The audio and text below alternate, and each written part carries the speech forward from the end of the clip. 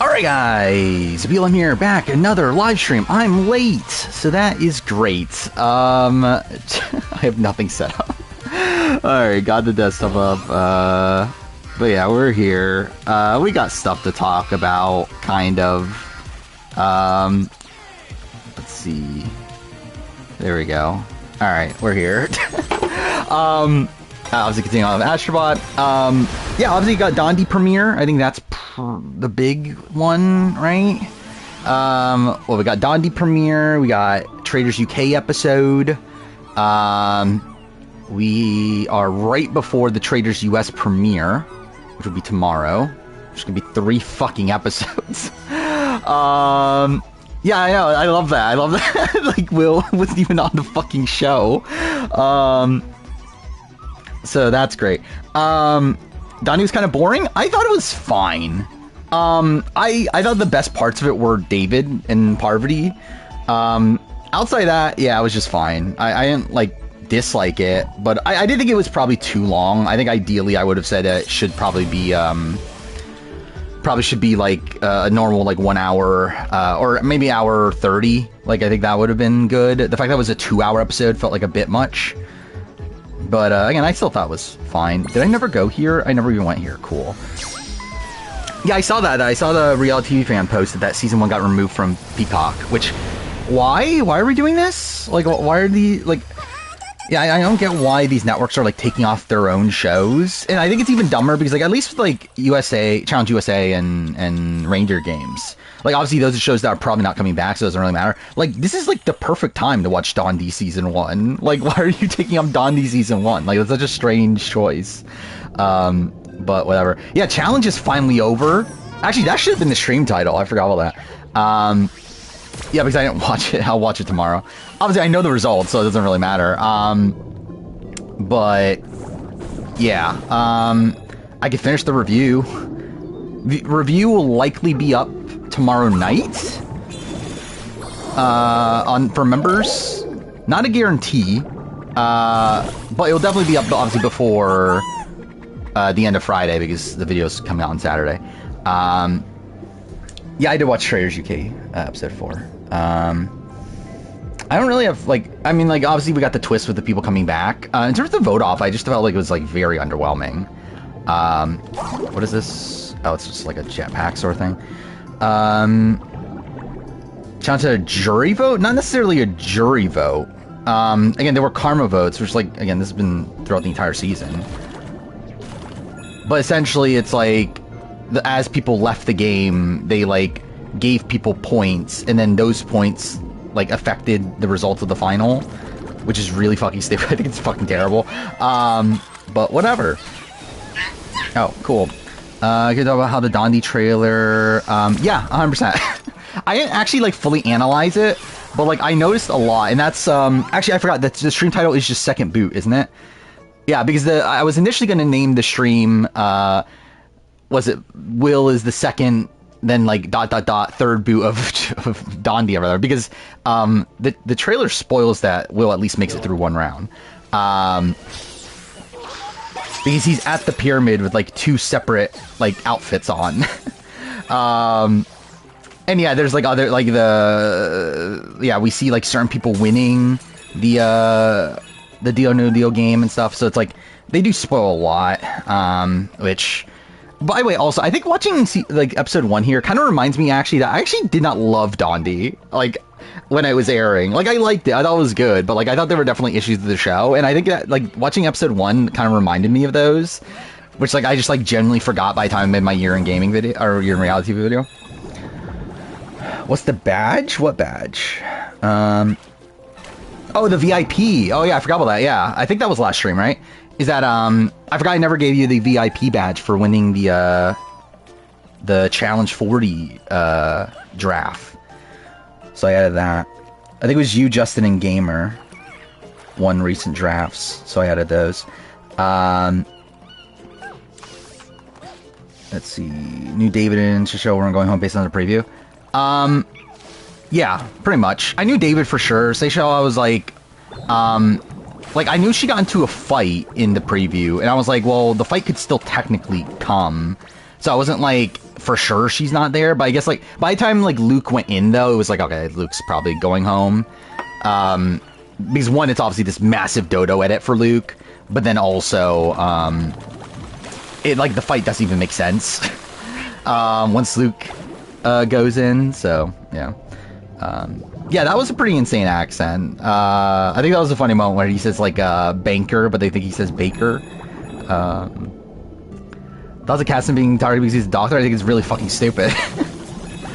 I think the entire thing about case of being targeted is really dumb. And I do wonder if like obviously I think there's the doctor bias. I think there's also probably I would not be surprised if there's some racial bias in there too. It did feel like a bit icky to me.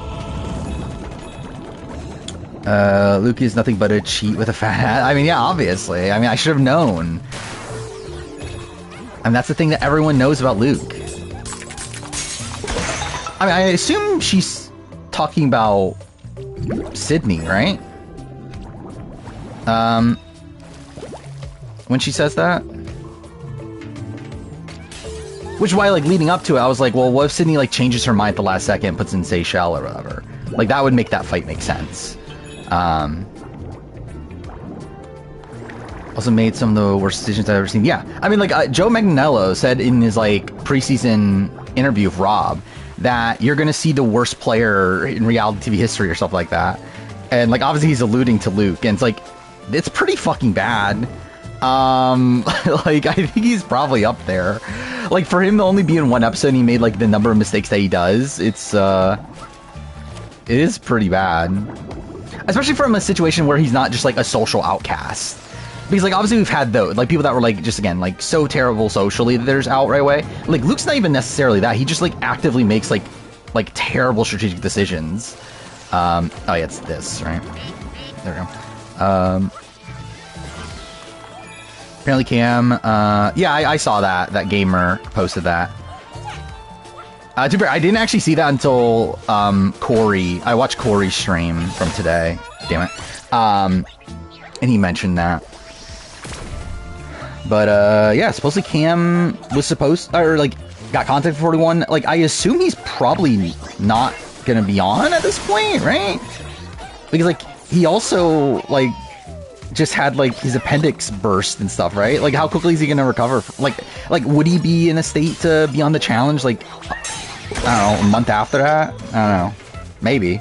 But I feel like it'll be kind of weird if he is. The boring guy who's bad at challenges is content for a challenge, yeah. Again, he's a very athletic guy, though. And, like, I think challenges are very different than Big Brother challenges. Like, I think he will do pretty, like, well at the challenge. I think the problem is more so the boring part, right? And again, I do like Cam. I think Cam is a very, like, likable guy, but it's also just he provides obviously no real drama. It's like his best character moment on the show is him saying to my dogs at the crib or whatever. So it's like, yeah. Cam and Nisa showmance. I can't wait. I did not watch Worst Cooks. I meant to. I am gonna watch it.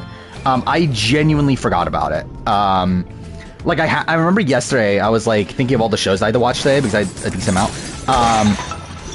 And then I had like an hour before stream, and I just genuinely forgot about it. And to be fair, I think it's like a 2-hour premiere also, isn't it? So I probably wouldn't have had time to watch it anyway. But yeah, I did actually forget about it though. Cam's cast photo is pretty memorable. I mean, because of the meme though. Not because of Cam like intentionally doing something to make it memorable. Yeah, obviously, yeah, there's the wildfires in California, right?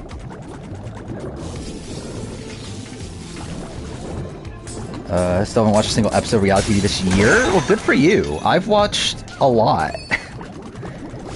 And it's only been a week. Okay, what the fuck happened there? That was a weird cut. Oh yeah, I did see that, Robin. He's like trying to get custody of her kids back and everything. So, good for her. See how that goes. People roasting David for saying a niche corner of the internet call. Yeah, I did find that funny. Where it's, yeah, like 100%. It's like, I feel like anybody that has watched, like, I feel like when people say that, they're not talking about Survivor US, right? It's like specifically about Survivor, Australian Survivor. Or like, I don't know anyone that's watched, like, both Survivor US and Australian Survivor and says that he's the greatest of all time. Is that Octodad? I had no memory of him being in this game. What the fuck? I feel very confident David has not watched my fucking top 10 Australian Survivor player ranking.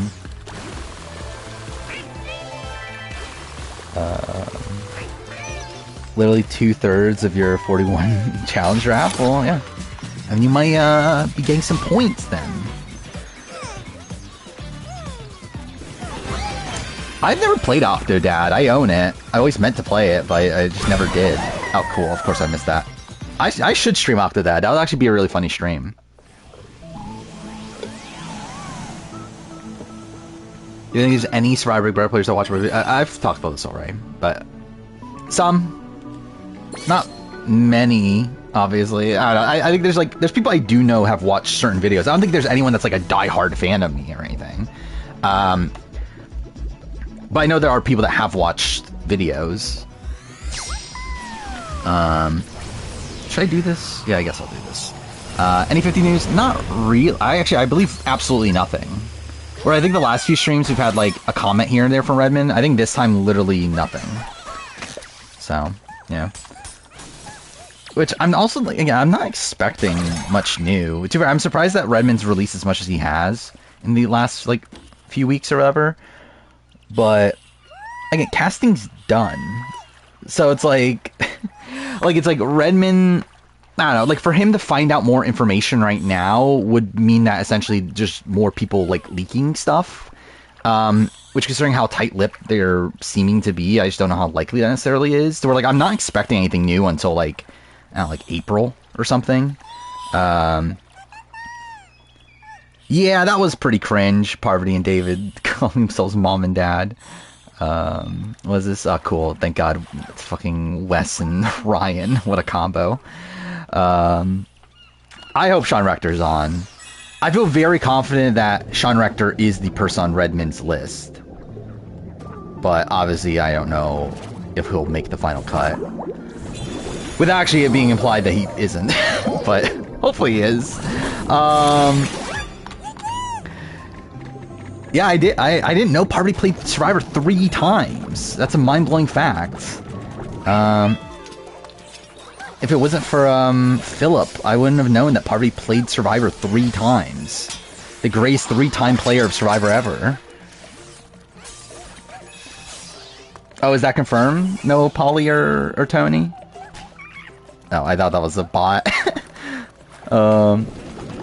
Which, I wouldn't be that shocked. Like, again, like Tony, I feel like did not get the greatest exit from 40 to where, like, I don't get this as they're, like, dying to have him 41. Polly also has had, like, obviously a very underwhelming return.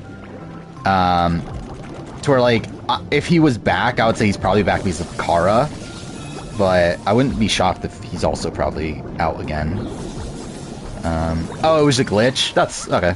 That makes sense. It makes no sense that they would take it off. Like, why would they take it off at, like, the time that people would be wanting to watch Season 1?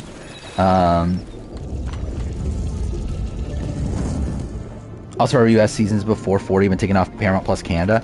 That's really dumb. Is there a Metaphor bot? Oh, in the game? No. Well, this is before... Yeah, this came out before Metaphor even came out. I mean, what, there's Joker, there's Teddy, and there's, Aegis, right? So there's one for, like, Personas 3, 4, and 5. But, yeah, none for, Metaphor. By the way, been playing Metaphor, I fucking love it. I wish I could have had more time to play more of it. I think it has a much better start than Persona 3 did for me. Oh, it's in this. Cool. Yeah, I don't get why all these shows are getting taken off these, like, streaming services that are owned by the companies that own the shows. And I guess, like, Paramount, like, I'm with, like, Canada and stuff, I guess, like, the rights of it all is different, I would assume, but, like, I don't know, it does feel very weird. Thoughts and karma points? I hate it. I think it's terrible. I think it's bad for TV, and I think it's also bad from a competitive standpoint, obviously. And predictions of who the Traitors will be? I don't know, actually. I haven't, like, put much thought into it. I think I had predictions at the time. I think it's, like, it's just a matter of, like, which way are they gonna go? Are they gonna go against the meta, or are they gonna go with the meta? Because I think there's obviously different picks for, like, either approach. Like, with the meta, then it'll probably be, like, Boston Rob. Or maybe, like, Tony instead. I don't know. I think it will be someone, like, super obvious. And then maybe Daniel Reyes, yeah. Like, if they're going with the current meta, it'll be like, yeah, Tony or Rob, probably. And then Daniel Reyes, probably.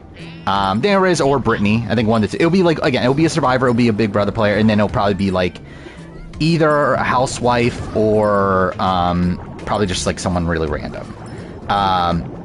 And I think the fact that we got so much focus... So, again, the first 7 minutes have come out. The fact that we got so much focus in those first 7 minutes from the Survivor Big Brother players, I think makes it feel like we are going to be getting a lot of Survivor Big Brother people as traitors.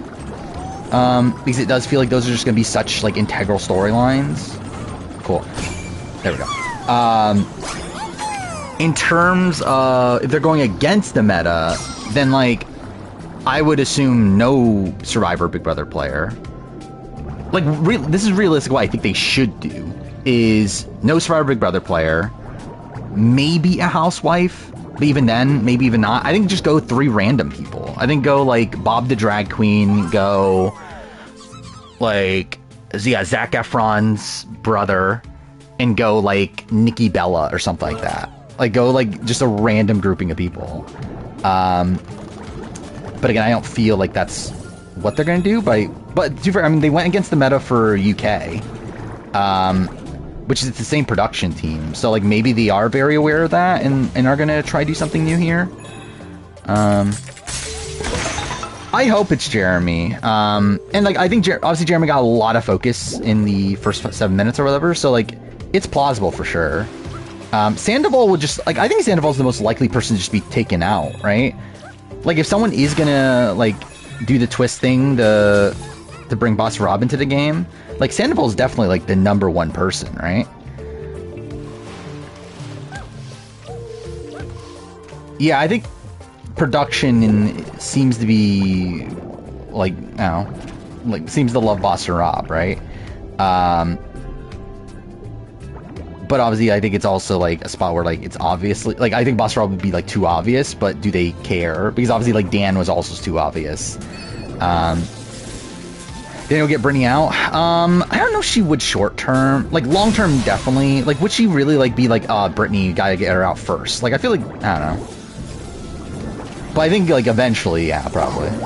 Okay, where the fuck are these other things? Carolyn. Oh, actually, genuinely, I forgot about Carolyn. Carolyn for sure could be one, too. I forgot about that. I feel like Carolyn got a very good, like, first, like, 7 minutes. Not necessarily, like, for a game standpoint, but more so from a, like, main character sort of standpoint. Oh, cool. To where, yeah, I can 100% see Carolyn becoming a traitor. I don't know how Carolyn would do as a traitor. Like, I think there's, like, obviously, like, naturally her personality's not really one that feels, like, in line to be a traitor. But also, like, she got through, like, a lot of the game with, like, people not knowing she had an idol. And I feel like, that takes, like, similar skills. But then again, also, like, Jam Jam and... Or was it only Jam Jam that knew she had an idol? But anyway, people knew, like, there were some people that knew she had an idol. So, like, I don't know. It could go either way. Who the fuck was that? I did not even look at who that was. That's fine.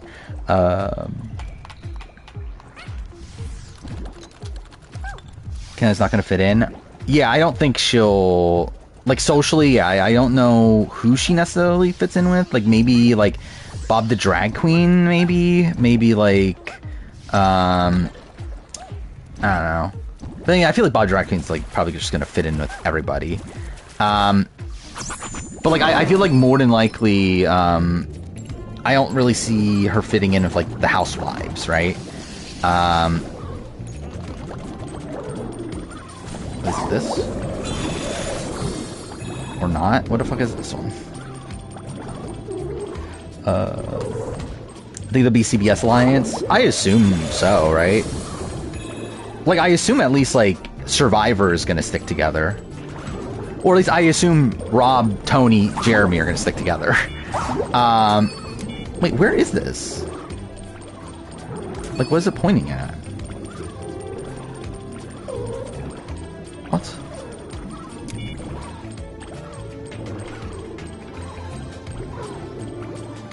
I'm so confused. Wait, what is it pointing at? Like, it does say it's over here. Oh, is it, I have to hit all three? Okay, I get it now. Jeremy's gonna metagame Tony? Probably. I mean, I think, like, Tony-Jeremy relationship's obviously one that seems to be important, or at least it's set up to be one that's important. To where I think he can, like, really go either way with them. Like, I think they are gonna work together and that sort of thing, but, like, in terms of, how the game necessarily goes with them. To where, like, I could see a world where, like, Jeremy, like, if either one is a traitor, that, like, they would want to murder the other to, like, keep up appearances or whatever. Do I need to take photos? I don't think so, right? But then again, knowing Jeremy, though, Jeremy's obviously all about, like, meat shields and that sort of thing. I feel like Jeremy would definitely keep Tony around, right? Because of that. But yeah, I think obviously, like, the notion of be close to the traitors, take the traitors to the end, and then cut them at the very end. I think that will probably end up being a prevalent strategy. And yeah, like, Jeremy and Tony feel like people that would do something like that. Yeah, I'm not sure about Tony studying for the show. Jeremy, I could see it for sure. Rob, definitely. And, like, we know Rob's been wanting to do this for, like, since, like, season 2, to where, like, it's like he's been, like, actively, like, campaigning to get on the show. So it's like, we know that he's definitely been preparing. How many am I missing? I'm missing 2 bots. But yeah, Tony's one that, like, I don't know, because, like, I don't think he did much preparing for Survivor. Like, he might have rewatched, like, I think he definitely watched it, right? Like, he definitely watched Traitors, at least US. But yeah, I'm not sure if he did much beyond that. We're gonna find the All-Stars 5 trailer. Was there an All-Stars 5 trailer? I generally don't even remember if there was an All-Stars 5 trailer. I have not thought about All-Stars 5 since the cast came out, like, official cast release came out. Jeremy making the final 3 with Tony and Carolyn, convincing Carolyn to vote Tony out, winning. I mean, that would be cool. I doubt it, though. But it would be cool, though. But yeah, I'm expecting Jeremy to do well here. I think the only worry would be, like, a very... like, that he's a faithful, and he's just, like, so obviously a faithful that people vote him out. But, I do feel like, for the most part, he does fit into that kind of, like, CT mold, but just actually a better player.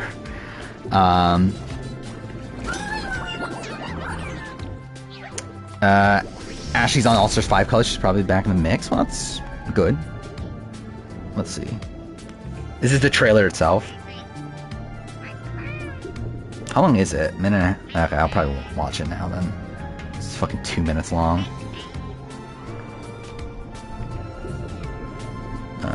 Well, yeah, Ashley Mitchell, I assumed. Because I don't think anyone's excited to see Ashley Kelsey back.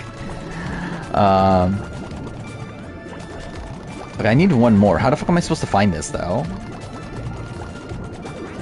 This level's just so open-ended. Oh, I'm an idiot. I can look it up. What's it called? Bubbling Under?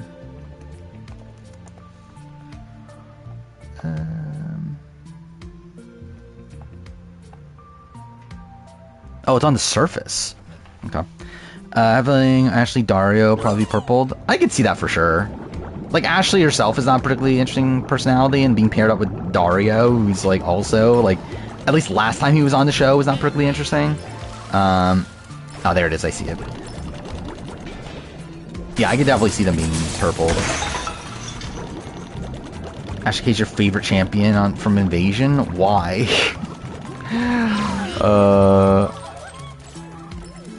Who were the... So it was Ashley, it was... Okay, cool. It was Kara, it was Laurel, and Camilla. Oh, wow, okay, I guess that is... that is a pretty fucked group, isn't it? Yeah, I can kind of see it. Alright, that should be it, right? Doing a quick draft of who we think the 3 traitors. Would it necessarily be a draft? I guess it would be more so just like, I don't know, just saying who they are, right? Or is it a draft? Do we draft the entire cast and who has the most traitor? No, because there's only 3, so it's not really like a... Because more than likely, like, there's gonna be like one each person has 1 or whatever. One of Camilla's matured since 3030? Don't know. If I were to guess, I would say no, but obviously I don't really have any, like, proof. Yeah, I just submit the 3, yeah. What is this level? I mean, it's a boss, right? We'll do 3 or 4. I can see where we're gonna do 4.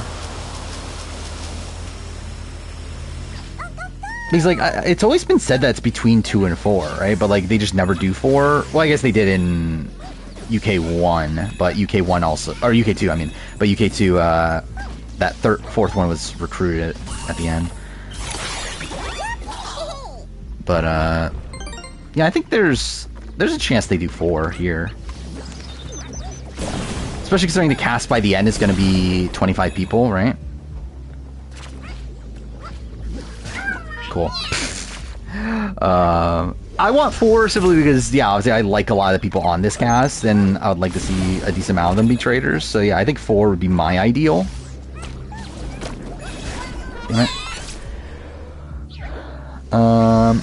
Lord Ivor is a traitor. I mean, that'll be funny. I know nothing about Lord Ivor. I've really I've been meaning to listen to the RHAP Traitors like cast previews. I did not get around to a lot of them. I'm like 8 behind or something like that. So I don't know. Maybe I'll binge them tomorrow. We'll see.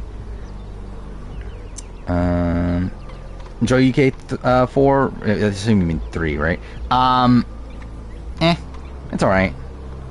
I thought the first week was fine. Like, it was pretty solid. This last episode I thought was kind of bad.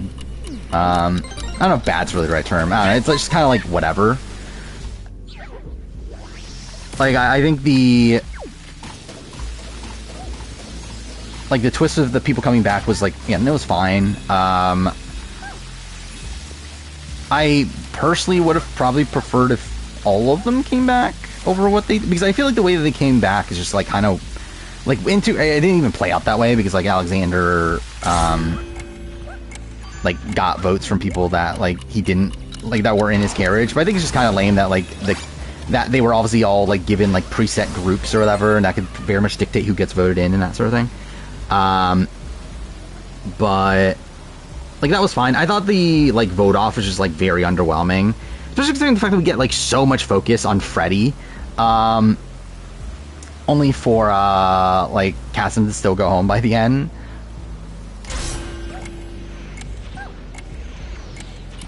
Which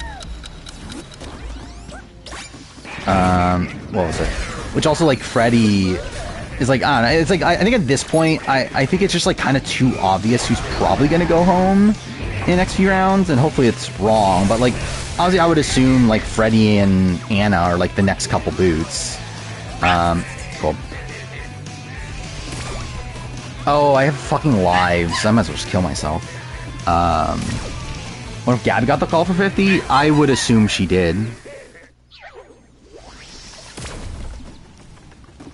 Like, she would be on my list right now. I should make an actual list of 40. I mean, I need to make the cat speculation video at some point. I'm still not fucking done with the Survivor Palau retrospective. God damn it. Do I think anyone was called and rejected 50? Yes.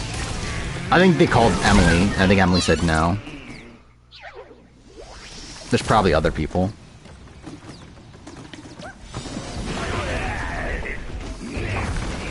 I don't think there's many, to be honest. But I think Emily's probably one that they definitely did call.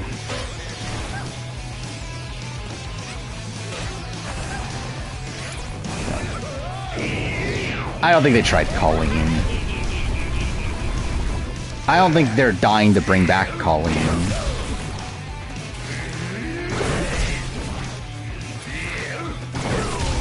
I think they kind of gave up on that after Here's the Villains. Or even before. I believe like the stories that they'd even bother with Here's the Villains, right? Because they just assumed she was going to say no.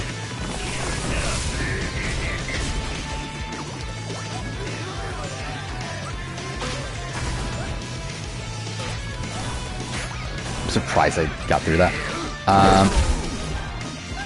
So Kim get a call? I would think no by now, right?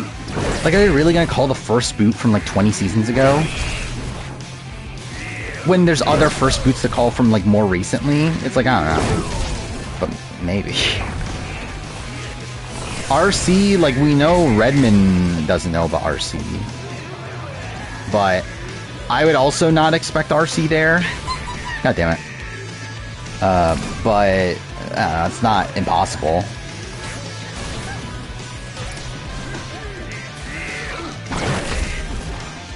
What's part is almost 20, yeah. Again, by the time at 50, I got back into the show at the halfway point. At that point, which is, like, insane to me. Like, even as of right now, like, it's been 22 seasons since I got back into Survivor.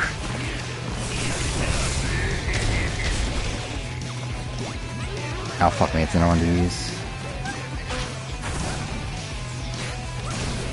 I can't believe I didn't die there.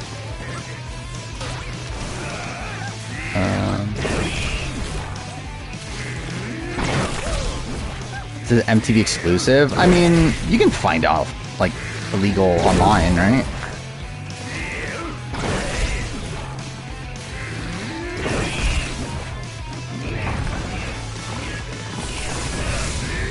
Like, I assume it's not gonna be, like, hard to find online. Oh, fuck me. I jumped, like, a second too late.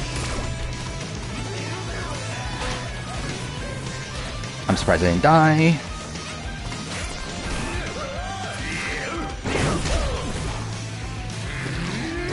I mean, Sean Rector's the only one that I feel confident about. The old schoolers.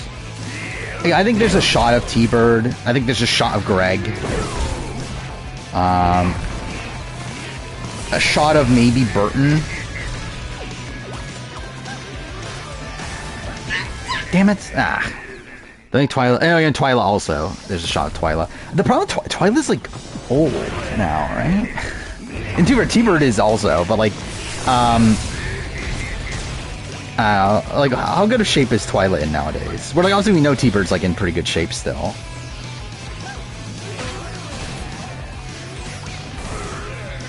Is Luke the worst player of all time? Probably, yeah. Oh, fuck me. What the fuck was that?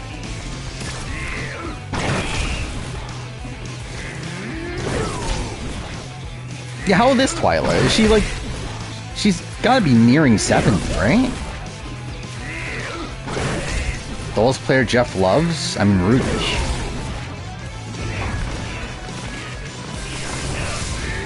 Like the oldest player that he loves that's still alive? I don't know.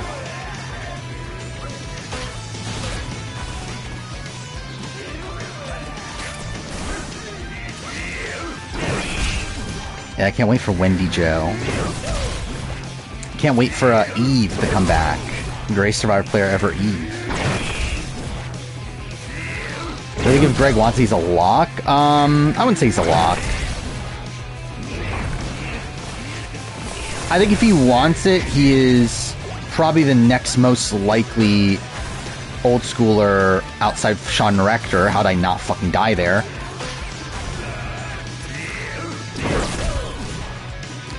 I think Sean is the most likely old schooler to be on, if I were to guess. And then I would say Greg, if he wants it, is probably the next option.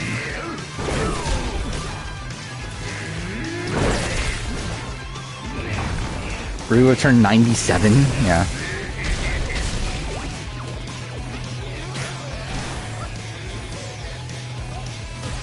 Okay, cool. I forgot, when did Rudy pass away? It wasn't that long ago, right? It was like, what, 5 years ago, maybe? Because I think I had the channel already, right? Jared McDonald with 91, yeah. And supposedly he's still doing good for 91. 2019? Oh, really? It was actually that long? Okay. So that's probably like right after I started the channel then. I thought I was streaming already by then. Ooh. That's close. And I died. Cool. How quickly does Rudy get canceled nowadays? Like instantly. Like right in the premiere.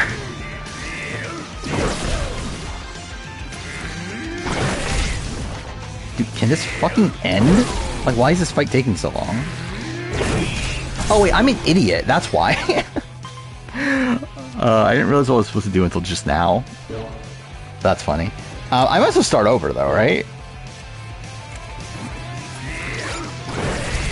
Yeah, because this is what I'm supposed to do, right?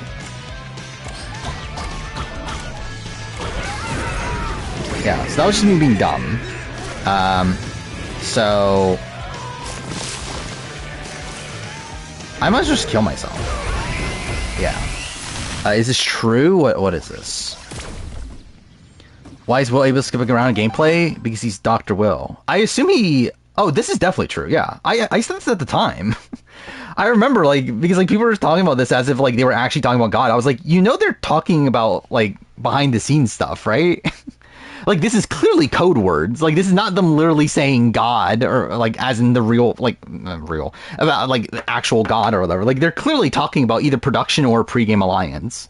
But, yeah. Never seen a ducking 70... Wait, what? I assume you mean fucking? But whatever. Rudy, I feel like I would rather not think about what Rudy would say at the Varner Tribal. Jake from Thailand and Jim Lynch are the oldest living Survivor players. I would assume that's probably about right. I'm trying to think of the other older players from that time. Like, how old is Jan? Jan's got to be up there too, right? Oh, thank God, the three greatest challenge competitors at Mar-a-Lago. Did production not notice? I think they did, if I were to guess. I just think they thought it was funny, though. I thought it was God didn't like Paige, but I don't think they knew that, though. Again, I think that's why people think that, because they think it's like, because that's like the funny context. But again, I think clear, like at the time, I even said it on stream that, yeah, this is definitely a pregame thing. Like either pregame or like production thing. Like it's definitely not actually talking about God.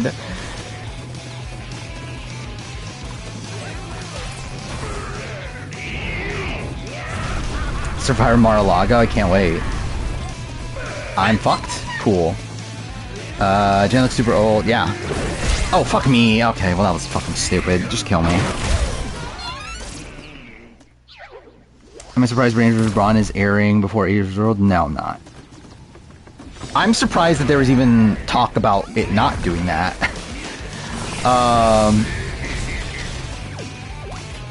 Because, like, it'd be fucking weird if they did that. Especially at this point where, like, this is the normal Australian Survivor time slot. Alright, there we go. Okay. There we go, I didn't fuck it up that time. Gumball releases Survivor runner-up ranking? Well, that's something.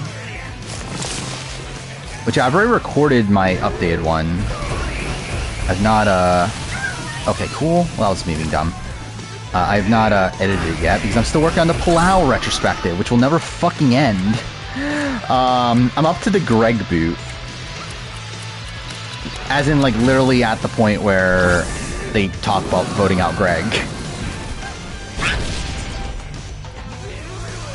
How am I supposed to do that? Am I supposed to use time there? Oh, fuck me. I didn't realize there was electricity. God damn it. How long do I think it'll be? Oh, his video is 3 hours, 34 minutes. That's probably around what mine's gonna be. Probably like that, around 4 hours or so.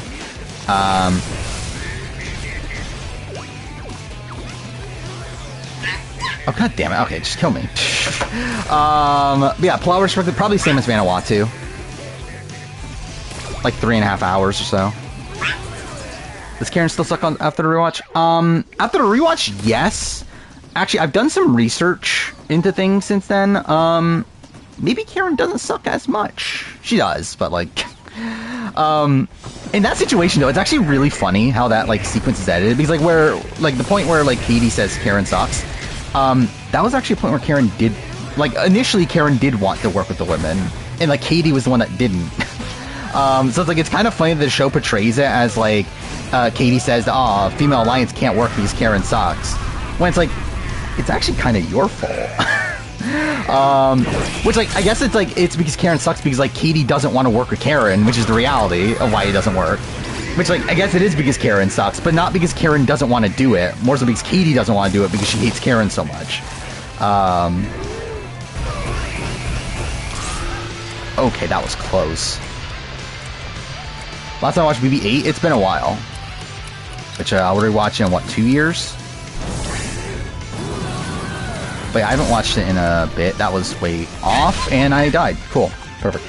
I mean, I think Katie was in a tough position either way, but obviously, yeah, I think the only way she wins that game is if she gets the end with Karen.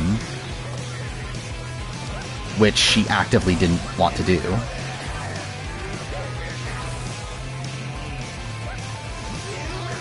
Okay, cool. There we go.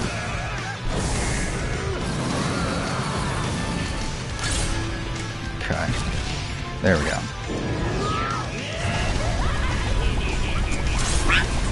Oh, wait, that's how I'm supposed to do it, isn't it?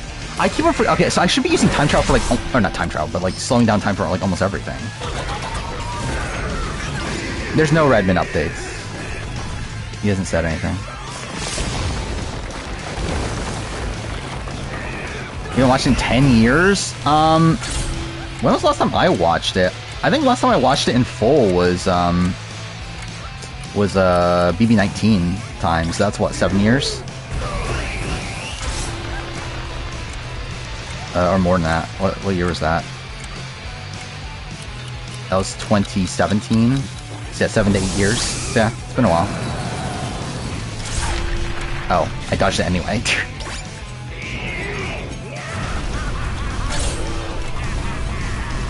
Oh, fuck off, dude! Okay, okay. That was me being dumb, because I thought I could slow down time again.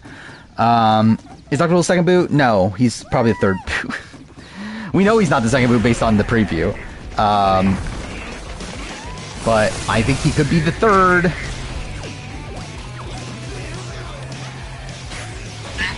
Oh, fuck me. Alright, just kill me. Does the evil dick put the ball in Jamaica's tooth during the video comp? I don't know. I could see it, but I don't think so, though. And if he did, I don't know if he did it intentionally. But I know that is the thing that people say, though. But again, Dick's not... Like, Dick's obviously somebody that would very much cheat, as he does. It's very good. I could see it, for sure.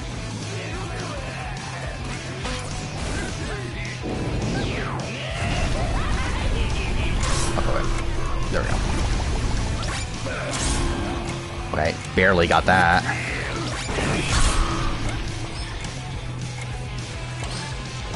Is Dondi spoiled? Like, are there actually, like, Dondi spoilers?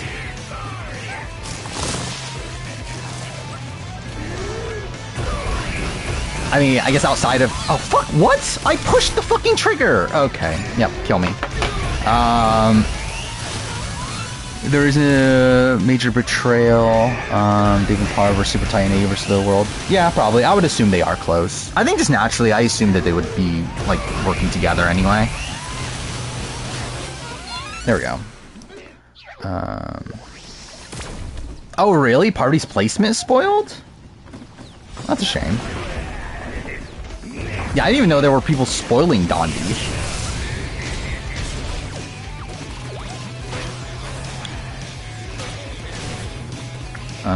I think edit-wise for Dondi, it's actually really interesting, too. Because, like, I think it's tough to tell who's going to win after Jordan won last season.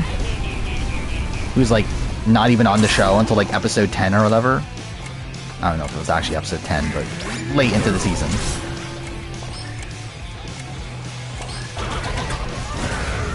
So like, there's like a few people I'm like looking out for, but like I don't have anybody that I'm like, oh, this person's like definitely winning or anything.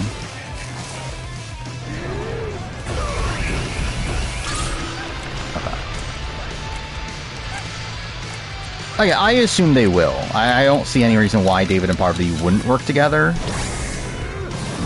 Like, yeah, unless there's like this super big betrayal, but I don't really expect that to happen.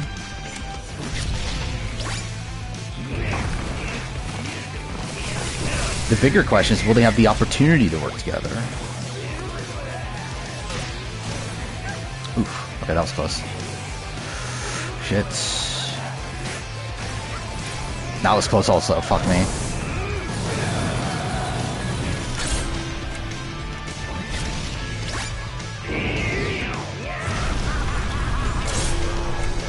Oh, that was way too early. God damn it. Okay, that was just me being dumb.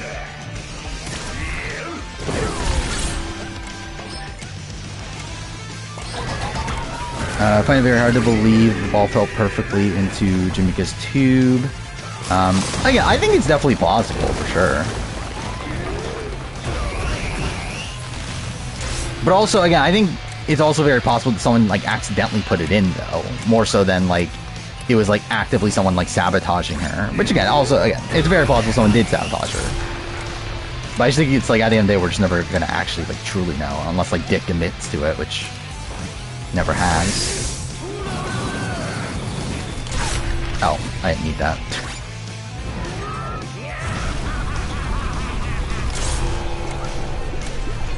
That was close. And I got hit anyway.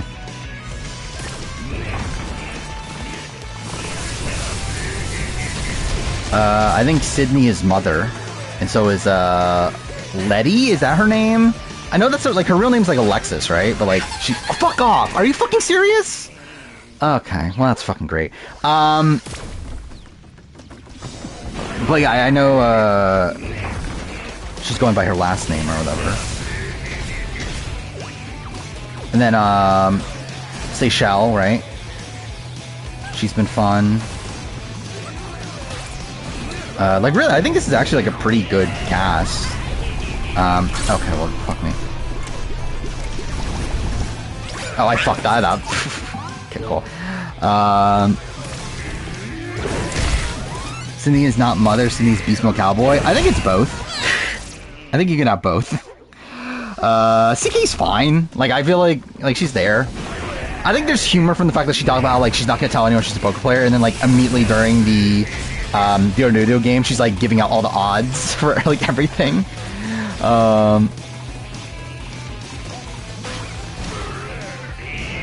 Rock is just there. I feel like we haven't gotten much from him. Okay, there we go.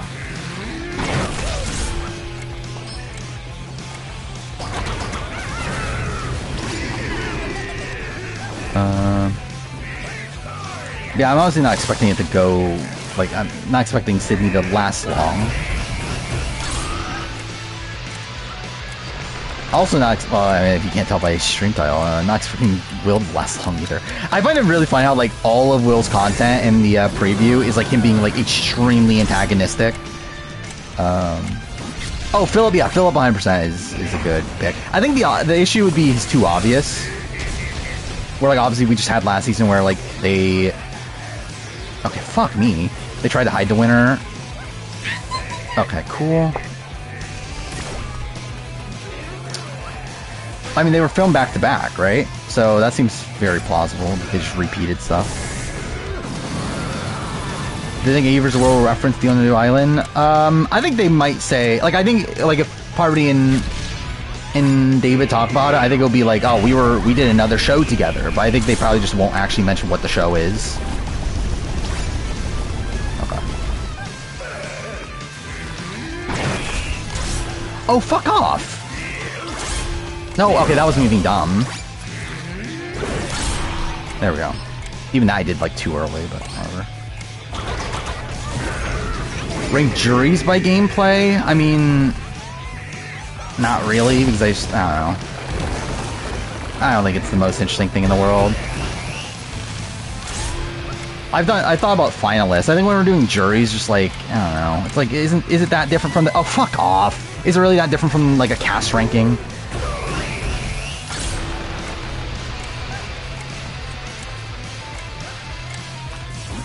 Okay, I'm fucked, though. Wait, okay, hit the other side this time? Cool. Do you think American reality will ever get to Korean level of overcross? Probably not. Or crossoverness? Probably not. I think, fuck me, dude. What the fuck? Like, fuck this.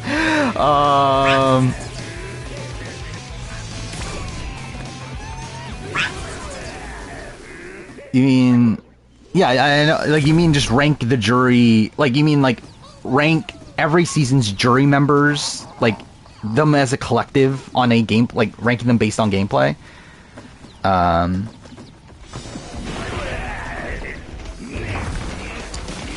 Which, yeah, I don't know. Just feels arbitrary, I guess? I don't know. Or like... Oh, fuck off, dude. What? Okay. Penny owns AE Survivors Dawn D Season 1 available. Yeah, I believe Season 2 is getting added, like, right away, too. On it, too, isn't it? On 10 play? So, I don't know, maybe. Maybe they reference it, but... I feel like it would be, like, a weird, like, thing to directly reference.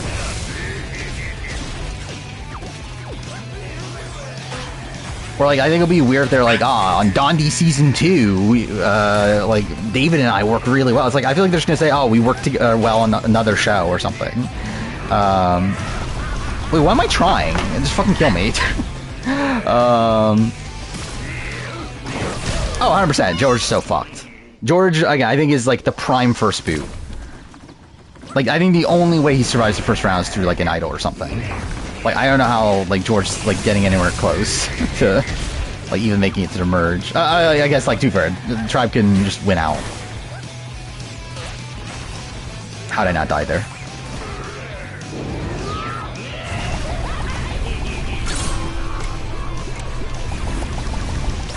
Yeah, I know I fucked that up. Do I think they'll keep it a secret from the rest of the cast they did on that we knew, though? Like, everyone knows, or at least they should. Like, if you follow reality TV news, we knew by that point. Because, yeah, we knew Parvati and David were on, like, when the season filmed, and it filmed, like, right before A vs. the World. So, like, anyone that's on A vs. the World would have had the information to know that they were on Dondi together.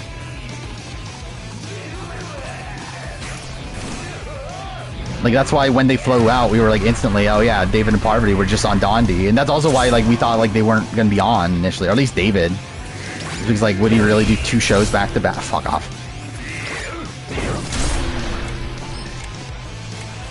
And would they be allowed to, also?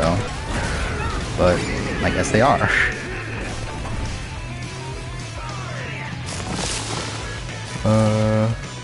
Is it in the era of the season? I think very clearly, right? Like, in, like, every single, like, the fact that he's, like, the nerdy kid of the season, the fact that he's, working with the reality TV alumni, the fact that he's, like, a big reality TV fan, it's like, yeah. Like, I think they clearly cast him to be the next Aaron.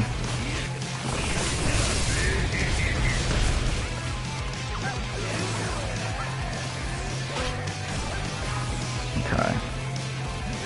Oh shit, there's one more. Are you fucking serious? Okay, cool.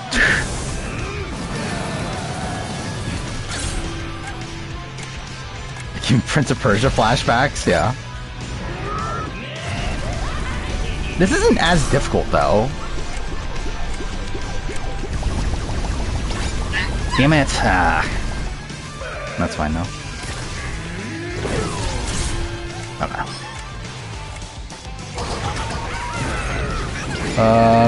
Yeah, the Traitors was fine. I didn't love it. I think it was the weakest episode of the season so far.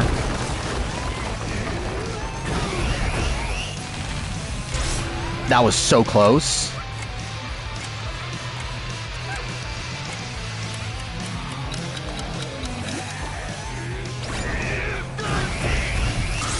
Oh, that was way too early. Yep, cool.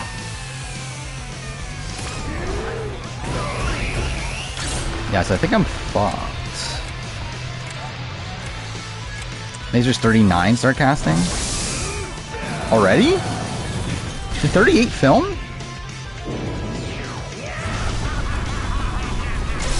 Like, they're really already casting... Are you fucking serious? Okay, well, fuck off. But yeah, they're already filming, Are they already, casting 39 before 38? Was this Parvati on Jennifer Hudson's show? That's really fucking random. But, okay, cool. Good for her. Yeah, so are they doing 2 seasons next year, then? Because that's what that would imply, right? Unless they're going back to, like, just having a season, like, in the back burner. Dude, fuck off. I wish there was a fucking restart fight thing, not fucking restart level to where I have to do all the fucking platforming sections at the beginning again.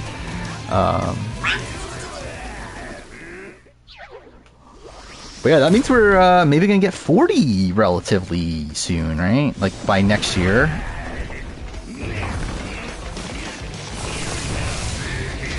Is that, what if we get Amazing Race 40 back to back with Survivor 50? Dude, fuck off. Yeah, Will's not in the game yet. For some reason. Dude, 100% this is like his demand, right? Because like Joe said it in, like, the host, said it in the RGP interview, that like Will had like a ridiculous amount of demands for being on the show, and they allowed all of them but one. And the one was that Will wanted a parrot on his shoulder the entire time he was there. Dude, cool.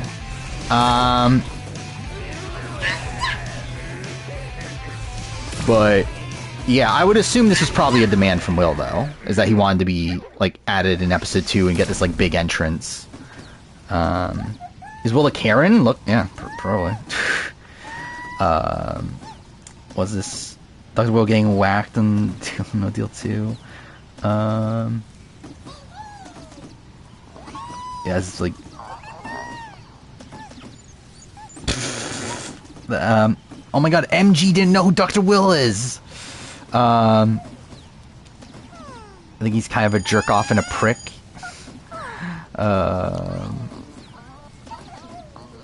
Yeah, not looking good. I think this, like, it looks like pretty dreadful for him. I don't know who's working with, like, if he can even work with like David and Parvati, where we already see them fighting in the preview. It's like, who the fuck is he working with then?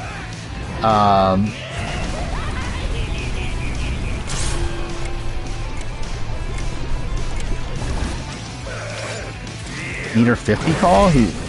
Oh, god damn it. The who? Is Boston Rob the banker? Well, we know it's a she. I assume it's Jordan, right? From last season? Like the winner of last season? Oh, fuck off. Like, I feel like that's what makes the most sense here. Yeah. Yeah, it is actually funny that, yeah, on the Traitors, no one knew who he was. And, like, I doubt, did Parvati actually, because, like, Parvati got the confessional talking about him, but, like, did Parvati actually know who he was? Because I feel like I would not have guessed that, cool, that Parvati would have known who Dr. Will is. And if she did, it would be, like, from her hearing about him more than her actually, like, knowing him. Or maybe they, like, were at, like, a party together one time, like, 10 years ago or something. I don't think Parvati's working with Will. We see them fighting in the preview. Okay, that was terrible timing. Dude, really? I thought I lined that up. Kill me. Thank you. Dr. Will seem like he's been humbled big time the last few years. Has he? That's not the vibe I get at all. Like, listen to Dr. Will's interview of Sharon Tharp. I feel like he's the same. And yeah, he literally came into the season Deal or No Deal with demands. It's like, I don't think he's, I don't think he's been humbled at all. I think he still thinks he's, like, the greatest of all time. How many confessions I expect of Dr. Will? Not many, because he's probably not going to be there for that long. Oh, you mean next episode? Oh, wait, I didn't see the next episode. I don't know. Maybe, like, how many confessions did people get on Deal or No Deal Island? Like, I've never bothered looking at confessional count, but, like, probably slightly the most?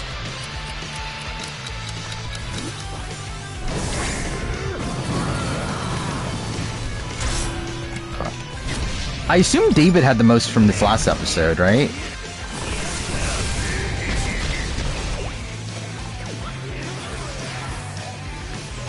Okay, that was close. Surprised I got through that.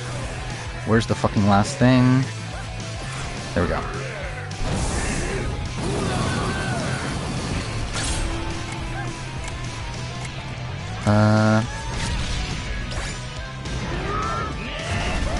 Oh, fuck me again? I thought that was the end. Dude, I suck at that section. What the fuck? Doing draft? Don't know.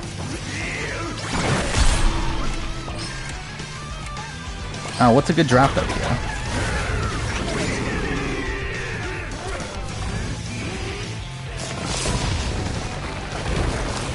Some kind of fading from relevance he once had? Oh, has he?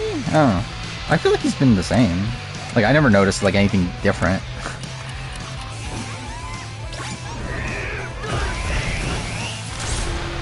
Cool.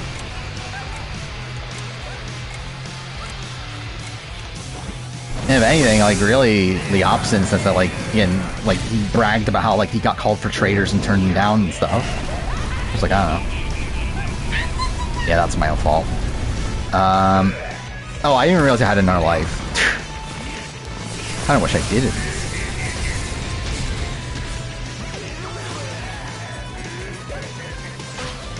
Dude, really? It died like a second too late? We don't know what Will's demands. Well, we know, again, we know one that got, the only one that got rejected is that he wanted a parrot on his shoulder. I assume one of them was coming in late. I assume the other one was having a big entrance or whatever, like he got here. I assume obviously a lot of money.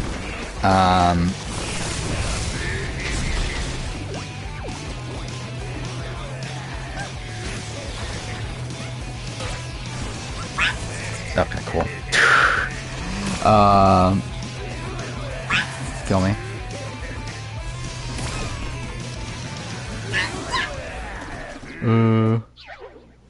I know you can use the time stoppers for enemies, I just don't want to.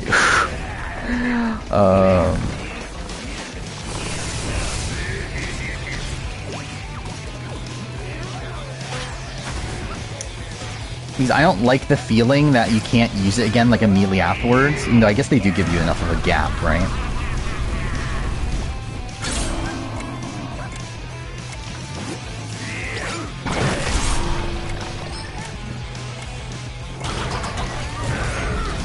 Will's parrot on his shoulder, throw him under the bus? Probably. It'll be funny, though. Again, forgot about Beast Games. Fuck me, dude. How much do I have to watch tomorrow, then? Because, well, I still have to watch Worst Cooks in America. Like, I don't have to, but again, like, just in terms of list of shows that I have to watch. Like, have to watch as in, like, I have the ability to watch, or whatever. Worst Cooks in America. The challenge episode I have to watch. Beast Games. Traitors UK episode. 3 Traitors US episodes. It's like, fuck me. Why is this, like, why is there so much shit in fucking January? Okay, cool. I watched 1 episode of Bloody Game. Yeah, I don't care. Episodes drop at 9 o'clock.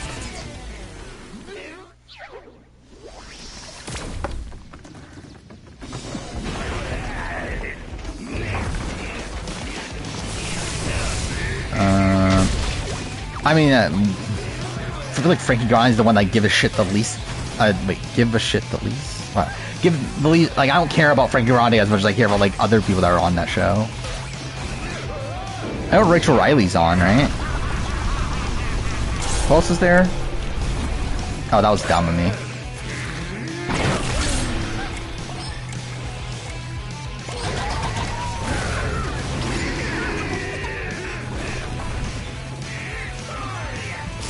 Yeah, I probably won't, though. Watch Race to Survive. Oh, yeah, Wes and, yeah, New York and, yeah, Corinne, I guess.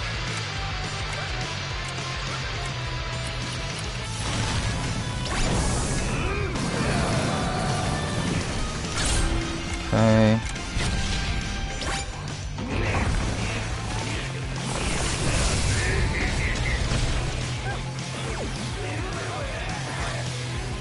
I guess I will use it for these.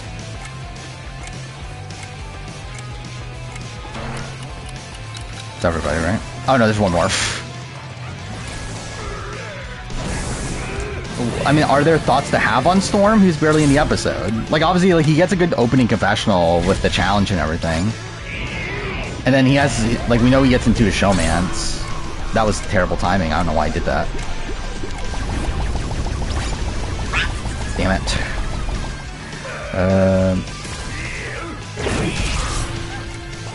Derek's gonna be more money than Nissan. I mean, I guess like official prize money at least, right? I could not name you every person on the Dondi cast.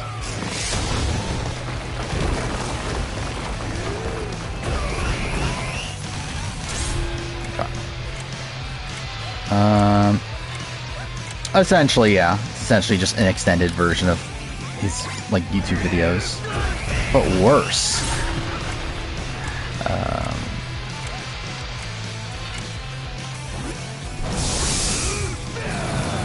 Did they ever make a biopic about Survivor? I don't know, maybe. Maybe about Richard Hatch or something. I could see.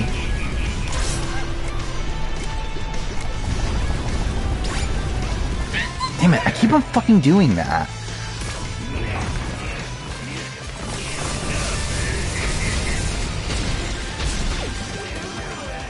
Okay, I guess we'll do this.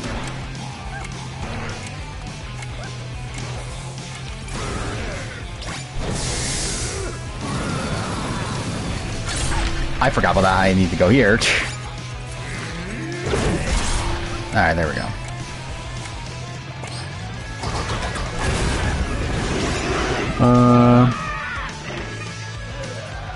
How do we get here? Jordan one of these? What do you mean? Like, I think it was, like, obvious that Jordan's one of these.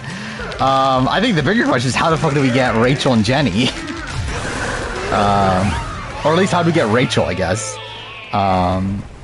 I now watched the Dondi After Show.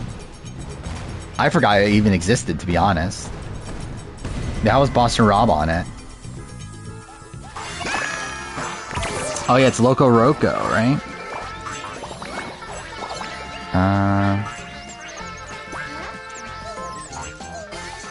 How close was Michelle to winning the challenge? Not that close.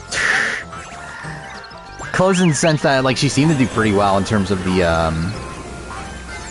like, the actual physical portions, but, you know, clearly not enough fucking karma points. It's pretty shit. Oh no!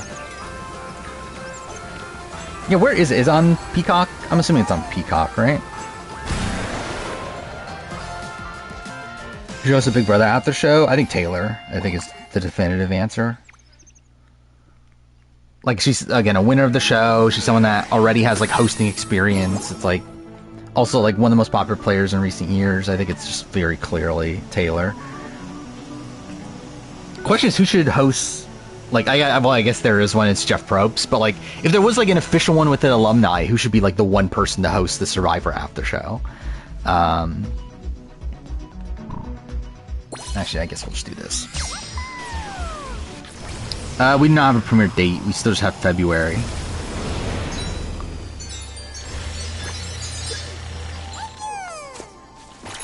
Which, we'll see when exactly it is. I'll probably just make it Charlie. I feel like he'll pick, like, Rick Devens, right?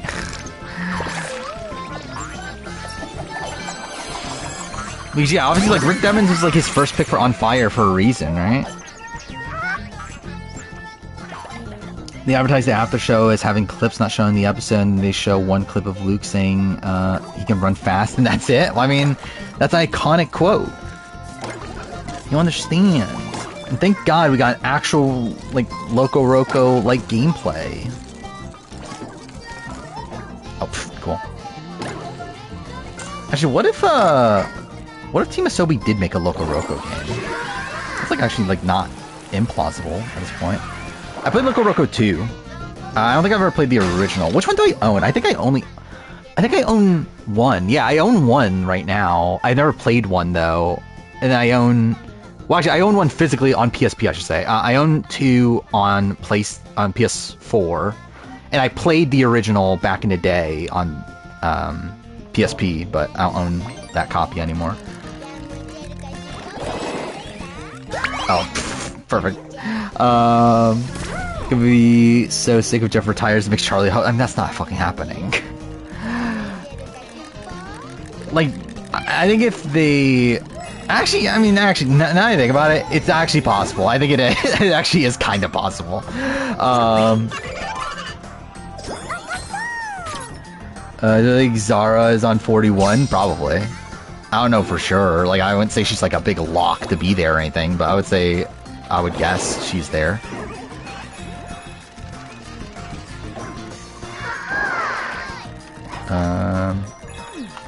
Watch my 47 review? Well, I mean, I'm sure it was long. Yeah, thank you. Do I think the new era format will continue after 50? Not exactly. I thought it was before that. It's like, I feel like they will continue, like, some of the stuff, but, like, not everything. Like, I don't think... Like, I think, like, maybe, like, something like Earn the Merge or something, I could see them getting rid of after 50. Like, I feel like they'll try to do something new for, like, 51. But, I think, like, there's obviously things that they just fundamentally like and are always going to keep. I would assume by then they'll try out 2 tribes again. Okay, not sure if it'll happen before that, but at that point, I feel like they'll probably end up trying to shake up the formula in at least that way. One of you US will ever go to filming 1 season a year? I think as long as they have 2 seasons airing a year, they won't, right? But, like, in terms of, like, would they ever only do 1 season a year? Probably, like, I don't see it happening. Just because, like, Survivor does, like, really well for modern standards. Fuck off. I love how I tilted my head. Like, when I tilted the controller for some reason. Okay, well, fuck off. As of right now, I would guess it's 18 for 50. But we'll have to see. But again, there's no, like, we don't know, though. There's no actual, like, proof of anything in terms of cast size.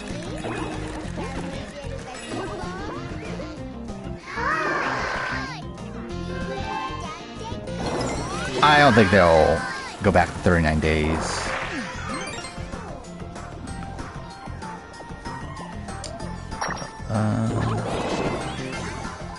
26-day format is really harmful to the gameplay, which is why Mergatory boots are so boring. I think they're really harmful to gameplay. I'm not sure if that's the direct connection to Mergatory boots. But I think they are harmful to gameplay. If it's 18 for 50, why would there be 40 people? Like, because they just called around 40. Again, he didn't say exactly 40 people, he said around 40 people. Like, that's just the number of people that they called.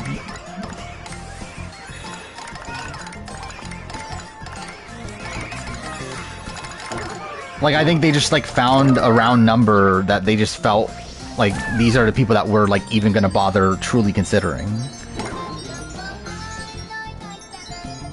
And obviously it had to be more than 20. Because they need people that, like, again, need people to actually consider beyond just who's ultimately going to be in the cast.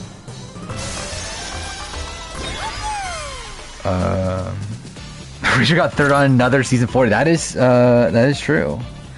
I guess she's an expert at getting third on anniversary seasons.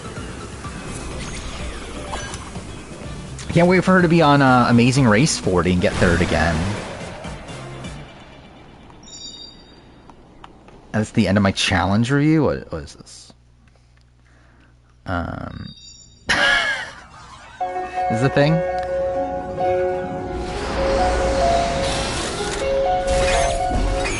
Oh. Is it just him playing piano? Like, there's nothing else? He's not singing? No, it's not good enough. He needs to at least sing. If he's not singing, this isn't worth it.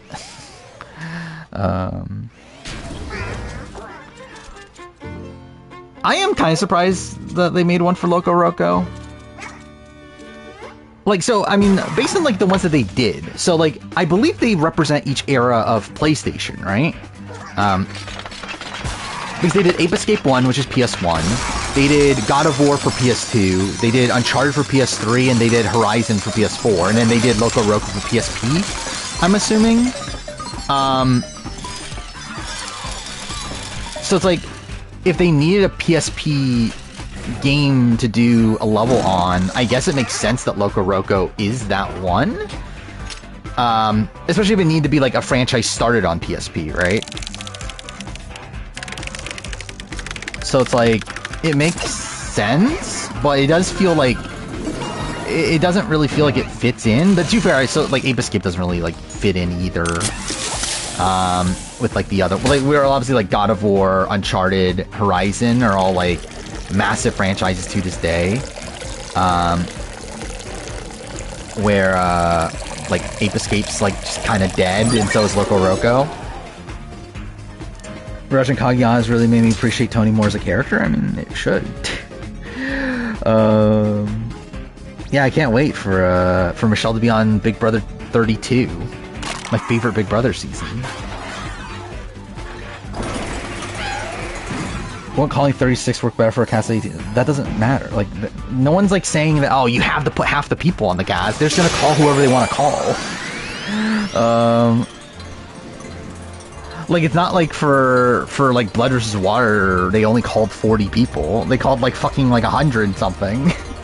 Like, it doesn't, they're just gonna call who they want to call. It's not like they're gonna have like a set parameter of like, oh, we need to call exactly 2 times the amount of people that are going to be on the cast.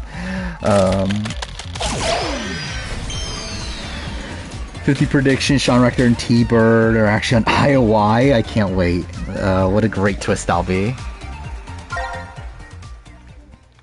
Also, 5 seems fun. Seems good based on the results. Has Jeff Probst ever been a Republican? I would assume so, right? He's from Kansas.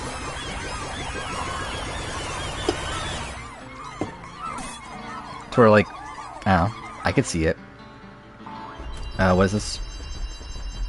Sony's working on to allow PlayStation to smell in-game scents in real life. Why? Like, obviously I get why, but like, also why though?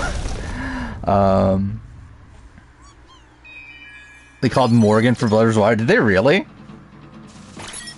I know they called Jamie, Cindy, and Judd, and Danny, and Steph. I don't remember if Rafe got called. Yeah, I know like all those random people got called. But Morgan McDevitt's on a different fucking level.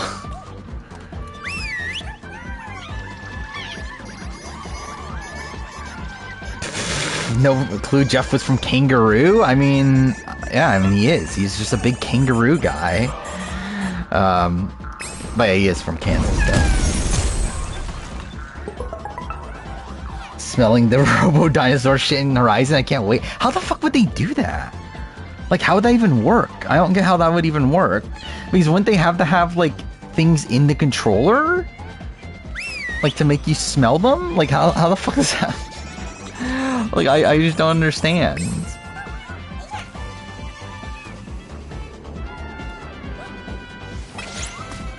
Did they hear about the new Harley Quinn comic? I did not. What did they do with Harley Quinn? That's not confirmed. That was just speculation. That the theme, because like people thought the theme for Game Changers was winners versus jurors versus pre-jury, because like that was like kind of the grouping of people that like Redmond was learning at the time, and like by the way they were released, like people were thinking that that's probably what it was. But like I don't think it's been like ever like truly confirmed that was what that was actually going to happen.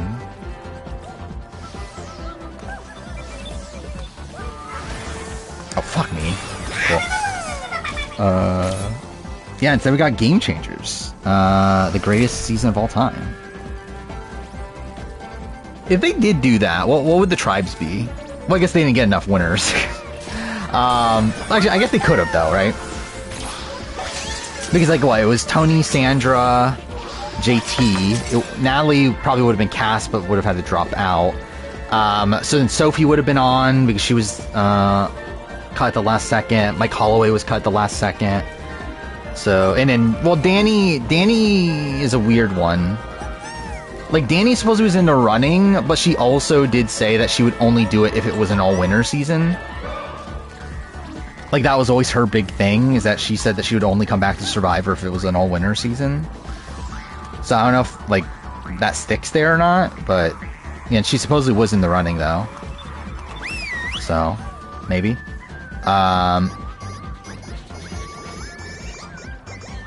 And then, pre-jurors, you got what, Brad Culpepper, right?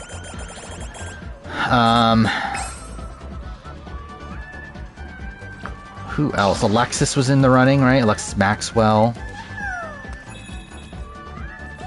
I'm trying to remember, what are the pre-jurors? Oh, Varner, yeah. Well, yeah, pre-juror, right? Yeah, so Varner would qualify. It's actually funny considering like Varner was actually like supposedly like the first person they like got on the season. Or like Jeff talked about that in the preseason of Game Changers, that the first person they called was Jeff Varner. What if it's true and like they literally create the pre-juror tribe just to bring back Jeff Varner? Like that would be so funny.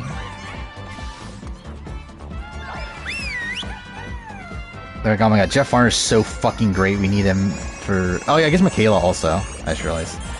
But also, like, that was weird, because, like, that was already, like, obviously they didn't know Michaela was gonna be on until after they'd already put together the rest of the cast. Yeah, I can't wait for Varner on 50. I mean, I'm expecting him there. No, obviously, I don't think Jeff and Varner talk. If anything, I would assume Varner hates Jeff, right? Oh, that's just a random bot that was just standing there? Cool.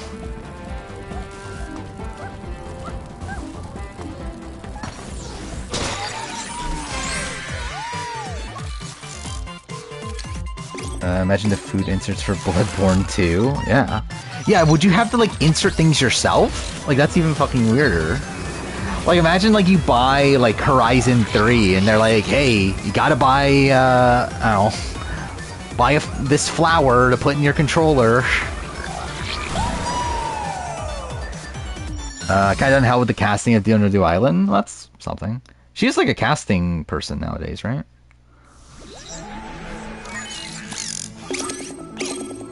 Like, does she...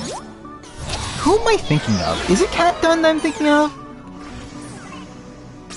No, right? I don't think it's Kat Dunn that I'm thinking of. Someone that was on reality TV works for, like, The Circle casting and, like, a whole bunch of shows like that for, like, Studio Lampert. Who am I thinking of, though? Oh, it's Katie Gallagher. It's Katie Gallagher. That's who I'm thinking of. Okay, so that's open. Yeah, I need to wrap this up still.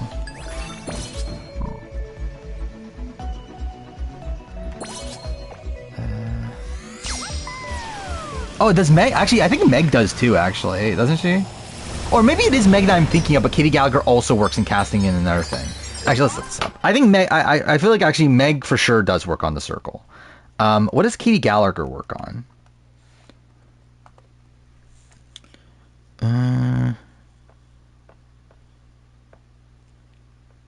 Because I know she also works, or at least worked in casting. I assume she still does. Or is she a producer? No, she's a producer. That's what it is. She's a producer on The Challenge or something, right? Is that what it is with Katie Gallagher? Wasn't it something like that?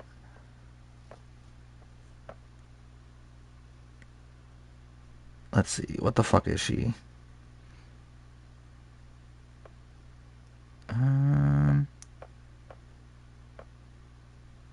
Yeah, she's a producer on The Challenge. That's what she is. The greatest show of all time, thank God. And House of Villains also. So yeah, and The Bachelorette, and Bachelor in Paradise. Yeah, she shattered her job then. Yeah, so it is Meg that I'm thinking of that was casting on Circle.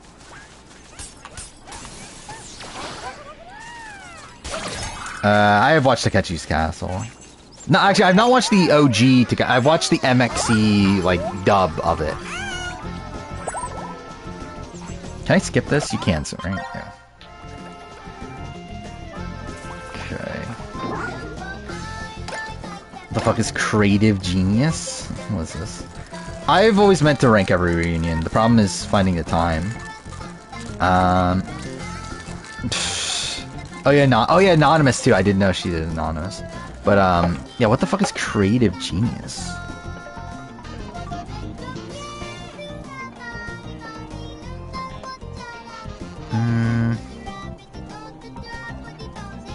Oh, it's an HGTV show?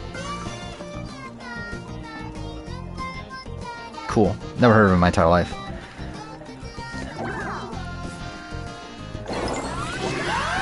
Yeah, I'm fully expecting Family Visit for 50. I think it will be the first family visit of the new era. I think they'll hype that up. Wait, he didn't light up there, did he? Oh, can I even go back if I want to? Cool. Nothing. I don't know, what, like final 9? Well, the more I think about it, I think 50 will follow new era format for the most part, if I were to guess. So we'll still have like Mergatory at 13, probably Split Tribal or something to that nature. 11 will probably be like the auction. 10 will be the rice negotiation. So yeah, I think like Family Visit at 9 kind of makes sense to me.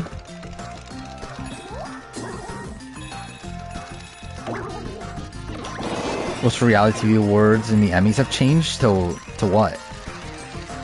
Oh. Okay. So I need 2 bots and 1 puzzle piece. Oh, fuck off. I've literally done a video on the best family visits. I'm pretty sure I picked Grandma Lie, right? Or did I pick Winners at War? I don't remember. Oh wait, it is this way.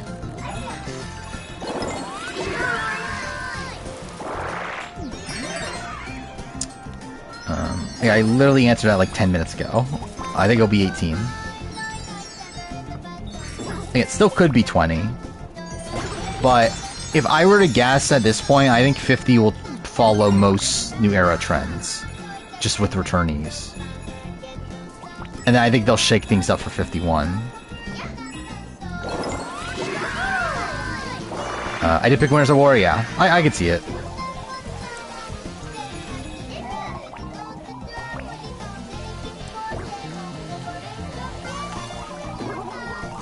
I think it's, like, obviously, like, Pearl Islands is the most iconic one. But also I think Winners at War is, like, the one that, like, celebrates the series the best. So I think it's, like, between those two.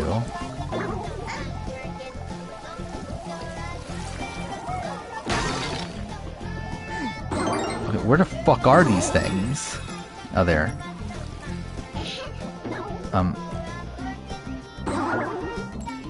What? How's it up there? Ow.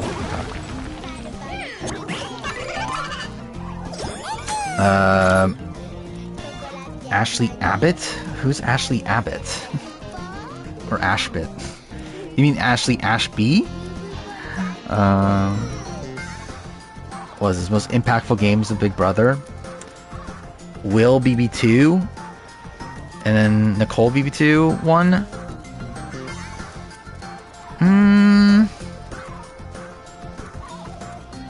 Maybe? I don't know. I think I might have Danielle Reyes 1. Then probably Will 2.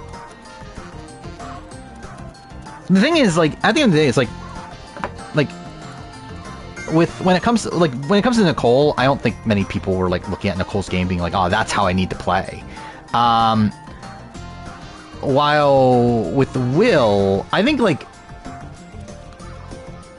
Will's tough. I think Will, I could definitely like. I think there's obviously more of an argument for Will because like I think the concept of like people throwing challenges obviously lasted for a while, and that was like based around Will's thing in BB2. Obviously you have like a lot of people trying to like imitate Will as a character, but I think like Danielle Reyes is like a lot more integral to like the actual like fundamentals of like modern strategy in Big Brother, where like a lot of like the basis around modern strategy of like building an alliance and then like either be like an onion alliance or like a parachute alliance, like all these things like stem from Danielle Reyes, I feel like, more than Will. Where like, I feel like Danielle Reyes and like the Secret Alliance is a lot of like the basis for like what the Brigade end up doing, what like Derek ends up doing with the Bomb Squad and that sort of thing. It's like I feel like she's a lot more integral in that light, but I think a lot more people try like to openly imitate Will though.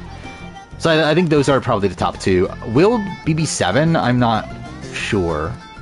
Well, like, Will BB7 is just, like, an evolution of Will BB2, right? So it's like, I don't even know if I would have them as, like, separate entries, necessarily. Then Dan BB10, I'm not sure if I would even have Dan BB10 next. Because, again, I think Dan is just an evolution of Will, to a degree.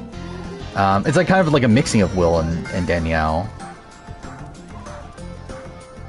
To where it's like, if you're influenced by Dan, you're more likely influenced by Will, right?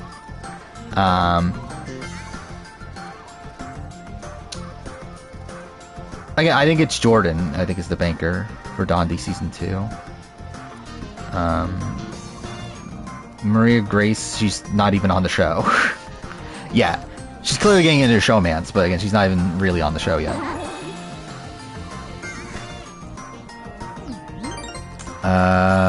How would that line up? Because he was at, yeah, he was filming Traitors at the time, right? Wasn't Traitors and Dondi film at the same time? And that would have been too much of a commitment.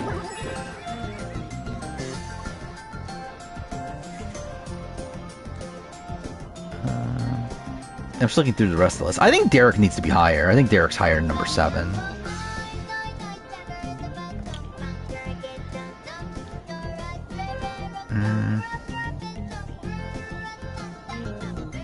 I think June needs to be higher also.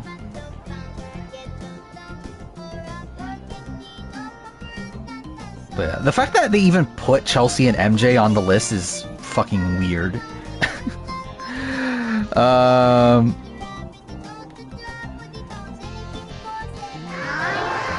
Like, my first instinct when they said it's she, it's like, well then, like, it has to be Jordan, right? Because, like, what else would make sense? Like, why would it be, like, some other random celebrity? Like, obviously it's gonna be someone attached to the show.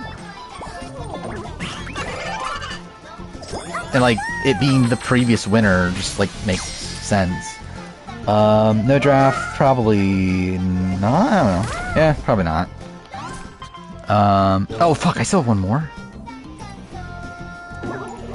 Where is this?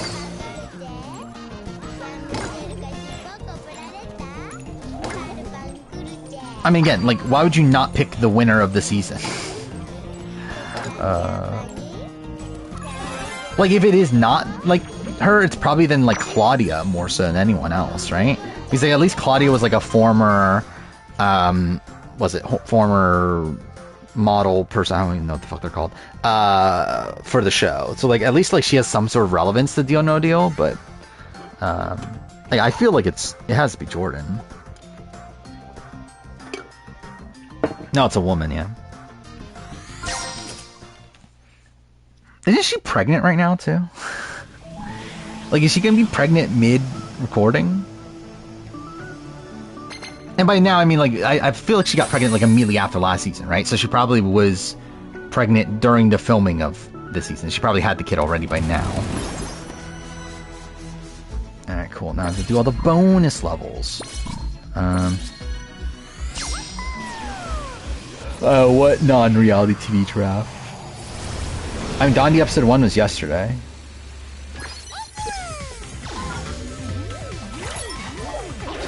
I forgot how this works. Okay, it's holding down trigger.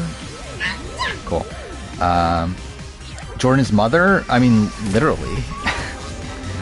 But yeah, she's also fine. Again, she was like invisible for like the first like half the season. That was me being dumb. I can't predict it. I mean, I predicted Jordan by the end. Like, I got Jordan within the last, like, I think by the time of, like, final 6 or so. But, no, like, Dondi, I think is just too random, especially to do this early on.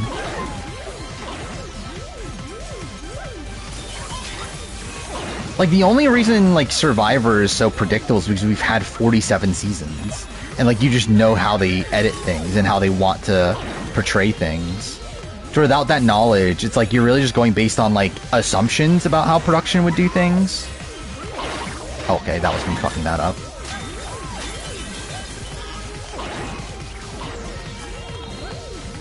I'm surprised I got through that.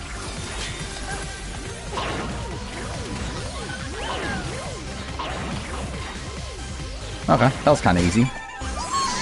Oh, it's Kiru.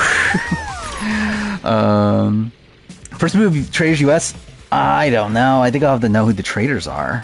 I mean, like, Sandoval feel... Oh, I guess like, if we're talking about, like, the person booted from, like, the very, very beginning of the Rob thing, I feel like Sandoval probably would make a lot of sense. Like, I think the show is implying... was it Sandoval or Tony, right? And I feel like Sandoval's more likely. What is this? Which draft Rainer do you do? What is this? Understanding draft positions and strategies? What?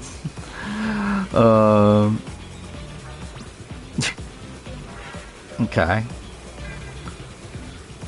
So, like, it's using the RHEP 43 draft? I just realized, does that mean that,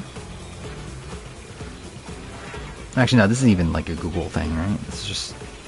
But yeah, it's using a whole bunch of RGP things.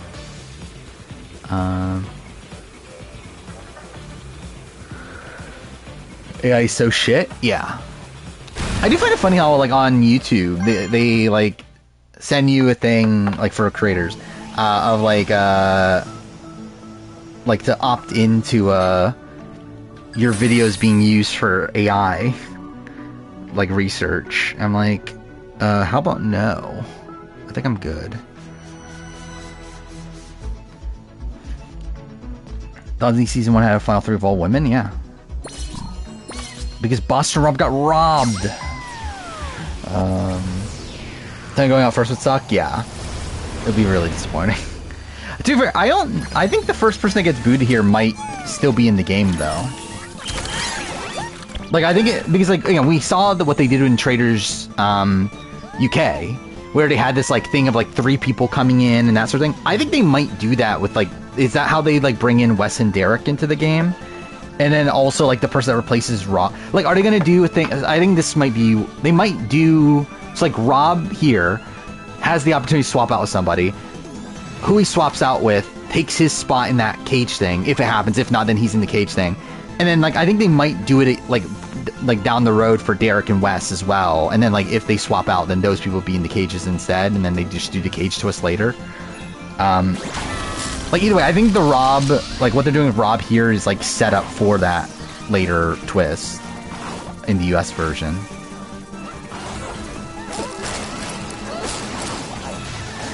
Oh, fuck off. How did I do as a traitor? Probably not well. I think I would do better as a faithful. And even then, I don't think I wouldn't win as a faithful, I don't think. Like, I think people would probably be sus with me. Damn it.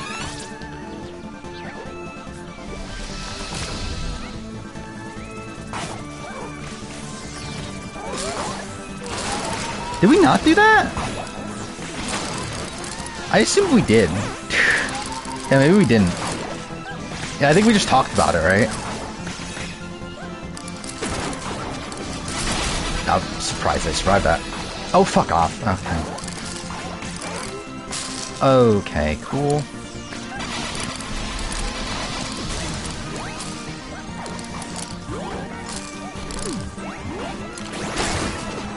I forgot that was even there. No. There we go. Oh, that wasn't bad.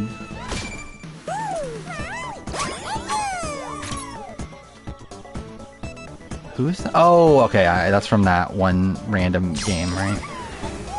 That. Like the PS1 racing game or whatever. I feel like Rachel and Mont watched my videos. I would not be sure. I think Rachel and Mont's probably one of the most likely people to have watched my videos. Considering she's like friends with Dino.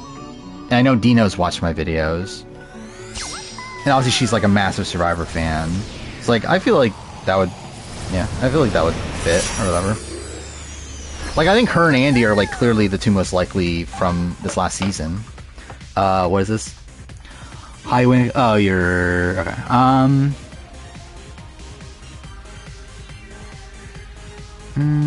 Let's see. Just trying to see if there's anyone I disagree with. I think it's most... Like, so I'm looking at, like, low win equity and high influence. You have, like, Heidick, which is right. Rob. I'll put Heidick... is Heidick higher? Maybe that's actually about right. Higher in influence. Amber... Actually, no, I think I would swap Heidick. Or I think I would swap Rob and Heidick. I think Heidick I would have higher in influence than Rob.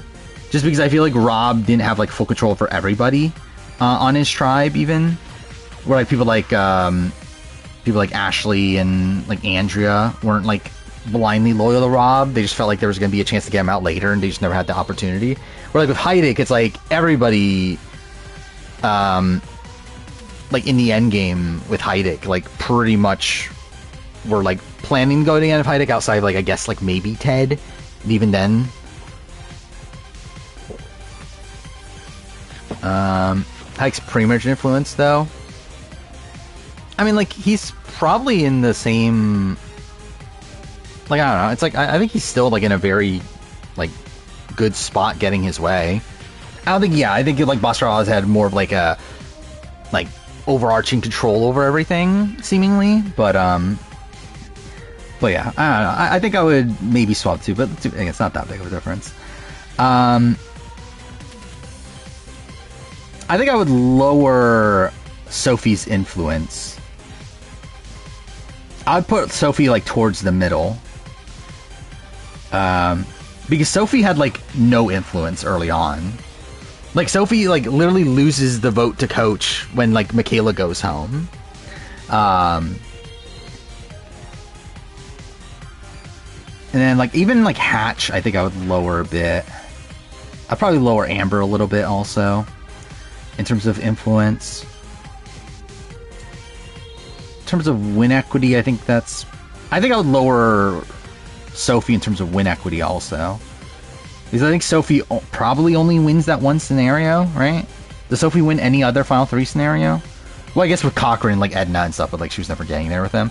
But I think like everyone else in the end game, I think she loses to. She loses to Ozzy, she loses to Brandon, she loses to Rick. So yeah, Kenzie influence a little too low. Where's Kenzie? No, I think that's about right. I think that's where I would put her. I'd actually probably like increase her win equity maybe a little bit. Because like looking at the end gamers, who she lose against? Like maybe Maria. And I think that's it from Final 7 on. Like I think she'll lose to Tiffany if Tiffany's there, but like again that's Final 8, so it's like I don't know, I think I would increase her win equity, but I think influence is probably about right. Did her own almost losing to Charlie? I mean, yeah, I guess. But like, I mean, like, how are we assessing win equity though? Because like, it's like, yeah, she probably only wins in like a 5-3 against most people, but she probably does win in most situations. Is she higher than Sandra? Which Sandra? Let's see. So she's higher than Heroes of Villains, lower than Pro Islands. I think that's right. No, I think that's right. I think Sandra had influence at points in here in Pro Islands. I mean, not all the time. Like, it was obviously very in and out, but I think there's at least like votes where I could say, okay, Sandra played a big factor into this. Like, I think she played a big factor into the Trish vote. She played a big factor into the Burton vote. Even though, again, I would give a little more credit for a Burton vote, but again, she's still like playing her role there. I feel like with Kenzie, it's like, what is the vote we're saying Kenzie like led? So yeah.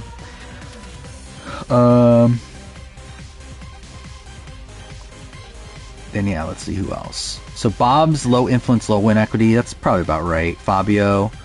I would probably increase his win equity. I think Fabio beats a lot of people. I'm not sure about Dan, actually. Dan's the one I'm actually the most unsure about. But like, I think Fabio beats everyone else in the final 6, outside of maybe Dan. What is final 7? Final 7 was Benry. I'm not sure about Benry either. Sandra only loses the heroes? Yes, and even then she might still beat, like, Colby. But, yeah. Like, she beats every other villain, for sure. But, yeah, then, was it Jenna's at low win equity, low influence? I don't know if that's true, is it? I mean, she obviously beats Matthew. She does lose to Rob, but it's a close vote. She beats Butch. I think she beats Christy. Her and Heidi, I think, is close, probably. I'm not really sure who wins that. I know Rob would have voted Heidi. But I feel like... Actually, no, Dave would have voted Heidi. But yeah, like, Dina votes Jenna. Alex votes Jenna. Christy could not tell you. Butch, it really comes down to Christy, Butch, Matthew, and I could not tell you where they vote.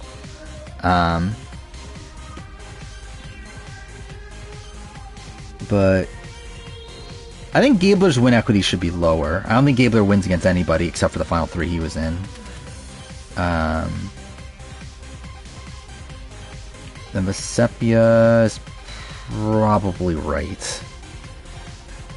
It was a high win equity, low influence. Was that Ben, Mike? That's about right. I think Mike... No, actually, yeah, that's probably about right for Mike. I was going to say, should Mike be lower win equity? But no, I think he does beat almost everybody. I just think he's in a spot where, like, he obviously doesn't get every vote, like, ever. But he does beat everybody, I think. But... yeah, Ben has high win equity, Rachel. Actually, no, wait. Why is Mike at the bottom of no influence? I think that's something I find fundamentally wrong. Like, Mike had more influence than Ben in the game. Like, Ben, like, has no clue what the fuck's going on for, like, the last, like, from, like, Final 7 on. Are you asking me which Mike, or are you saying which one's better? If you're asking me which Mike, like, when the fuck do I ever call Mike Gabler Mike? If you're asking which one's better, obviously Holloway. In terms of, well, in terms of, what's it? In terms of player or whatever. Obviously winner ranking, I think technically Gabler's higher, right? Yeah, Gabler's higher on that. Yeah, Mike had more influence during the first half of the game. I think, like, their influence in the first half of the game from Mike and Ben is, like, pretty comparable. I think there's, like, at least, like, an individual move for Mike, though, right? Like, Mike at least has the Joaquin vote, and then also I think that had, like, or, like, seemed to be doing a lot more on the original Blue Collar Tribe. than Ben, where like with Ben, it's like, actually, no, too fair, actually, yeah, we do see Ben like being the initial majority on heroes, and then like pull in like Chrissy and Alan. But then he's not really tested beyond that. But also, I feel like Ben does like control a bit more in the early merge. But I think like end game wise, like Ben's just so clueless to what's going on. Where yeah, Mike causes like Final Four, and then Sierra boot, and then also Tyler boot. He's the one to get Carolyn, Sierra on board. What was the other one? Yeah, he's at least like actively doing things more than Ben. Where like Ben just finds his idols and just like kind of gives up and doesn't really do anything out. Like doesn't try to steer the votes anyway. At least Mike's like still trying to steer the votes even in spots where he's not successful. Yeah, who else is in high win equity? Danny, high win equity, low influence. That's probably about right. Michelle, sure. Ethan, probably yeah. Nick Wilson, high win equity, low influence. I don't know if I would. I think I would have him right in the middle of influence. I think, but yeah, I'd probably put him around there win equity wise. Marianne, high win equity. I would not say that. Marianne should be lower win equity wise. Probably also lower influence wise. Denise should maybe be higher, because I think Denise beats everybody but Malcolm, right? Yeah, then high win equity, high influence is what Kim, Earl, Tony Winners at War, Cochran. I think all that's about right. Actually, I would put Tony Winners at... Wait, that is Winners... Yeah, that's Winners at War Tony, right? Yeah, I would put him lower influence-wise. Where... Again, there's points where he doesn't know what's happening. Where, like, Cochran... I don't think there's a single point where Cochran's, like, completely out of the loop. Like, obviously you have, like, the Three Amigos tribal, but he still, like, knew what was happening there. He just didn't give a shit. Save Philip. But yeah, I'd probably move Tom lower in terms of influence. Like I'd probably put him like where Rachel Lamont is probably.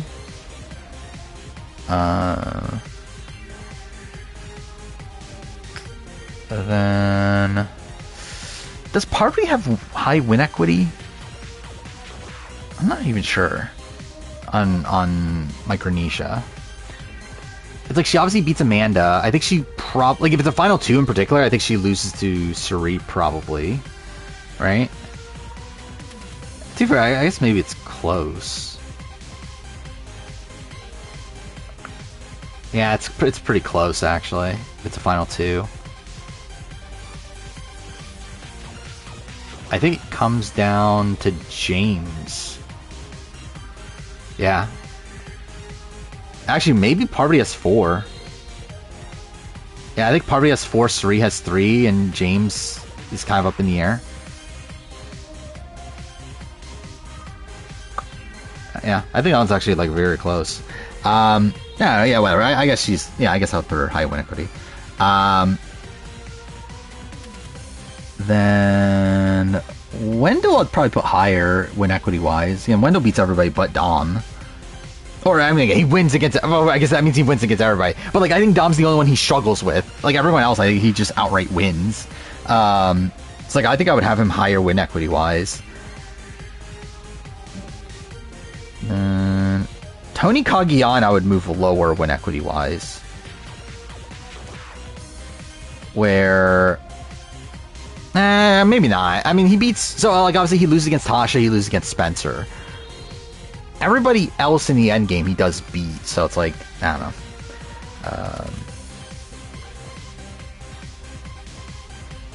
He probably barely, yeah. Cast, yeah, I did see that. There's like, I saw the Love Island All-Star cast or whatever, and there's some people I knew. I don't think he loses to Jeffra. I think he might lose to LJ, but again, that's so far out that who knows. Trish is not. Trish was a massive GOAT. Like, Trish loses to almost everybody. I think the only situation where Trish wins is against Cass. Like, I think Trish even loses the Woo.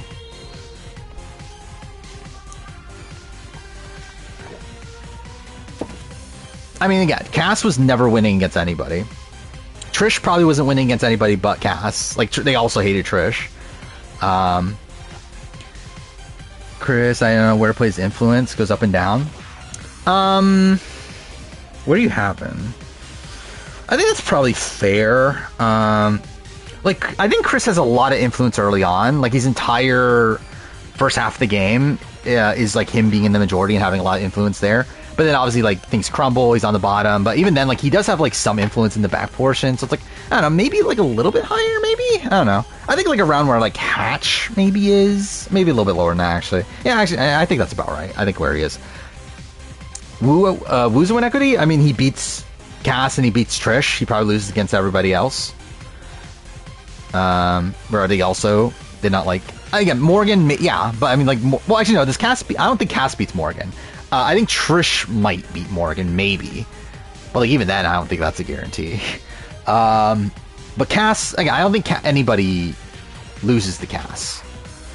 Like, there's just not even a way for Cass to win the game, I don't think, right? Because, like, if Cass is at the end... Because, like, all of her side are never voting for her. Like, Spencer's never voting for her, Tasha's never voting for her, what was it? Morgan's never voting for her if she's not on the... she's not in the final two. Sarah's not voting for her. Jeremiah's not voting for her. So, like, she has, like, 5 votes instantly against her. So, like, the only way she could theoretically win is if she's in the final 2 against them, but then would need every other vote.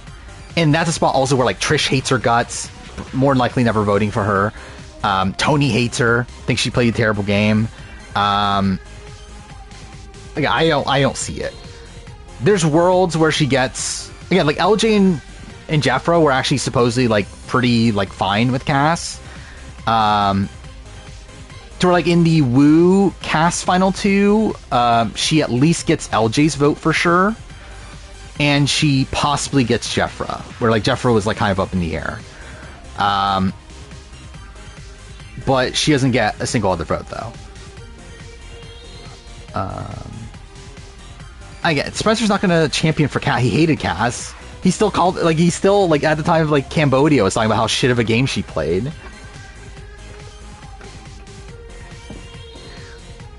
Cass would beat Mark the Chicken? I don't know about that. I think you put anybody against Cass on that season, they would vote for the other person. Oh, Boston Rob's in Hollywood right now? That's something. But, yeah, that is insane, though. That the fire's gotten that massive in, like, such a major city like that. I'm just trying to make sure, is there anything else I want to say about this chart? I think that's about it, right? I'd maybe lower Natalie on influence, just because, like, I think... actually, maybe not. No, I think she's fine early on. Yeah, that's probably about right. Yeah, I think that's about right. I think everything else feels fine. Oh, Natalie Anderson I was talking about. Oh, Will Neff had to evacuate? That's something. Will Neff was streaming, wasn't he? By the way, I did watch, he watched episodes 7 and 8, I guess like a week ago, and I just like didn't even notice it. So I did watch those since the last stream, but there's not much to say. Outside of the fact that I think he's like kind of given up.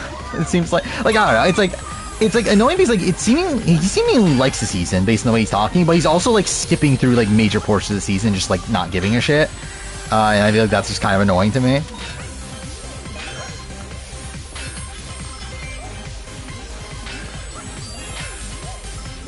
Okay, it's kind of a fun level.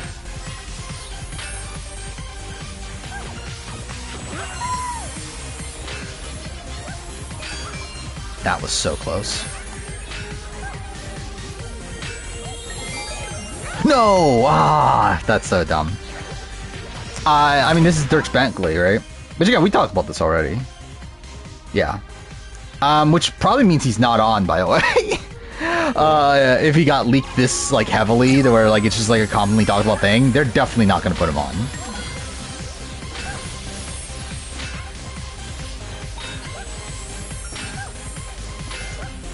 Where again, they can't even trust him to not spoil the fact that he was cast on the show. How are they gonna like trust him with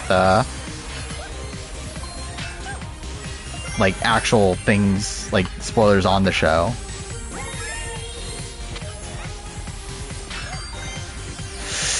Okay, barely got that. Damn it! Does Lydia beat Danny in Final 2? I don't know, actually. I know Lydia supposedly was very well liked and supposedly would have like won a lot of jury votes. I'm not sure against Danny though,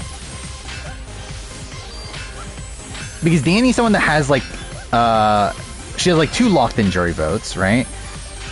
Well, actually, no. I think Danny wins against Lydia, because Danny would have Gary and Bobby John locked, and then would also have Rafe and Stephanie.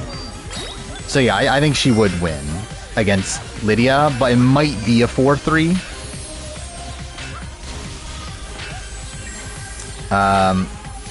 But I think Lydia, like, supposedly Lydia does beat Rafe and Steph.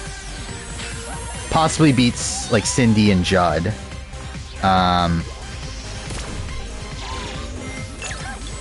But I don't know, because again, like, with Lydia, it's like she has, like, 2 locked votes against her, right? Because I don't think there's a single way that Rafe and Steph vote for her. Considering, like, Steph actively doesn't like her. Rafe also seemed to have, like, no respect for her.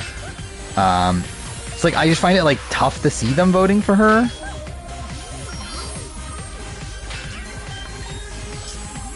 But it's like, again, there are worlds where I see, like, Gary voting for her, Judd voting for her, Jamie voting for her, and Cindy voting for her. So, like, she would need, like, those precise 4 votes. And she might have those in certain situations. But, like, I can't imagine, like, Bobby John being a big Lydia fan. By the way, Bobby John did an interview not that long ago that I listened to, which was really interesting. Because yeah, I've been doing a lot of research on Palau, obviously working on the Palau video. And I listened to that interview, like, as part of research. And I guess, like, Bobby John confirmed what happened at the fire making challenge. Because, if you don't know, the Steph fire making challenge has always been, like, this big, like, source of controversy of, like, what happened there. Because, like, it was always, like, known that, like, something sketchy happened there, but we didn't know what. And it was assumed that, like, what happened is that, because, like, the story was that, like, what happened is that supposedly ran the challenge one time, Bobby John won, and then, like, Stephanie, or, like, someone, like, said that, oh, Stephanie's, like, equipment malfunctioned or whatever, and they did it again, and Stephanie won on the redo. Turns out that's not the case. Like, Bobby John, and, like, what Bobby John said what actually happened is that, they ran it one time, but it was so close that you could not tell who won. And that they showed them the footage, and they were like, "Hey, Stephanie won." When, like, Bobby John was like, "Did she?" Like, like they showed him the footage. He was like he was like, I don't know. It was like so close that it's like, I don't know how you could say that, but like, I guess that's supposedly a sketchy thing though. Is that like supposedly it was just like so close that they legitimately, that at least like Bobby John said that he could not tell, that he had lost, but like production like told him, yeah, you lost.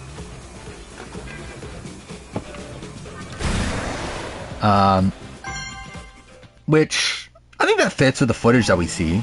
But like we see like immediately like Bobby John has his fire done also. When we see them say that Steph won. So I think it does fit with that story at least. Or like I think that story fits with the footage that we have.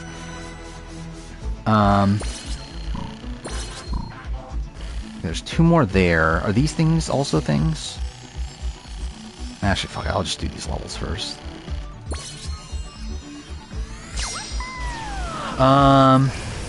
Every last placer on a season player ranking ranked. I'm pretty sure I've talked about it before, but I don't care enough to actually do it again. It was the biggest jury threat of all time.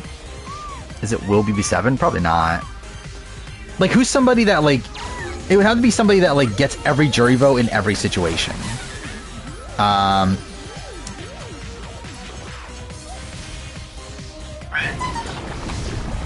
Which... Yeah, I'm too afraid. Does that person exist? That probably doesn't, right? Like, I think it's like very, like, yeah, I don't know if that... Oh, why did I do... I literally just did the same thing again.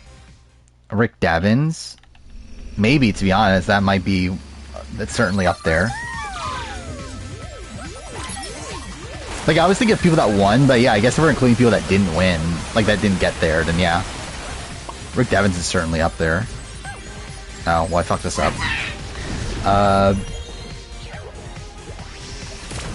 They should pick their own tribe again for 50? That's... No, why? That's terrible. Why would you want that? Like, that just means pre-game's gonna dominate 50. Like, you should do the opposite. You would want, like, the players to have no say over what tribe they're gonna be on.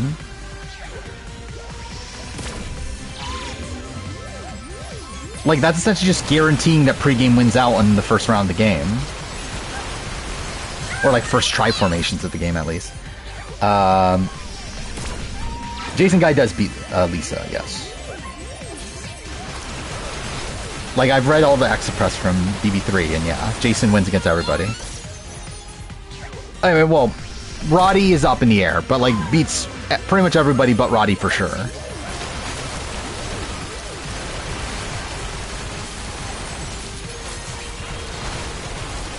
Okay. Oh, fuck me. I don't remember. I already recorded it. I don't remember if I ranked them or not. If I did, they're on the bottom. I did watch Terran's live stream about ranking the live feeds. I actually kept the ranking my own because I was like, well, if I ever do make a video on this, like, I think this is a good time to, like, piece together the list. So I made a list. Will I make a video? Probably not. Again, Jason was nice. They thought Jason was nice.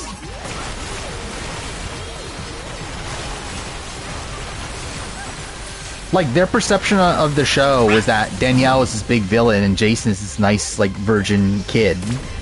Oh, fuck me.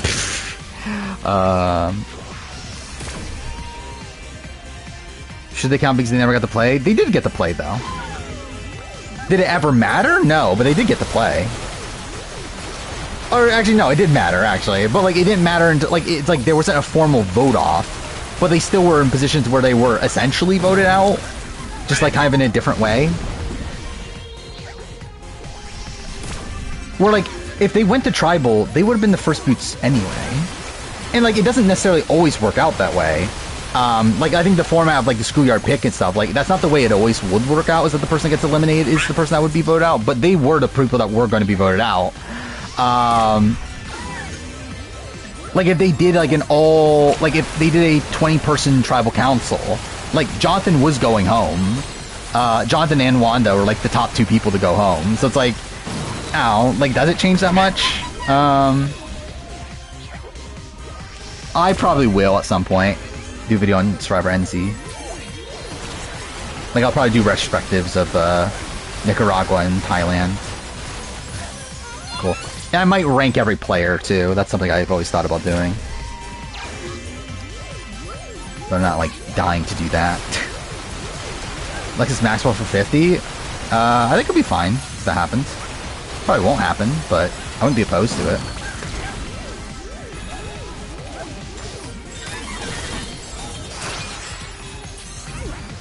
Wait, what the fuck is this? Okay. This is a fucking weird level.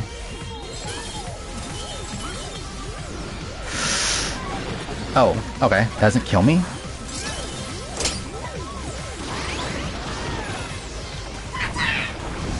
Okay, I don't get how that worked. Whatever.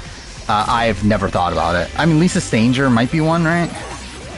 I guess it depends on, like, what we're assessing. Lisa Stanger's the person I would have the most faith in strategically. Obviously, I think there's a lot of worries about would she be the first boot on most given seasons. Not first boot, but, like, early boot. Actually, I forgot. Lisa Stanger's on AU vs. the World, isn't she? I genuinely forgot about that until just now.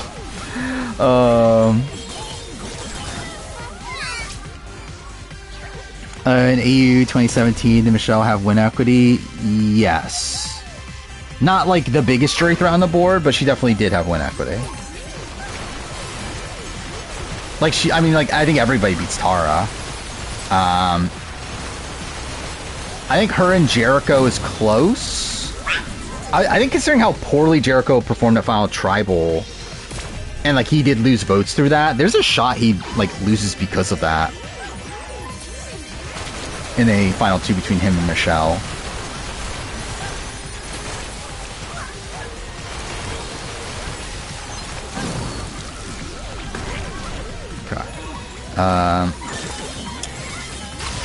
Higher pre-merge influence, Danny? I think it's tough to say about Tom just because like we don't see them go to tribal ever. Like the only one we see is Willard, and like that's, I don't know how you really assess that considering everybody wanted Willard out. Cool. I think Danny exerts more influence pre-merge than Tom.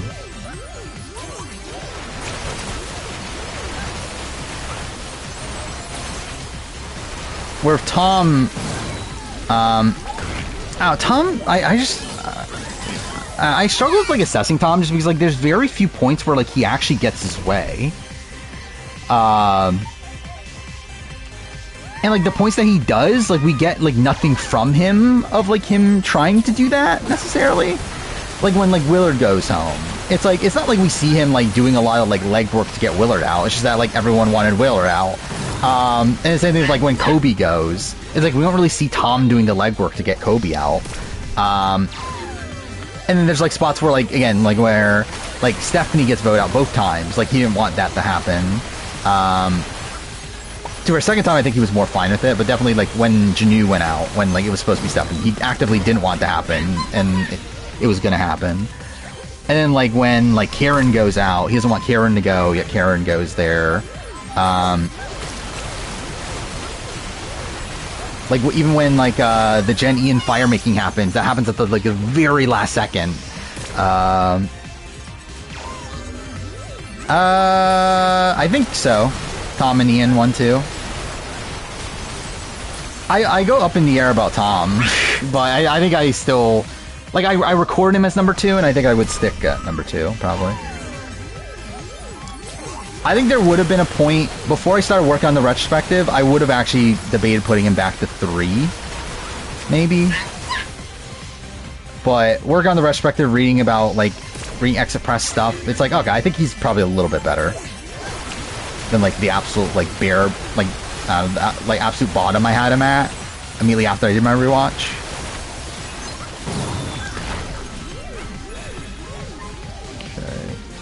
Okay. Jen 3rd? I'm not sure actually. No, I think Katie's 3rd. I think. Not 100% though. Jen's like my opinion of Jen went down a lot on the rewatch. Or like Jen just doesn't do anything is my issue. It's like yeah, she had win equity. If she got to the end against Katie, for sure she wins. Against Ian, she possibly could win. The issue for me is like I don't think she like ever actively does anything from what we see.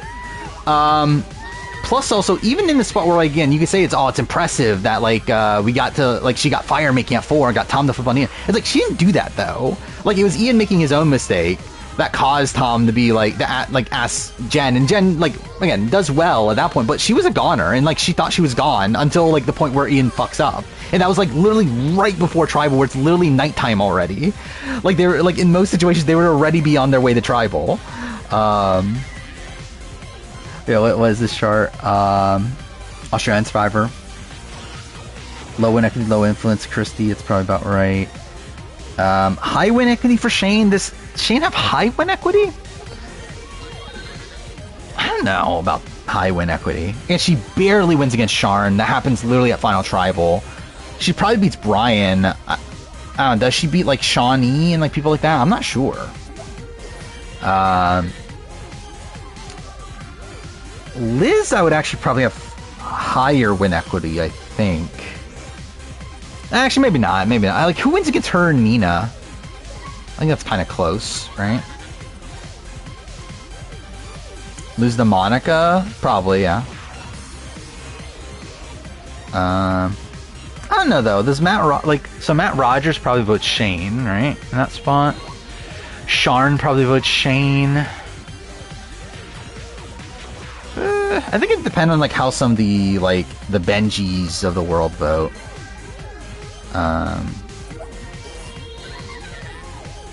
Nina probably wins. Heroes would vote for her. Let's see. It's like, well, yeah, obviously it was a lot of heroes, right? By that point. Yeah, probably. I think I would lower Jericho's influence. Then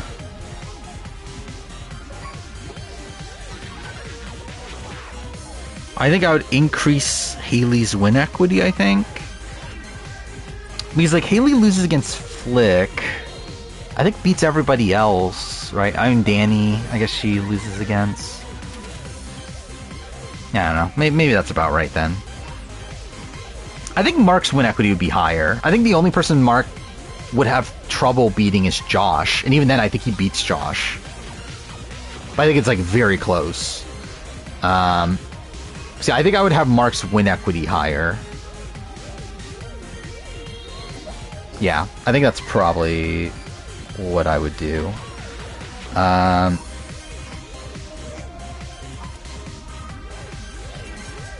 Just with active, passive gameplay, good and bad gameplay. Yeah, that could be a thing.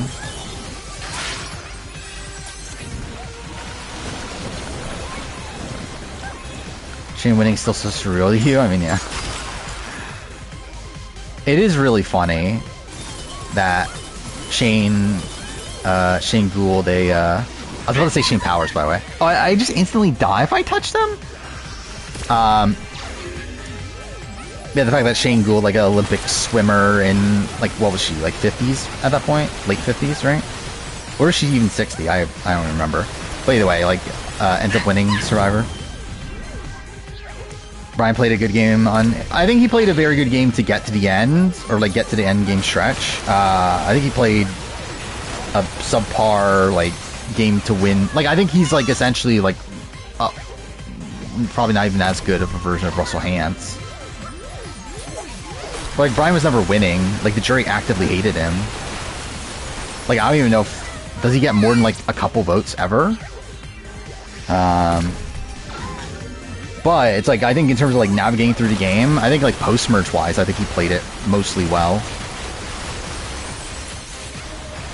His early game's a bit rough though.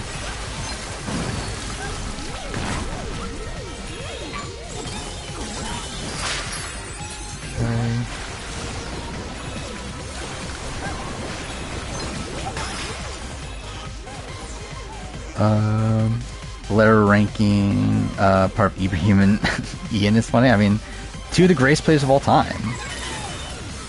It is funny how, like, only two players have played that start with the letter I, and they're both on Survivor Palau. No! That's dumb. Really, the casting of Survivor Palau is so fucking strange in retro. Like, I think Survivor Palau is... And I think it's actually like facts to back this up. But like Survivor Palau feels like the start of like the recruit era of Survivor, right? Where like up to Palau, I feel like you would have recruits here and there, but the majority of the people on the cast would be applicants. Palau is the point where you start to get a lot more recruits. And it's not even like it's it's actually still better than a lot of other seasons around that era. And like I feel like it's probably because of the 20-person cast, right? Like they had like a bigger cast and they were like and also I think probably the Schoolyard pick twist also played a factor into that too, right? Because like they were probably like worried we'd lose out on like they would probably want like multiple of the same like sort of archetype in the case they lost one in that way. I don't know. But yeah, that's like a point where like we start to get like, because I think on that season I think there's 6 recruits. Or is it 8? No, it was 8 recruits, right? I think it was 60% of the cast was applicants for Palau. And then it's kind of the same, which like before that it was only like 2 or 3 recruits a season. And then after that it's like with Guatemala and Panama, I think it's around the same. And then you get to Cook Islands where like it just like tanks, and it's like that way until like what is the next like or applicant heavy season? Is it like Philippines? And even then it's like back to like the 60% or so. But like it's pretty bad for a while, like to the point where like obviously like Fiji only has 1 applicant out of 19. You have like, I know like Tocantins only has like 3 out of like 16. Like it is kind of insane, like just how many recruits there used to be. Oh fuck me. Okay, well that was just me being dumb.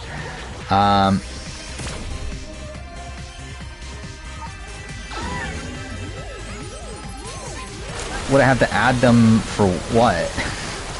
Like if I ever redid the video, then yeah, they would be there. But I'm not gonna redo the video. But like if I do, but I'm gonna do like other versions of that video of like best character and that sort of thing, and yeah, they would have to be like the answer for you. That was close.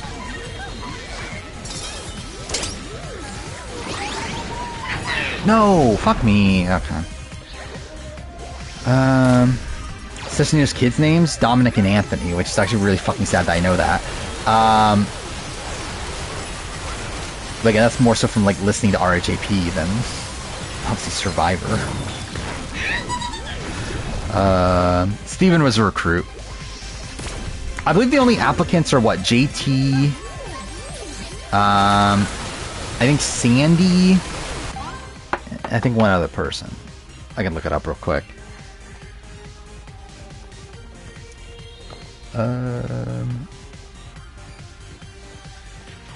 Oh wait, I don't have it on this computer, do I? It's on my other computer. Oh, here's the Google Doc though. Okay. Is this the updated one? I'll post a link to it. But there's like someone created a spreadsheet of all the confirmed applicants and that sort of thing. Yeah, there we go. RHP is boring? I disagree. Yeah, 12 out of the 20 in Palau applicants. Yeah, who else was Tocantins? Oh, it's 4 of 16. So it's Coach, JT, Sandy, Spencer. Oh, Spencer was... Yeah, I should have known Spencer. And yeah, Coach was one that, like, didn't know the show, though. Like, he applied, like... I forgot. Why did he apply again? Was it like someone like bet him to do it or something? It was something like that. It's like he never watched Survivor. Did Rob name his kids after Anthony Douglas? Obviously. Yeah, Fishback was a recruit. Fishback never watched Survivor until he was in the casting process. Or like I think he may have watched like season 1. But like, he wasn't a fan of Survivor at the time that he was recruited, though. Cool. How much does he need to talk about his kids and Nicole? I don't think he talks about Nicole much at all anymore. His kids he still brings up here and there. Because like his kids now watch Survivor with him. He usually like brings up like their opinions on things at points. Were Tom and Spencer dating before? No, it was after he was on Survivor. Cool. Away from the screen there. Again, Fishback was not a massive fan of the show. I mean, that's what the joke was, right? Is that people, like, it would... Like, Rob himself would, like, joke around about how he was married to Nicole Delma, because, like, people just assumed. Well, yeah, Rob was an inspiration for him because he watched all the seasons right before he went out. Like, he literally, like, did not watch Survivor until he got recruited. Again, just because you're a recruit doesn't mean that you're not a fan. Like, there are people that were fans of the show, but also got recruited. Like, Angelina is one of those. Like, Angelina was recruited, but she's also a fan of the show. But again, like, Fishback is one of those that wasn't a fan of the show, but he did get recruited. I know, like, Anthony Robinson also is, like, a big fan of the show and got recruited. But again, you still have that.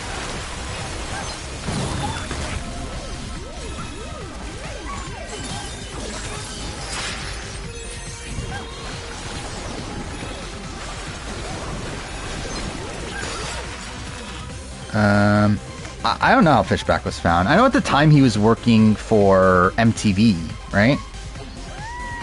So, I'm not sure. He's like, oh. Okay, cool. At least he used to be like an executive at MTV, I remember. Wait, why did I slow down there?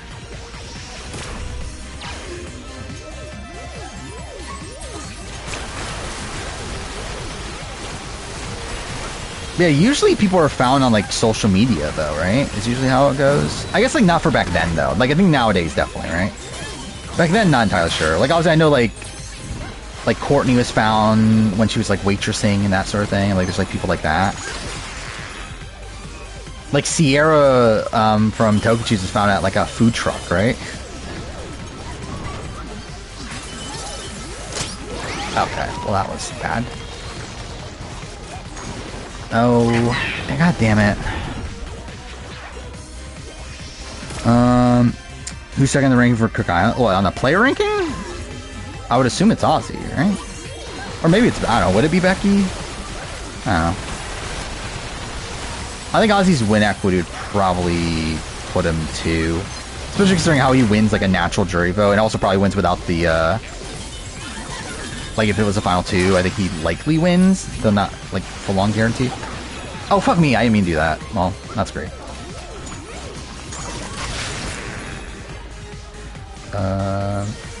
Oh yeah, I forgot. Maybe Parvati would be higher too.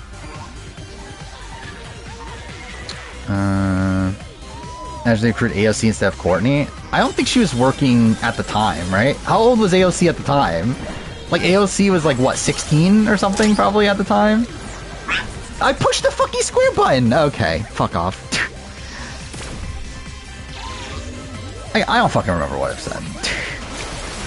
Boss Heroes was House of Villains. I wouldn't be opposed to it. I think there's other people I'd want more than Boss Rob though for House of Villains. Like I don't think Boss Rob like fits House of Villains that well. Well, like if he is, he has to be like the straight man, right? Like he has to be. Oh fuck me. He has to be like the Wes. But I think there's like other like I think like Tyson would fit House of Villains more than Boston Rob would. Like I think I would want like more of a kooky character. Like Coach would be great also for House of Villains. Is it David winning Dondi? Could not tell you. I think his edit's been good so far, but that's not necessarily an indicator that you would win for Dondi. And by good, I mean like been portrayed like positively strategically. But again, that doesn't mean anything for Dondi.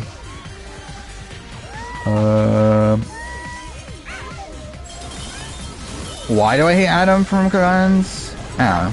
don't know. Do I hate Adam? I just don't give a shit about Adam.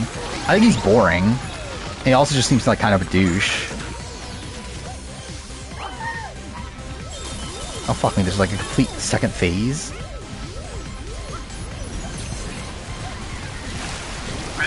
No! Fuck off. She's 18? I mean, even then, still very unlikely to make it onto the show.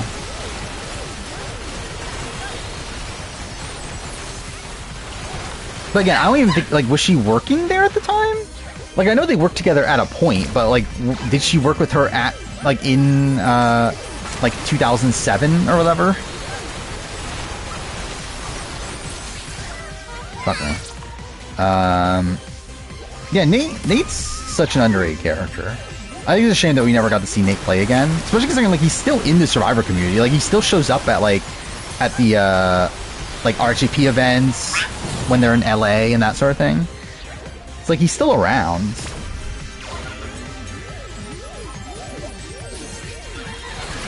I believe it was Pirate Master or something, wasn't it? For Denise? I thought it was a show like that.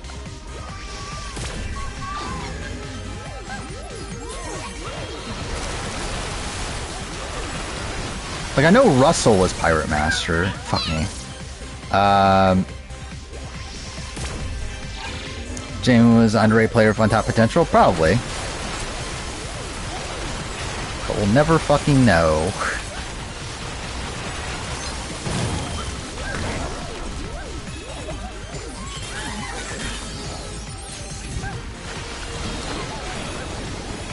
Okay.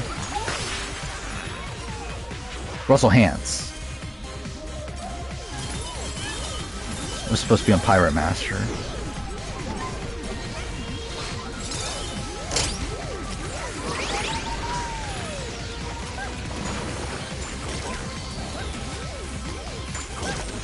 Okay.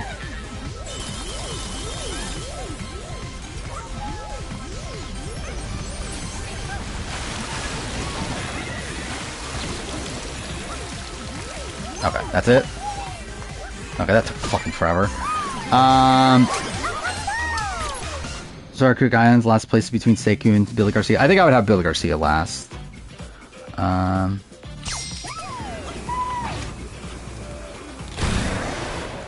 And I think Sekou might do more actively bad, but I think Sekou probably had like more like obviously he had like an ally in Nate. Like Billy Garcia had his entire tribe throw the challenge to vote him out first. In a spot where like they didn't need like actually that is insane, right? You have a 5-person tribe, and at the second tribal council of the season, you have your tribe throwing the challenge to vote you out.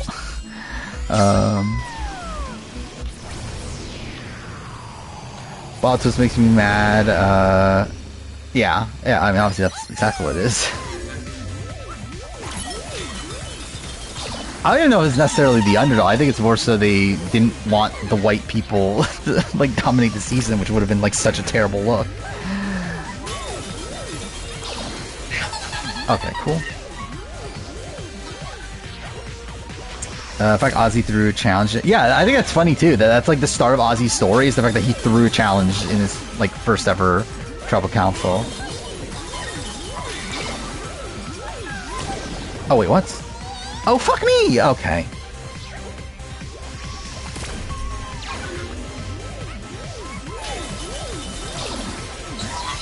Okay, perfect. Yeah, I think the Pearl Islands retrospective, or Pearl, why say Pearl Islands? Cook Islands retrospective is gonna be funny. To make. Because I think I'll have to do like so much more research into behind the scenes stuff. Because I actually feel like in terms of the season itself, there's actually like not too much to talk about out of the norm. I feel like more of the stuff, dude, fuck off, comes from behind the scenes stuff that was going on. I actually do wonder, like, I want to see how long my Guatemala retrospective is, because I feel like I'd be shocked if the Guatemala retrospective is long. But to be fair, I also thought that about Vanuatu. Cool. Because, like, what is there to talk about in Guatemala? Like, is there, like, obviously Idol, like, the Idol, like, that's a big topic. But, like, I don't know if there's many, like, macro things to talk about outside of, like, just the creation of the Idol. Because, like, with Palau, like, what I've come to realize, there's actually a lot to talk about Palau. In terms of, like, how it influences future seasons and that sort of thing. But, like, Guatemala doesn't really. If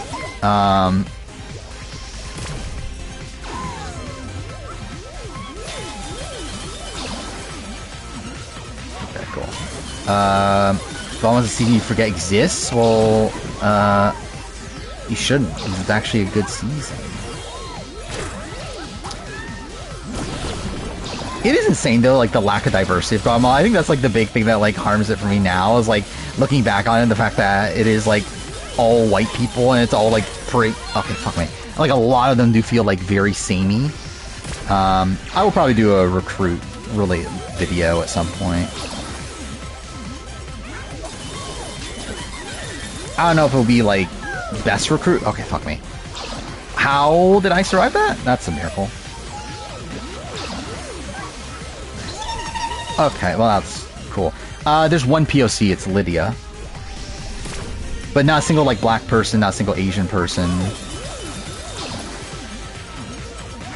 And again, there's, like, so many people there that just feel, like, in a very similar sort of archetype.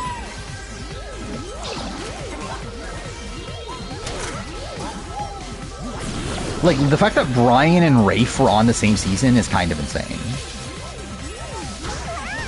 I think they were, like, the same age, like, the same sort of background. It's like, I understand how they cast both of them.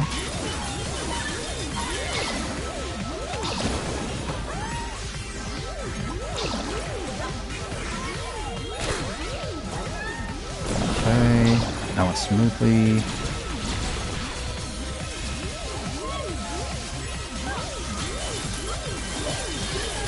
No! Ah, dude. Okay, cool. 8 out of 47 winners were recruits. I'm surprised it's that low, actually. I think I would have assumed it would have been closer to, like a third. Wait, that's what? Less than a fifth, right? Cool. Oh, yeah, also both gay, too. I forgot about that, too. Well, were they both out at the time? I actually don't even know. I think Rafe was. I'm not sure about Brian. But still.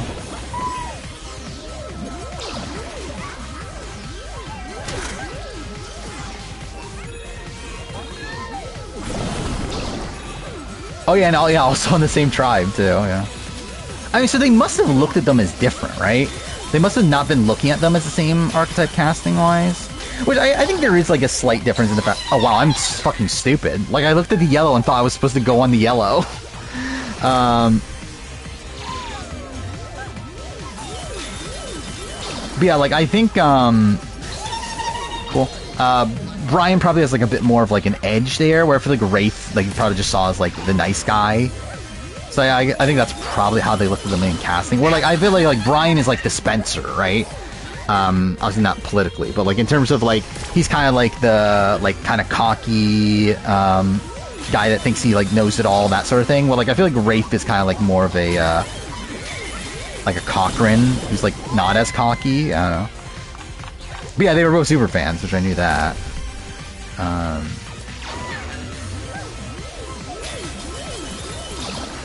Oh, what is happening there?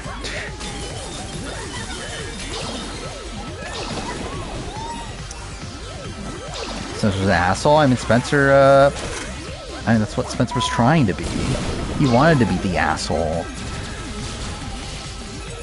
Though he did have his, like, fair share of dickish moments even outside that, though. Okay, there we go. I almost did it again. No! Oh, I'm an idiot, I'm an idiot, I'm an idiot. I didn't see the thing on the left.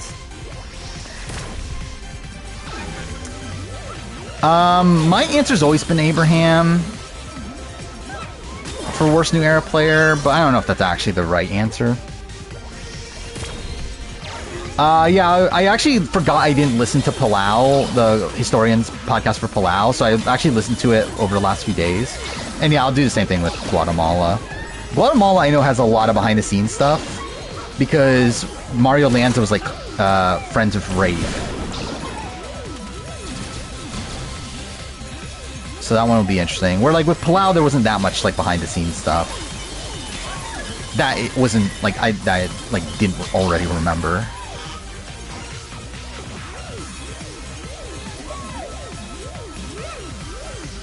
I almost fucked that up, but that's fine. Alright, there we go. Oh, so that is it for this galaxy. Cool.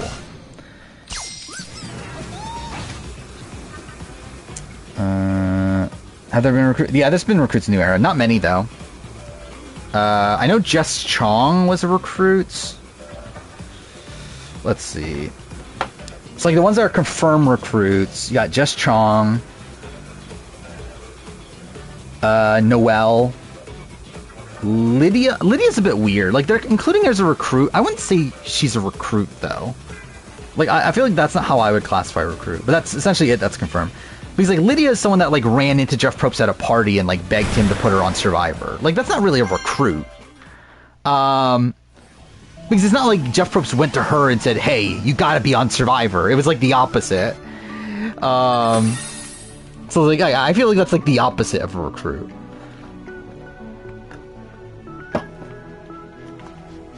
Okay, so that's it for this galaxy.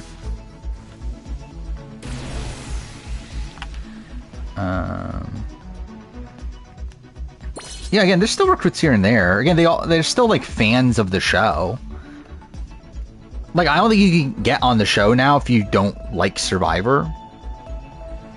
So, like, I think you have to at least be, like, a casual fan of the show to even get on the show, but, like, you could still be recruited, though. Or like Noelle, someone that still watched the show even before she got recruited. Jess Chong, I know, like got introduced to the show through her husband before she got recruited. So yeah, I think there's still like recruits. It's just like for because like they recruit people for like it's all the same casting team at this point. Like the Big Brother Survivor is Amazing Race also Jesse Tannenbaum. It is, right? It's like it's all the same like casting like people. So like they can approach you and just like it doesn't even necessarily have to be for Survivor, right? They could just be like, yeah, we'll just put you in whatever show we want you to be on, or that we think you can get on, essentially. Because it's not like they only work on Survivor. So like they could approach somebody, say, hey, do you want to be on a reality TV show? And then like if they're like a Survivor fan, then be like, oh, you should be on Survivor. But if they're not, then like, okay, I guess you're on Big Brother then. 49 will not have returnees, 100%. Was Abraham a fan? He was like I think he was a fan. Like he was like a fan, but not like a super fan in the sense that like I think he had watched every season. I think he had applied since like Australian Outback, right? Like he's like a fan in the way that like Dan Foley was a fan. And like he had like watched the show since the beginning, had been trying to get on for forever. But I wouldn't say he's like he knows like every little thing about the show though.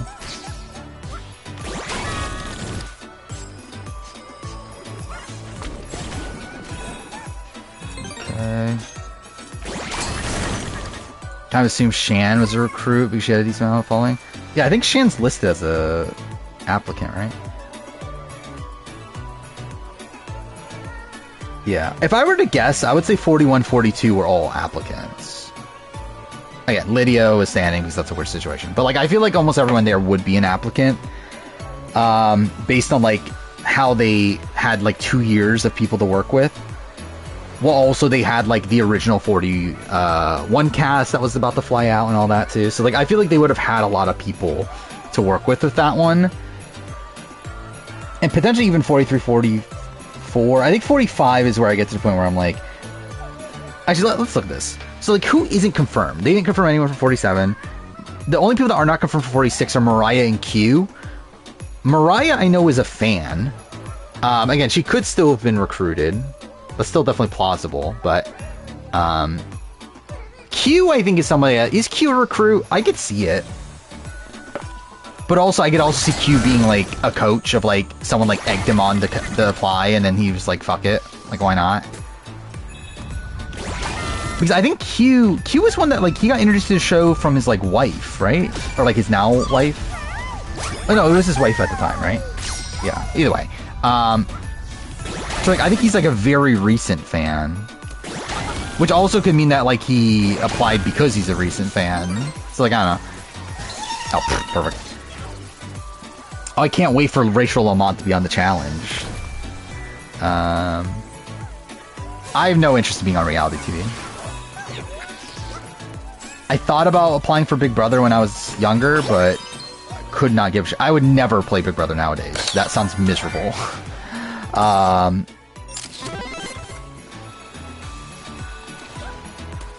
If I were to apply, I would apply for Survivor, but I also don't want to. I mean, yeah, not Kim. Rachel is the best player of the new era. I mean, obviously. Like, everyone knows that. Actually, I shouldn't even say of the new era. Rachel Lamont's the best player of all time. There we go. Oh, it's from Concrete Genie, right? Is that the kid from Concrete Genie? 7 out of 20 of the fans were recruits, yeah. Yeah, actually, if I remember right, isn't Micronesia worse? Wait, let's see. Is Micronesia worse than... So 5 out of the 10 Caramoan. Then what was Micronesia? Micronesia was... Oh no, Micronesia was better, never mind. For some reason, I had in my head that Caramoan's was worse, but I guess not. Redemption Island, only 3 of the people were applicants. That's kind of funny. Actually, I forgot that Andrea was recruited. I think I assumed Andrea was... Like, Andrea applied. Everyone else seems about right, though. Actually, I want to look at this. Like, who are the surprise recruits? It's like Rudy was a recruit. That's obvious. Clarence was for Big Brother. I knew that. Silas. Yeah, I could see it. Heidick was recruited. I knew that. Ken Stafford, yeah, because they wanted a New York cop.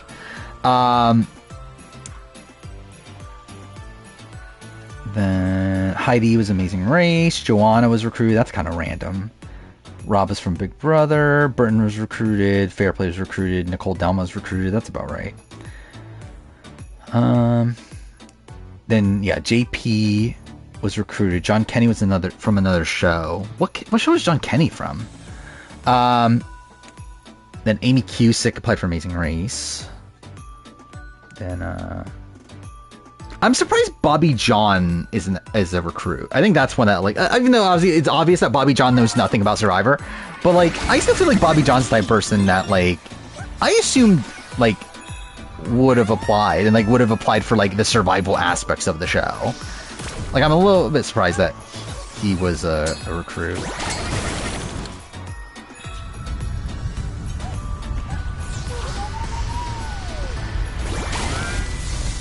Oh, that's how you do it? Okay. Andrea would be more popular if she was on a good season? Yeah. Dude, she was pretty popular for the time. Like, I feel like now, like, I think Kelly Wentworth has, like, taken over her role. But, like, there was a period of time where, like, everyone was saying Andrea is, like, the player you're most like. Like, from I think more so from Cara Moen than, like, from Redemption Island. But, like, from Cara Moen, or, like, from Blood vs. Water through, like, Worlds Apart. Or even Go Wrong, considering they hadn't seen Wentworth yet. But, like, through that period, I feel like you saw a lot of Andreas and players you're most like. Oh, I did not mean to do this. Cool. How's my new year been? It's been busy. Annoyingly so. But, it's been fine so far, though. I've gotten very little done on the channel, though. I've been working on this Palau retrospective for, like, 2 weeks now, I think. Like, it's been way too long. Oh, I didn't realize it would do it instantly.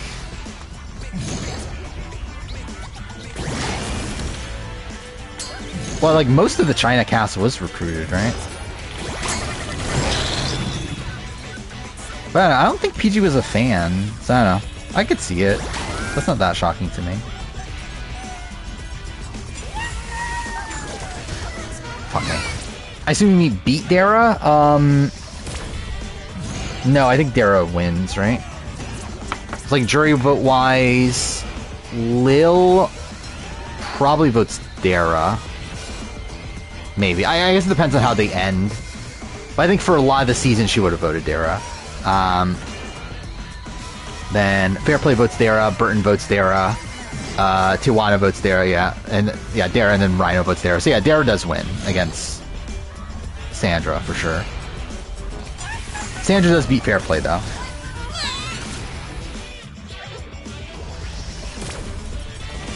Where Lil would vote Sandra, Rupert and Krista would vote Sandra, and Dara would vote Sandra, I believe, right?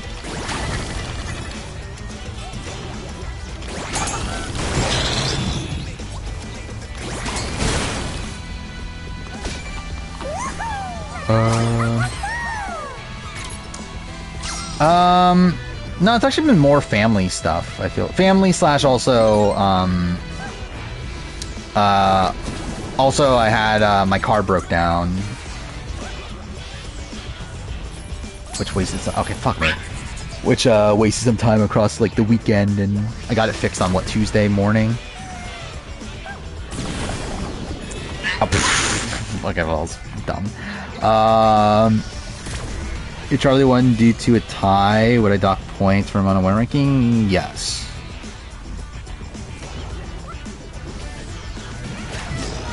Like, same as I do with, like, Wendell. Actually, I think Charlie would be more of a knock, considering at least Wendell, like, like beat his like toughest competition. Like Charlie like would have tied against Kenzie, which is like, eh. Like if it was like Charlie Maria and he tied, I think that's like a little bit more like acceptable. But yeah, I think it's a little knock there. It's not like, again, it's not like he like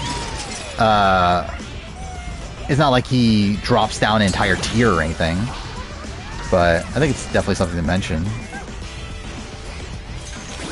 Oh fuck me! I thought I hit the thing to grab it.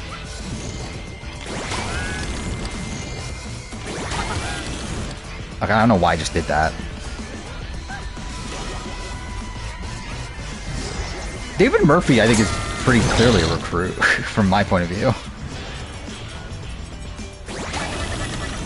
Like, David Murphy's the type of person that, like, actually knew nothing about Survivor, but then pretend like he did know everything about Survivor. I'm surprised I've found all of them so far. I still have the puzzle pieces, though.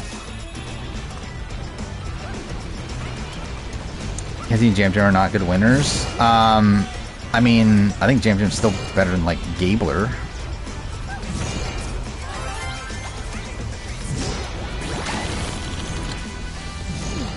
And Marianne.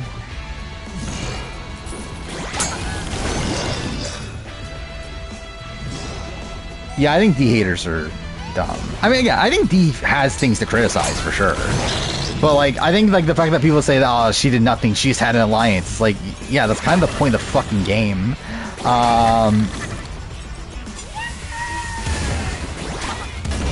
Oh, fuck me. Okay.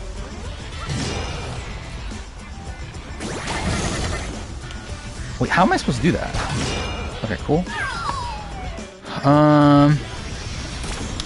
Don't think Rachel is the worst New Era winner. Again, I disagree, but I don't think it's egregious for you to not. Like, if someone says that, I'm like, okay, that's fine. I think for people to say Rachel's the best, though, I'm like, what the fuck are we talking about? Oh, perfect.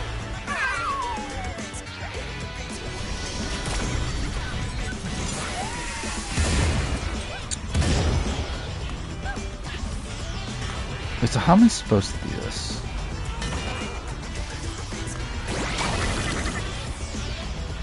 Cool. Let's see video that somehow got Rick. Wait, let's see the video that somehow got Rick the most votes. I mean, you can find it online, I'm pretty sure. I know it used to be online, at least. Alright, there we go.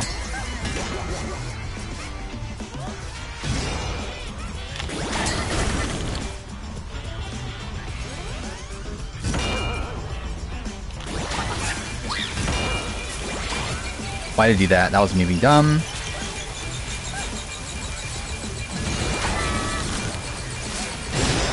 Okay, that was a miracle I fucking survived that. That was so fucking janky. Erica, the best New Era winner? I think D's better, but I think Erica too, that's fine.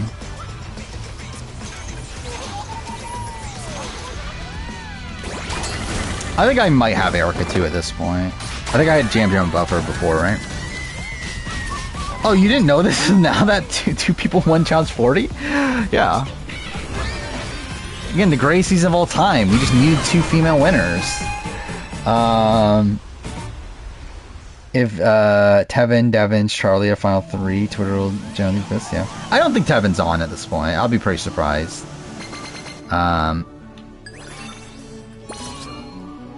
Fuck me, I missed 1 puzzle piece.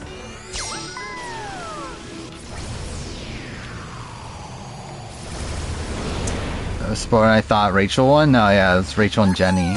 They were, I mean, like, initially it was revealed as just Rachel, but, then yeah, like, when was this actually? It was like a few months ago. They like just randomly revealed that, oh yeah, I guess it was, I think it was at the time the reunion was filmed? Maybe? It was something like that.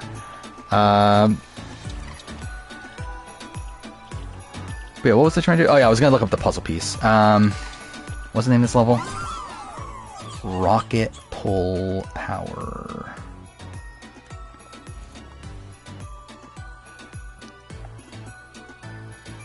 Okay. And of course that site is broken.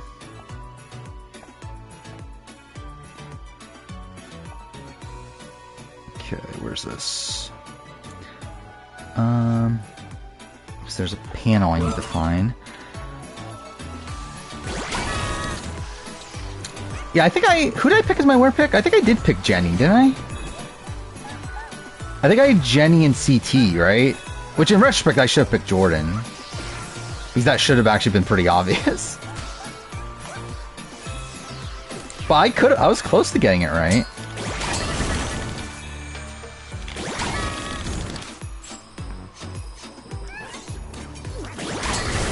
Is this the one that it's in? No, I already got that one.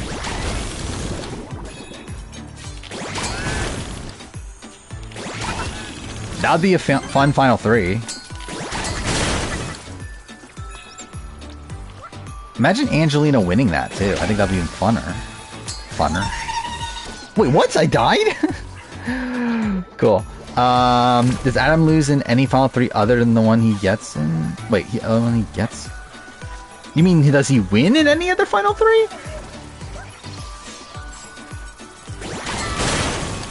Which, yeah, I think so. But he obviously loses to David and he loses to Jay. There we go.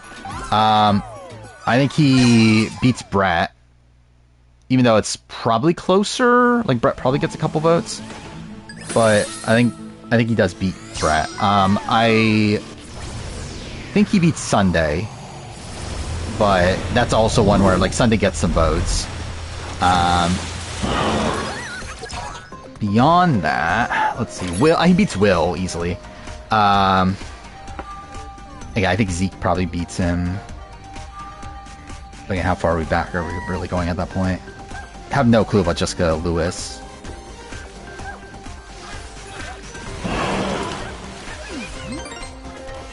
Oh, fuck. Oh, wait. Okay, I can swim? I forgot about that.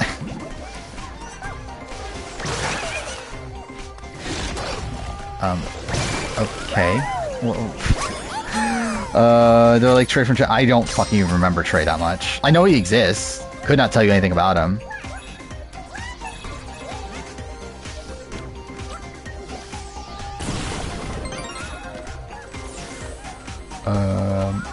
I think Omer has a shot at this point. I think it's still tough from a, like, when you look at, like, who is on, who's, like, very likely on.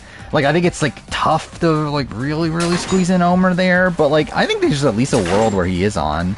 Like, I would be very shocked if he's not in the running based on the things that we're hearing. Okay, cool.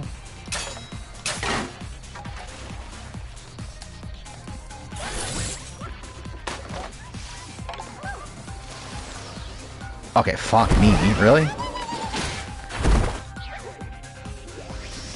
But yeah, I would love to see Omer back, though. Omer, like, I think it's been, like, really... Like, obviously on the season, I think he's fine.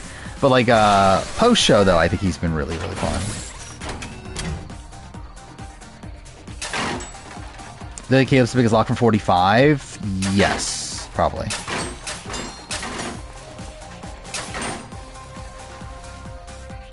I think Caleb and Kelly, I think, are probably on. I think after that's a lot of, like, maybes.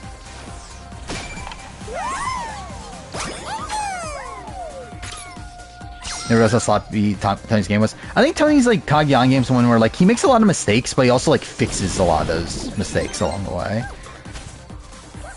Well, he also has, like, just a lot of influence in how things are happening. Even though, like, the exact, like, way he makes things happen are, like, kind of questionable at points. Wait, can you not kill him? Okay, or I guess you can? Cool.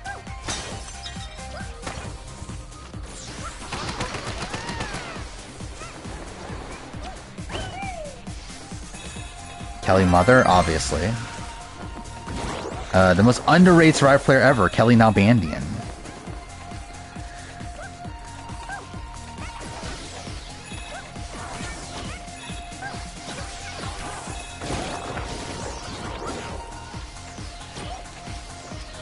Okay, cool. Just fucking kill them, please. Yeah, obviously, like, Emily would be the biggest lock for 45, though. Problem is that she doesn't want it.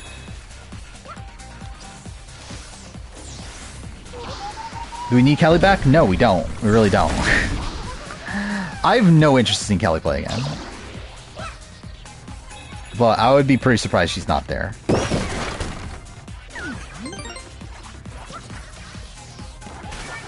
Was she 43 alternate? I know she was an alternate for the previous season. Or like for previous cycle seasons.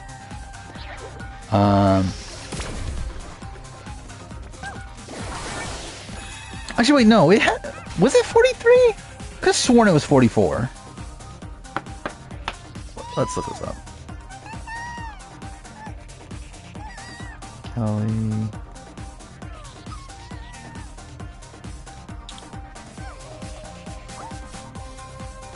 Oh no, on here it does say 43. Yeah, like Jeff said 44, I'm pretty sure.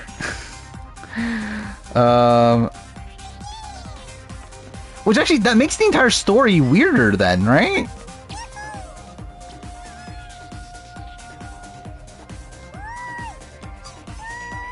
Because like the story behind it is that supposedly they found her like so late that they were like, well, we don't have a spot for you, but we'll give you like we'll make you the alternate for 44 because it's like so at the last second, just because we like you that much. But yeah, like it does say 43 in like in the was that an EW article? So it's like at least there seems to be an official source saying it's 43. So like, yeah, is Jeff just wrong?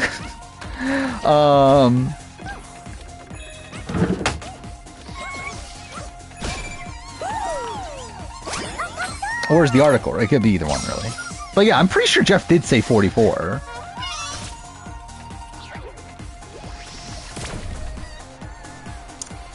What's this? Challenge Legends? Oh, it's just like of any show. Is Derek X a legend? Is Horacio a legend? Would Omer even be on the challenge? I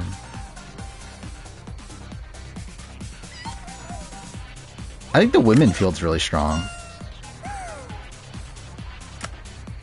Also, would King George be on the challenge?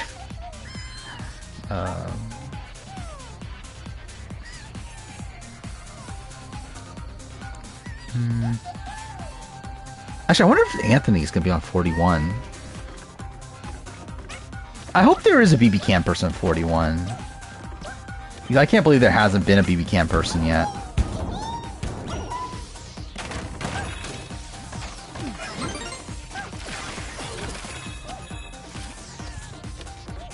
Break it, please.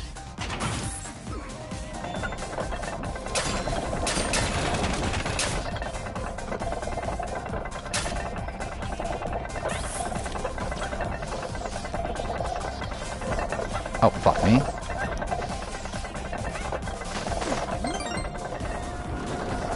Should we eliminate Nyan Hall Brawl? I mean... Kelly Nalbandian? Kelly Nalbandian's like small, right? If I remember right. Or are we talking about Kelly's fiance? Kelly's fiance, I mean, who knows? Maybe.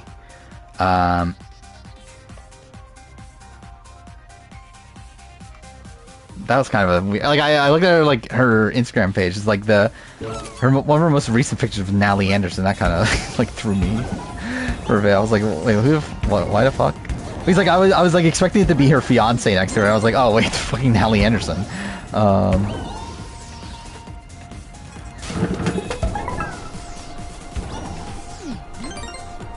There's gotta be something over there, right?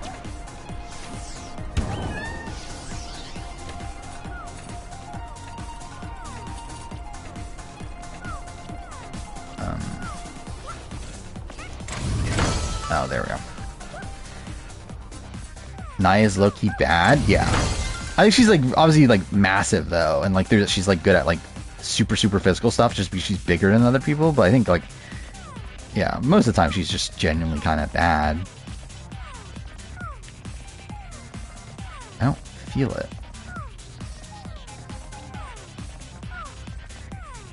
Excuse me?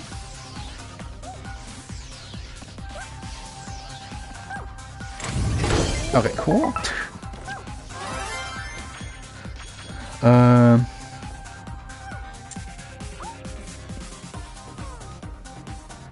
Yeah, that's about right, for the alternates. Well, 45 woman was Tiana.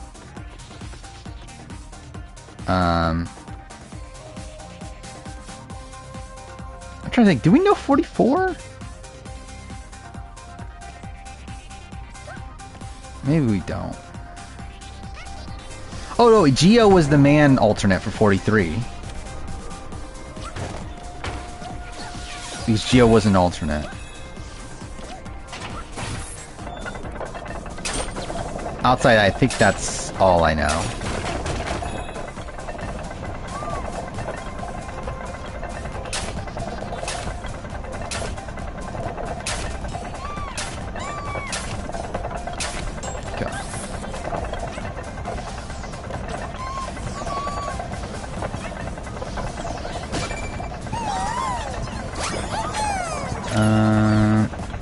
Cantini and Sam be on 50? Theoretically, I would not expect them to be. I would, like, if I were to guess, I would say Andy and Genevieve are the two. And I would be surprised if there's more than two right now.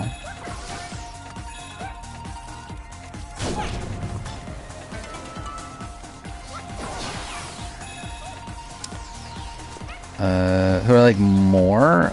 Ben or Sam? Probably Sam. I have no issue with either. I mean, like, I think Ben...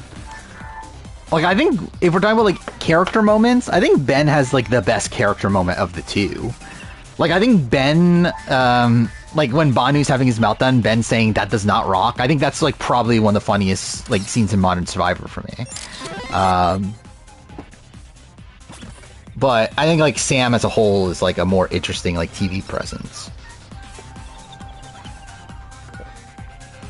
Yeah, there's only one man, one woman alternate for modern seasons.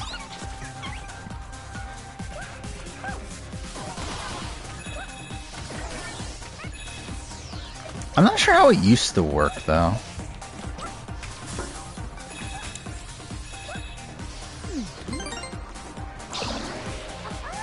Yeah, like, beyond, like, New Era, I actually feel like, yeah, like, we don't get much talk about alternates before New Era, do we?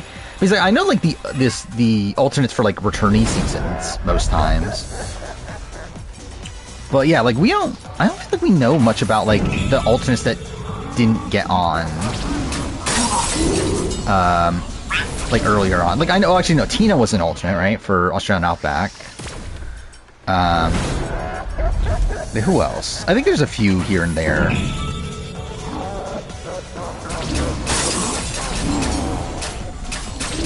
Cool. Well, that's great.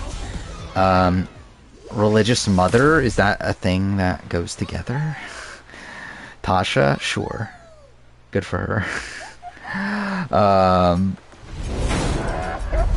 Yeah, like, I'm sure they're out there. Like, there's more alternates probably that have been on the show.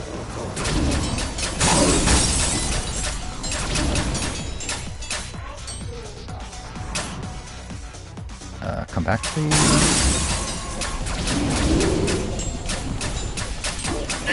Dude, fuck off. Can you control it with the... Do I have to use motion controls? Because that's really fucking annoying.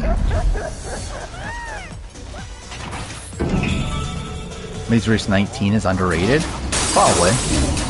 I like 19. Okay, cool. That was great. I could not tell you my Amazing Race season ranking at this point, but I do like 19. Yeah, you have to use the motion controls. That's really fucking annoying. Why didn't that fucking kill it?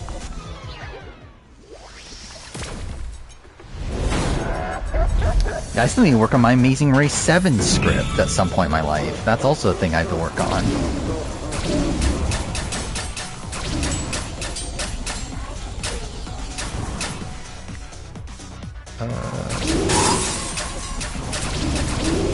Wow, that was fucking pathetic. Cool. Destroy it, what the fuck? Okay, cool. Is there a way you can turn off motion controls? I don't think so, right? Yeah, they're not gonna let you.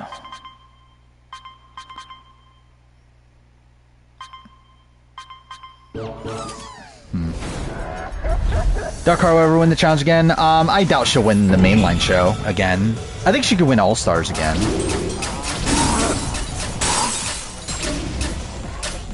Like, she comes pretty close in All-Stars 4, so it's like...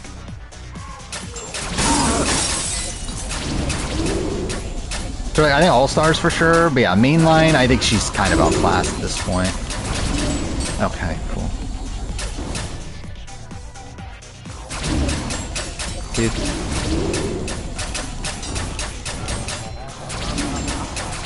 Okay, that's just fucking annoying. Like, can you kill it, please?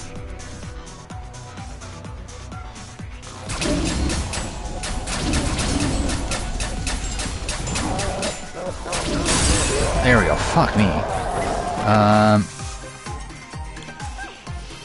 Think Bananas will ever go 8 win? Probably not at this point. Unless he does All-Stars. I think Bananas could definitely win All-Stars, and are we including that? Like, mainline show? I doubt it. I think there's just people better than him most of the time.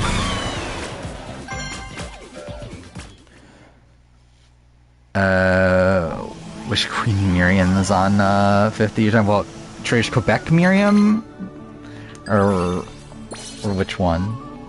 Oh, I only missed one along the way? Okay.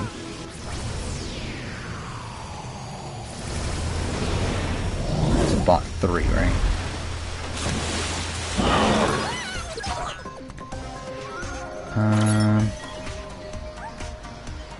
Beat the giant flower, end up inside the actual dojo. Once you deal with the enemies at the checkpoint, keep moving. You'll see another monster pop out of the secret door that spins around.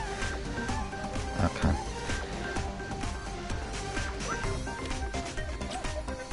The girl who tells people to fuck themselves? I feel like a lot of girls tell people to fuck themselves. I feel like that's like a common thing.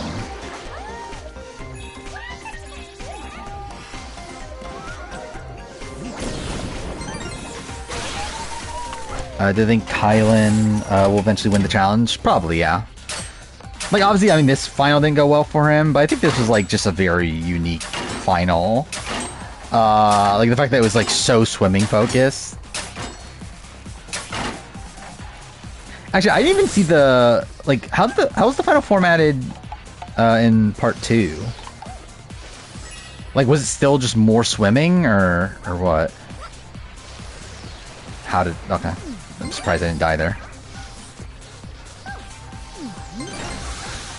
Okay, so this is the flower monster, right?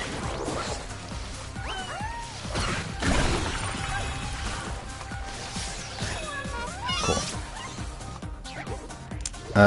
Book review? What book review?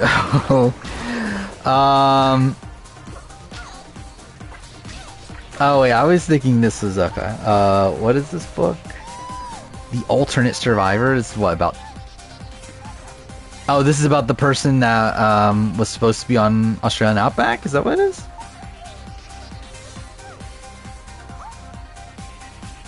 Wait, selected for consideration by not one. Okay, that's interesting. I didn't know this book existed. Thank God she was in consideration for all 3 shows.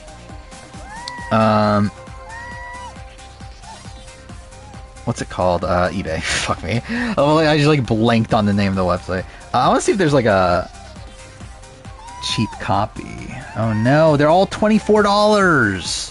I want to spend $24 on a book about a random person that like has almost nothing to do with Survivor. I did end up buying the Stranded books. I have those like right behind me, and also the Borneo and Australian Outback books from Burnett. I do have those behind me, so that's something. Actually, I forgot about this. I was looking at the website, the Paramount official website for merch. So what I was doing, I was watching Dwight's stream, and like one of the people on his stream had a Jeff Probst cutout in like a really funny like pose. So I was like, how much is that? I think that'd be so funny to have. It's like $45. I'm like, eh. Like, if I did videos and like, if I ever do videos, like actual proper videos where I'm in it, or if I like get a proper stream set up, I will 100% buy that and have that in the background. I think that'd be so fucking funny. But when looking at the site, I realized they have Operation Italy t-shirts. That's kind of insane, right? Like looking at the rest of the site, it's almost all like just about like locations or like phrases that like Jeff Probst says, and then yeah, there's just the Operation Italy t-shirts. So Andy's on, right? Like I would be pretty surprised. Again, they have a merch shop for Paramount. I'll post the link. We'll have to go to the Survivor collect. There's literally a like in the there's literally a Survivor, yeah, the official merch thing.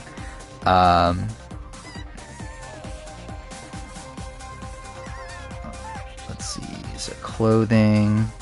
Yeah, Operation Italy is the first like shirt. Which like, what is even that symbol?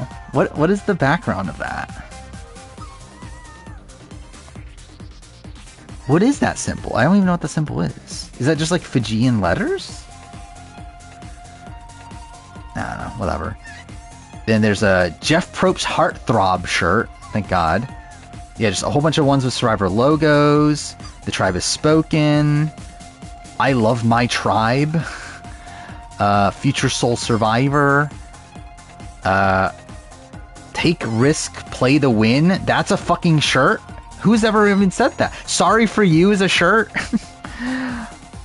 I was made for Survivor. Drop. Oh, dude, I should buy this shirt. Drop the 4, keep the 1.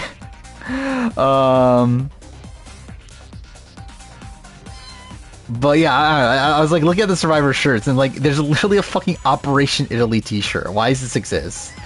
I forgot what video. It was my season ranking. It was my Star Trek ranking. That was the funny one.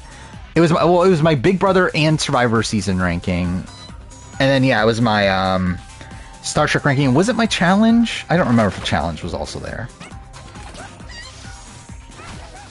Actually, wait, did I pass it? Oh fuck me, I closed it. God damn it. What's this level called again? It's Danger Dojo. Yeah. I just feeling that Will isn't long for. Yeah, I don't think so. I think the fact that every single scene that we see of him, he's being confrontational with people. I feel like yeah, it's not looking good. Oh, it's in that thing, I think. Oh, there we go.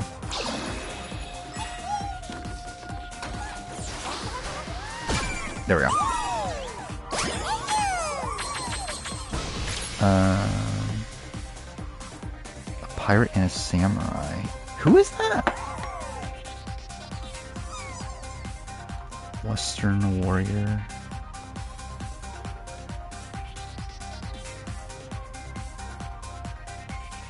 Who is this? Oh, from Neo. Okay. Yeah, would never have gotten that. So you guys interview Sharon Tharp being confrontational isn't surprising. Yeah. Yeah, I mean, I think the thing is, like, Will, like, is just this, like, really over-the-top, like, character, right? And, like, obviously there's part of it that's hamming it up for a show, but I think there's also part of it that is, like, just kind of him.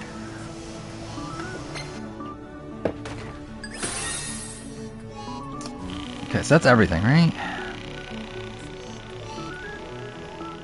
Okay. So I think we're down to the final world now. Which is still... Where are we at? We're at 3:19. Probably stream for another, like, hour-ish. Yeah, I don't know if I'm going to be able to finish this next stream. Which was the plan. What if one of Will's demands was I better have the most screen time out of everybody during the episodes I'm in? I would not be shocked if that was the thing he at least considered. They have a Lulu and Reba shirt, but no Bello. That's kind of funny. I can't believe that means no Kelly Nalbandian. We escaped Kelly Nalbandian on Survivor 50. Thank God. Okay, I might as well do these, right?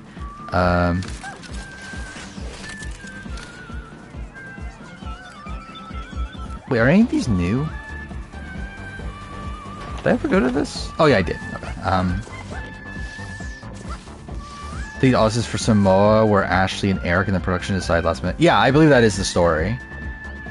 Is that they at the last second decided to like increase the size of the cast.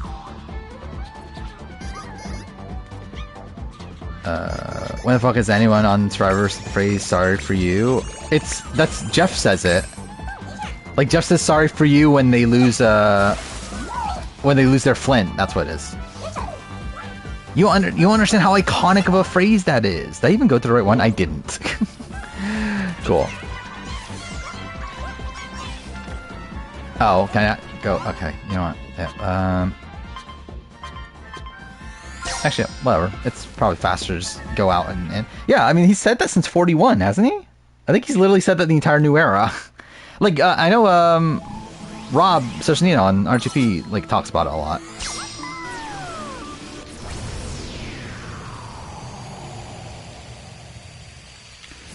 Yeah, so that's interesting too. Actually, I forgot about that. Yeah, because the preview was like this. The preview you're talking about the preview that was like on the Tokenshine's reunion, right? Because yeah, that was before Samoa filmed.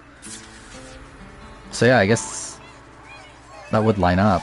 I never actually thought about that. To look at that for like proof of. Wait, what is this?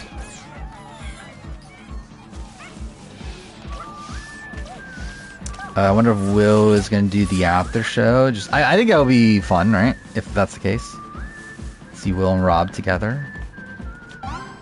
I think it depends on how's Will feel about Dondi at this point. I wonder if they're contractually obligated to. They probably are.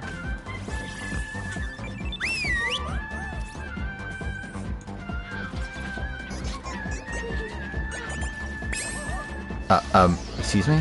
Like, come the fuck back here? I could see for sure that Will would, like, yeah, not want to do it.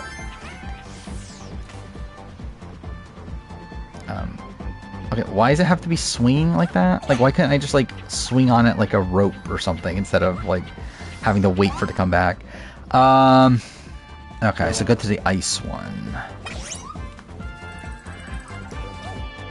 Yeah, I completely forgot that after show existed, though. Wait, what? Oh, because okay, I forgot about that. What do you think are aligning? I mean, I don't know. I analyzed the cast enough.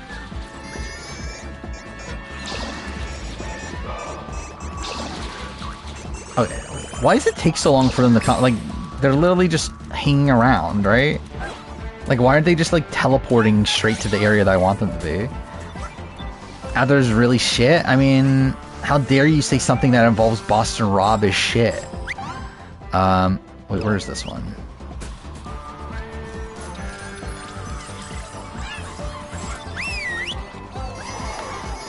Could probably watch the after show right now on YouTube. It's only oh, it's that short? That's kind of insane. Like, when the Survivor after show existed, even that was like, what, 30, 40 minutes, I believe?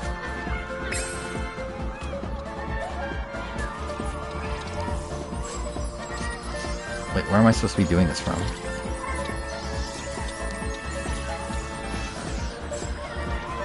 This one? Oh, there we go.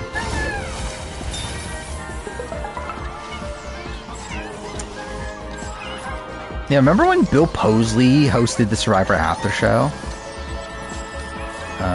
Takes over Brian Gumbel. I mean, is that much praise?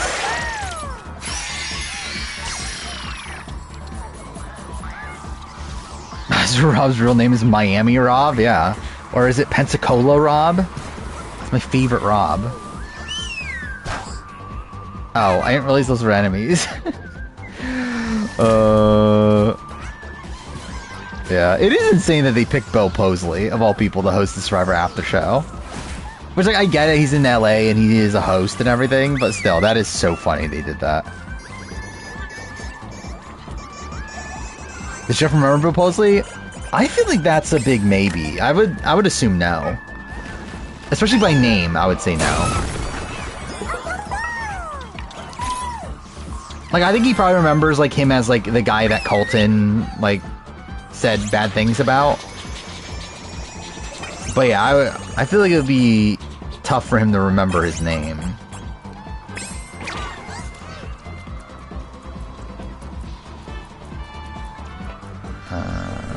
Donald Trump should give Survivor nicknames, obviously. That's exactly what he should be doing right now. When he just change everything to, like, America, that would be Donald Trump, what Donald Trump would do. Or give, or, like, I guess, like, would, like... what nicknames did he even give people? I don't even remember anymore.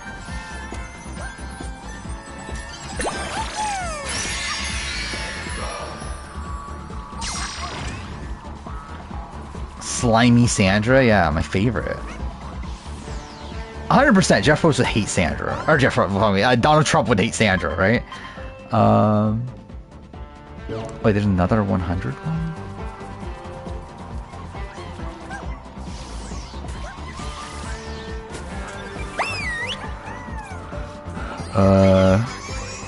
Crooked Carter Williams? Yeah, he is very crooked. He was a dick at a grocery store, so I mean...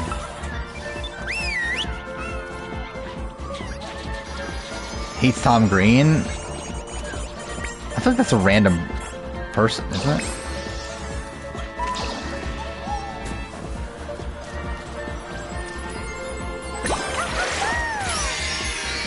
Thoughts on Dash from Squid Game? I like Dash for the most part. I think there's like some things, but it's more like sequester related. I think on Squid Game itself he was fine, or they, right? I believe they're non-binary now. But yeah, like when they were on sequester and stuff, really fun character, like really fun personality. Yeah, I think the stuff with Jacob, that was fucking weird. Like on the Winners at War game.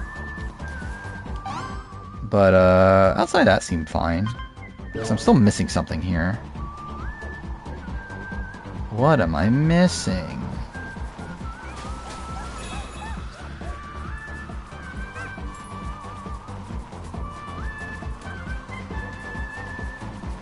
Yeah, like why does he hate Tom Green?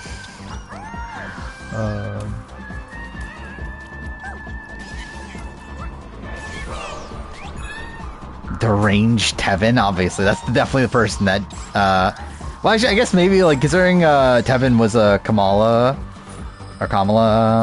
impersonator, maybe he would go after Tevin. Okay, what am I missing here? What is this? Oh, well, it was not what I thought it was.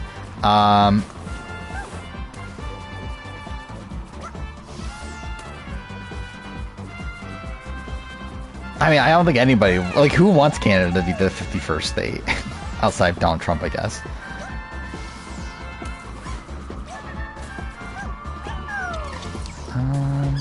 What am I missing here? For it to not come up as completed.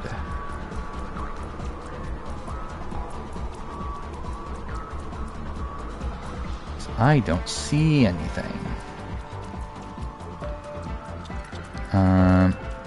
Oh, I forgot about that. I forgot he was on Celebrity Apprentice. I genuinely forgot about that.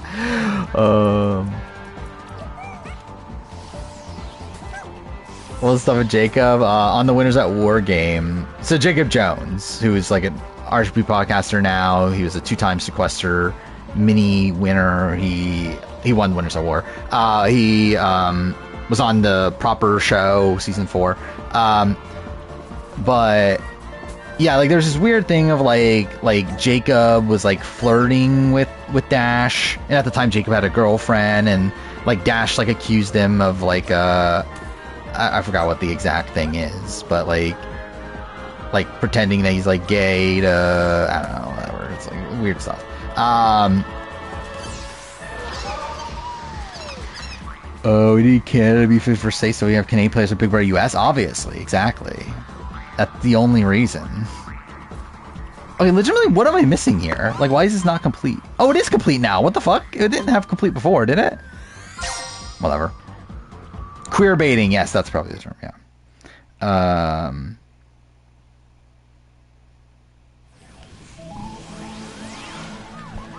Do I go there now? I think I do, right? I think I have everything I can do.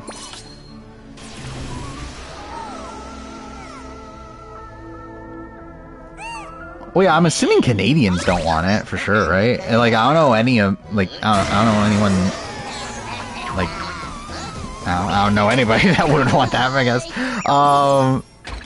Thing, it's not like I fucking ask people, I guess, but, like, I don't know. I feel like it's, like, a weird thing. Do you want Canada to be the 51st state?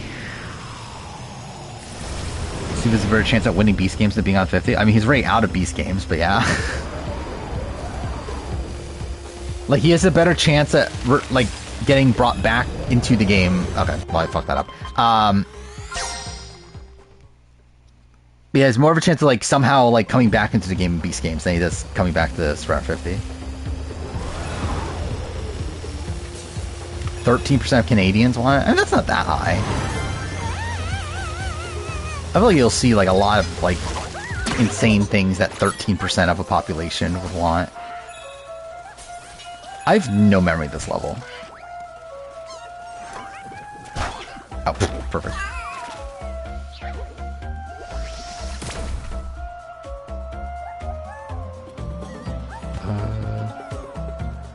I redid the chart.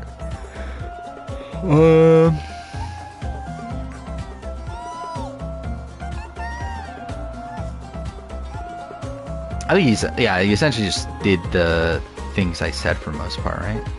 Because I know Denise's higher win equity, swap Tidic and Rob.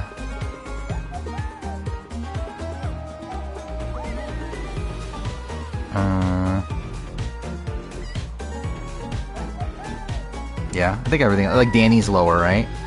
Or Danny's like higher win equity. Anyway, oh,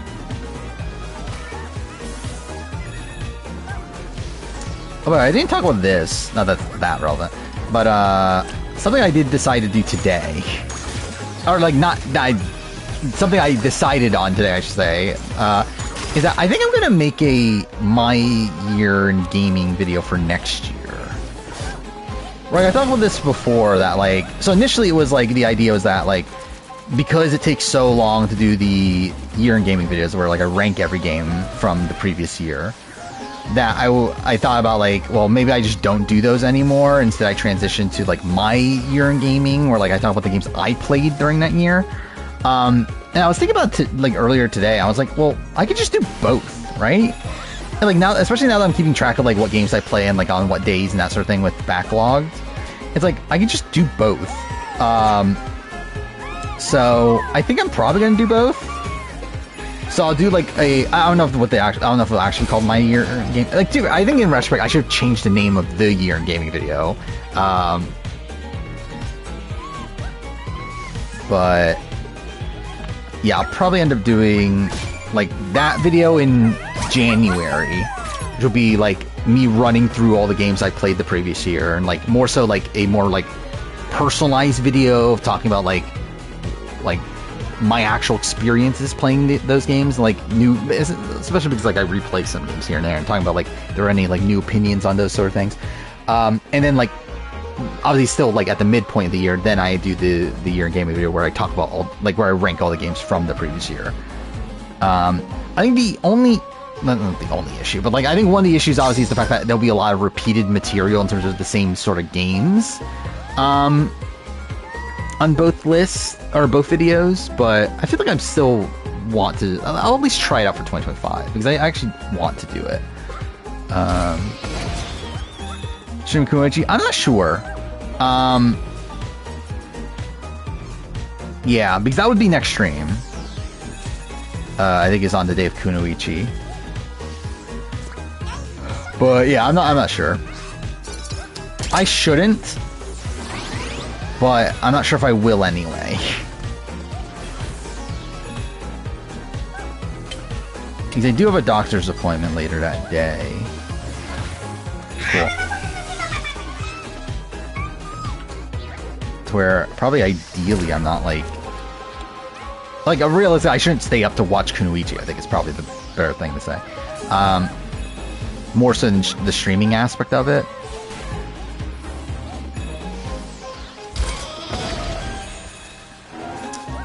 But we'll see.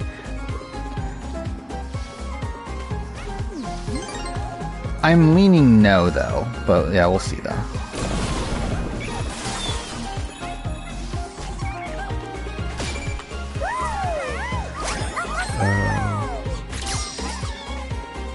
Although so far this level feels very dull. I feel like these are the type of levels I don't particularly like in Astro, where they're like just very open. Like I feel like I like the like more like streamlined ones better. What the fuck is this?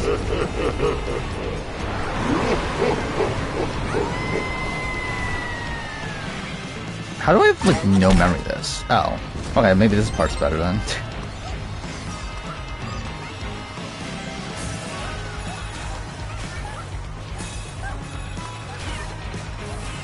That was close.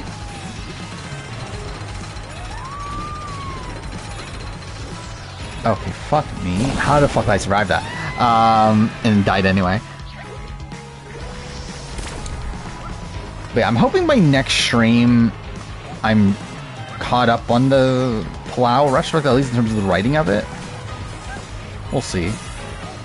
Because like tomorrow I'm gonna try to finish the challenge review, and then also watch Traitors, obviously. Which watching Traitors, I'm gonna be taking notes because I'm gonna do a review of US.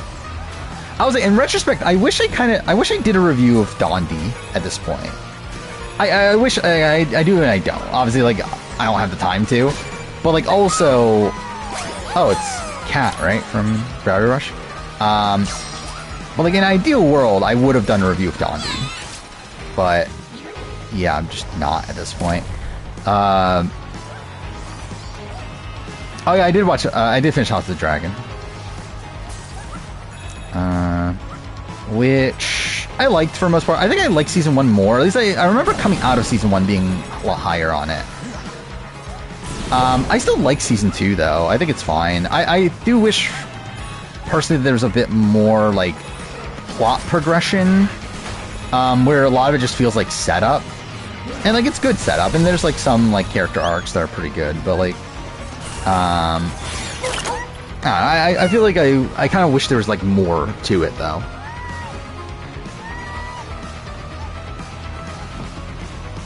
Dondi's a show I could do classic 30-40 minute review on. Could I though? Could I do that with any show at this point? I think I could do like maybe an hour and a half, maybe.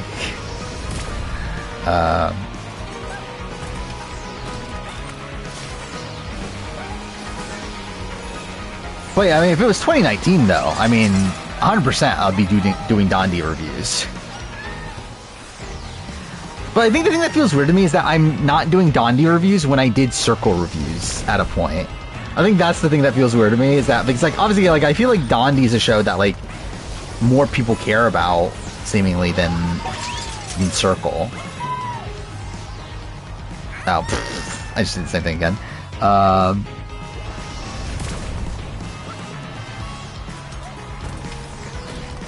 Bowsy Circle is like kind of a product of its time or whatever. Like it just so happened to get big like at the time that I like started the channel.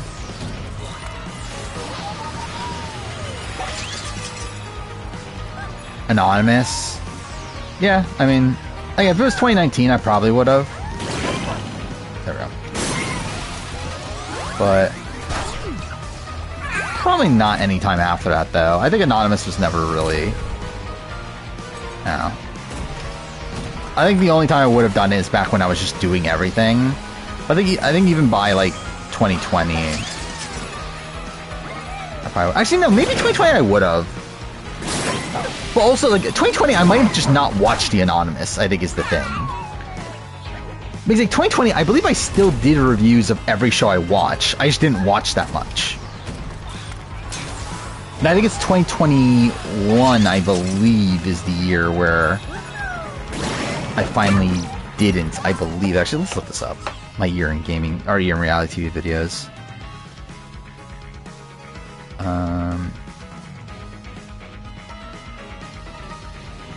Yeah, I think 2021 is the first year where I talked about things I didn't review.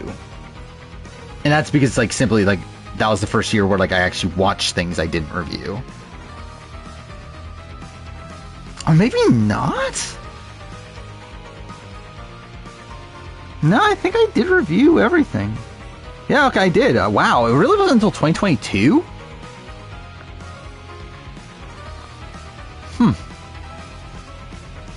Did I? Because I feel like that means that I think 2021, I think I must have watched like 1 or 2 shows. But like, I just felt like at that point, I'm just going to keep it to the shows I reviewed. And I think 2022 is the point where I was like, no, let's just do everything. And even in that year, like, what did I guess Traitors was a big one. Traitors, AU and UK. And the International Challenge seasons, and Claim to Fame. Oh, and Mole. Okay, I guess there was actually a decent amount there that I didn't review. But again, I wish I had all the time in the world. Like, I think that's like... I think it would be like really... I thought it would be like a fun like thought experiment to like run through the history of the channel and like just see like what would I have done if I had all the time in the world. Like what reviews would I have done? What like retrospectives and stuff would I have done at what points? I definitely would have done more game retrospectives by now, I think. Or at least would have done certain ones. Like, I would have done Life is Strange 1 this year.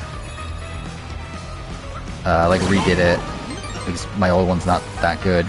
Not that any of them are really that good, but, like... That in particular is, like... I think the first... I think that was my first video game video that was, like, over, like, 20 minutes, I believe. Oh, actually, no. That my Astro series ranking, but... At least first, like, retrospective, at least. And now almost every game retrospective I do is over an hour. I can't believe I made a 2-hour Tales from Borderlands retrospective. Like, how did that happen? I think it'll be so funny when I make my game... Like, how long is my Game of Thrones retrospective gonna be? Like, Game of Thrones Telltale. Because I'm gonna make it, but, like, also it would be so funny if that ends up actually being, like, 2 hours. Because, like, who the fuck gives a shit about Telltale's Game of Thrones? Oh, fuck me. Okay, well, I misunderstood how that worked.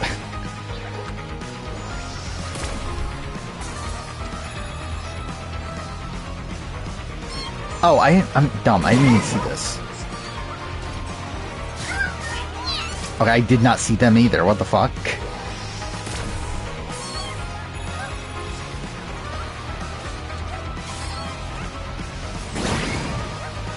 Okay, that was barely.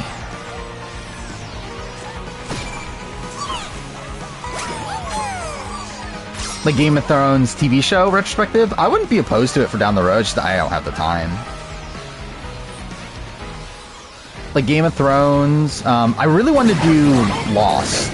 Like Lost is one I had on the schedule. Back in, what was it, 2024, right? Was the 20-year anniversary?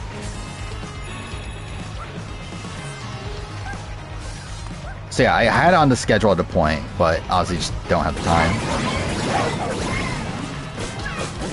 Same thing with, oh, okay, I didn't realize it pushed me all the way.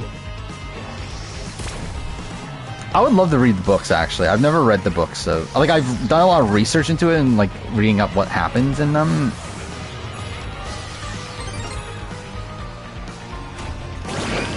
Same thing with House of... Like, I'm spoiling House of the Dragon in terms of, like, the book spoilers. Like, I know what happens.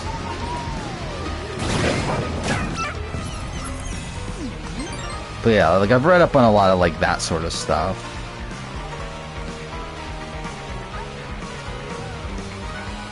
Book's 100 times better than the show. Yeah, but also they're not fucking done, though, are they?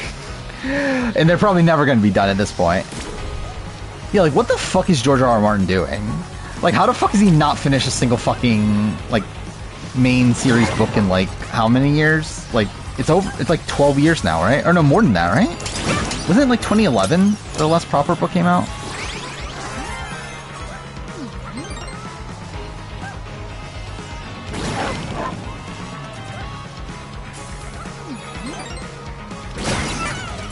From what I understand from the show is that like seasons 1 through like 4 are adapted pretty well, and then after that it just like gets a bit fucked. Oh, what? Okay, cool.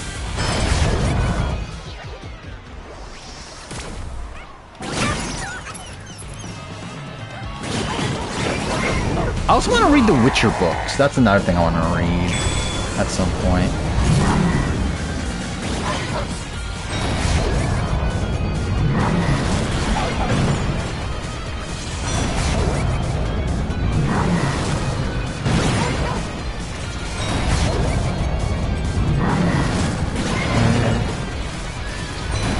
I mean, like, I suspect that George R. R. Martin's just, like, obviously the show already, like, told the story, right? And, like, obviously, like, I assume he would tell it better, but, like, I feel like that probably, like, sapped his, like, enthusiasm for it, right?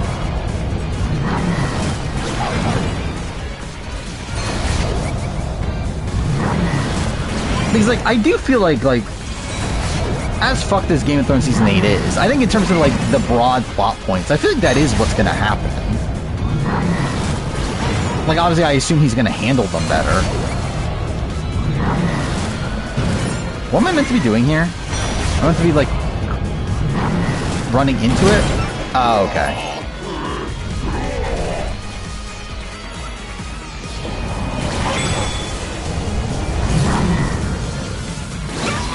Oh, I can't touch those? Cool.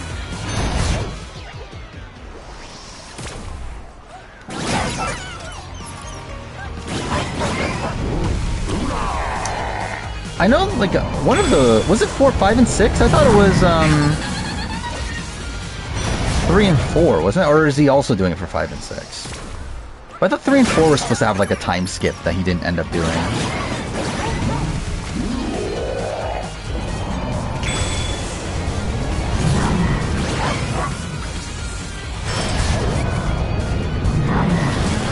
Oh, fuck me, of course I missed.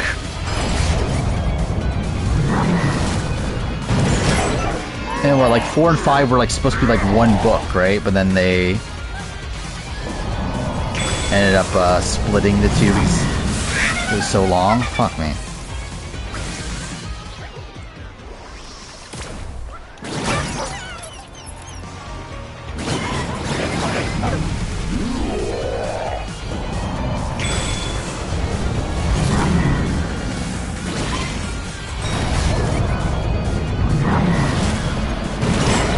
I was like, it's okay. I was watching Game of Thrones. I started like looking up stuff about the books. Yeah, like it really hasn't. Like I really want, like at some point in my life, to at least like fully, like not rewrite, but like structure my story that I wrote. Okay, cool. Basically, it'll never be written. I don't have the fucking time to ever properly write it. But like, I feel like there's like so many ideas that I have for it at this point that I would do that are very different than what they used to be.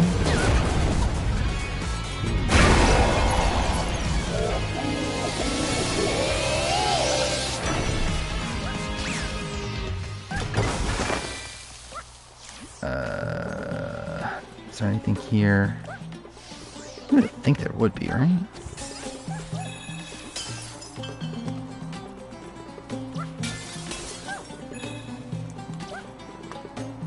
Even the best season of Game of Thrones is worse than the book. I mean, I feel like that's almost always going to be the case.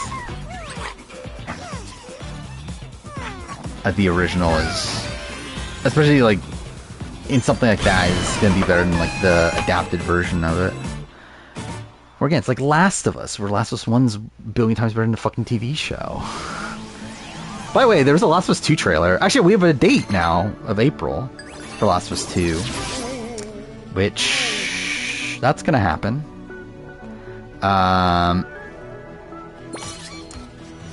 Fuck, I missed a lot. which I will be doing a review of Last of Us Season 2, so that's great. I have to readjust on the schedule now, because I think I had it slotted for April for some reason. Oh, I think it's because, like, the original came out in January, so I think initially I thought it would be the same, and obviously it isn't. But yeah, I'll have to adjust the schedule at some point for that. But I'll still do a review, even though it's actually, like, kind of shitty timing. Because that'll be, like, around... Like, it'll probably end... What? Like, around the time... Like, a week or so after Survivor, right? Maybe, like, 2 weeks after Survivor? It's, like, it's not ideal timing, but whatever. I can't not do it. I'm still thinking if I want to do One Piece. Because I don't really... Like, I do and I don't, obviously. Like, I do in the sense that I would like to make a video on One Piece. Season 2. But, like, I also, like, don't think I'll have the time. But we'll see, because who knows when it's coming out at this point.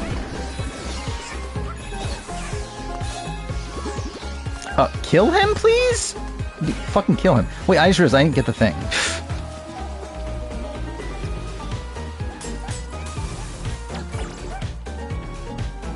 Please. There we go.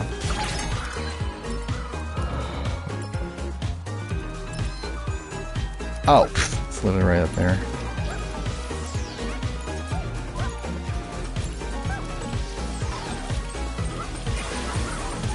Okay, cool. Yeah, I think as time goes on, though, the more and more I'm just like...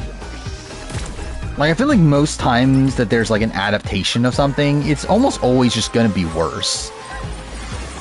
Like, I think there's very few, like, adaptations or, like, remakes or anything like that that's actually, like, better than the original. I think Parvati Ray said yeah. Like, Parvati only knows Australian Survivor because... Or only knows David because she was already in the running for Australian Survivor. Like, there's no fucking way Parvati knew who David was before she was in the running for Australian Survivor. Like, Parvati had never watched Australian Survivor before. I can guarantee you that.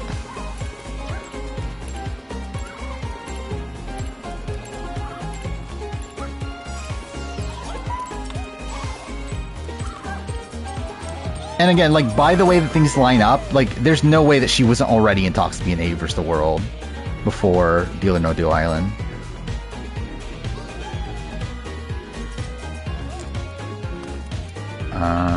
So that's everything for this.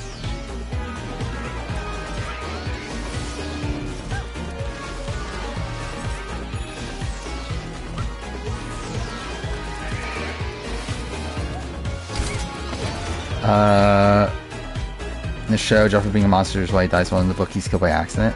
Is that better, though?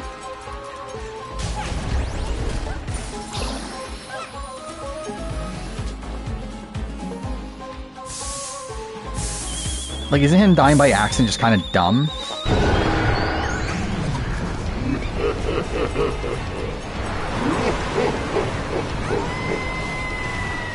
Yeah, like, why is it better? I think George would get along with any of the world members. Any of the world members? Yeah. He's probably not going to make it there, though. Actually, I don't know. Like, I don't know how George would be if, like, Lisa Stanger. George and Tony would be insane, but that wouldn't work out, right? Actually, maybe not. Actually, I'm more thinking about it. Maybe not.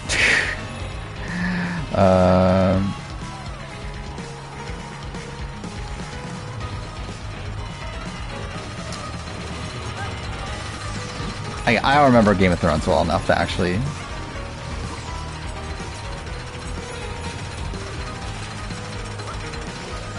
remember the precise details of things like that.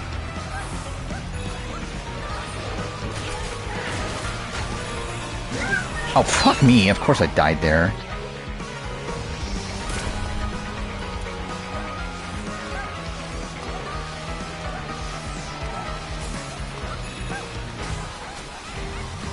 Yeah, I think it's... Yeah, I don't think it would work out well.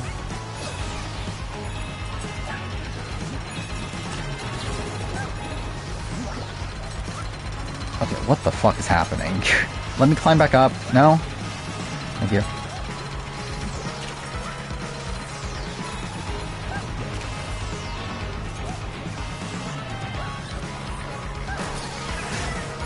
fuck off. Like, genuinely, I've actually forgotten a lot about AU vs. the World at this point. Like, it's just, like, fallen to the background for me. Like, obviously I remember, like Sandra, fuck me, Suri, Parvati, Tony. But, like, I think if I was, like, to actually recite the cast, it would actually take me a bit. I think I would remember it by the end, but, like, I generally, like, until, like, we talked about earlier in the stream, I forgot Lisa Stanger was on that. He's what? It's Lisa, it's Rob Bentelay, right? Tony, Sri Parvati, then Cassandre.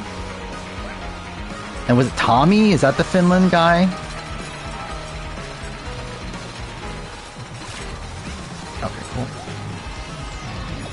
And then, who are the AU people? You got David, George, Shawnee. Oh, fuck me.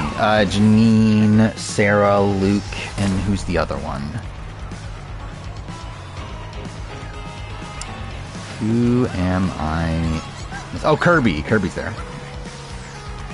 Which, yeah, again, like I just haven't thought about it like in forever at this point.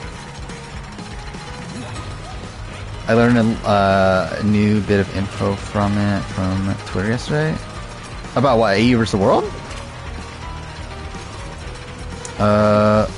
What about it? Like are you talking about like spoilers or whatever? Because yeah, I saw the boot list. I'll be honest, I don't even remember a lot of it anymore. I remember the final 3, or like what? Again, we don't even know if it's real or whatever. But like, what was out there? I remember the final 3 at this point. Oh, dude, fuck off. Actually, no, I remember the final 5. Beyond that, though, I actually don't fully remember anymore. Well, I remember first boot.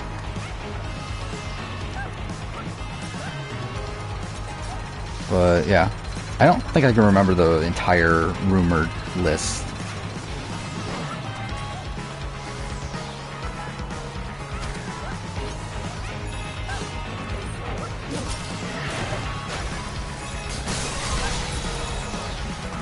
Okay, there we go. Boot list details, I'm gonna reveal it here just in case anyone wants to know. Haven't been spoiled. So yeah.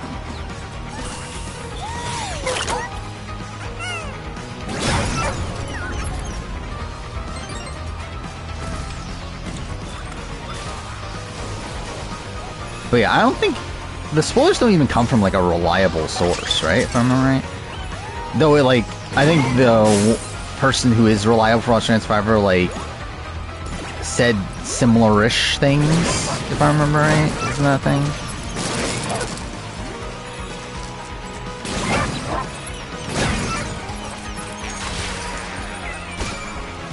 Okay, what do I have left? Oh, I still have a lot, don't I? Because I still have the Galaxy. Oh no, I have one bot in the Galaxy. Okay.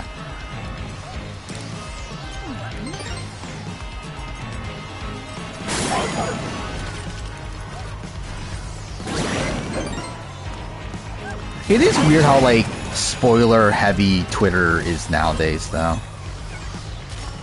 Like, the fact that people are just, like, openly talking about AU vs. the World spoilers on Twitter.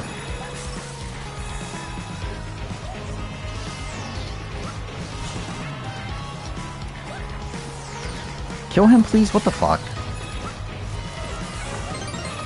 Like, AU vs. the World spoilers and, like, for the Rome boot lists people were talking about. Oh, fuck off.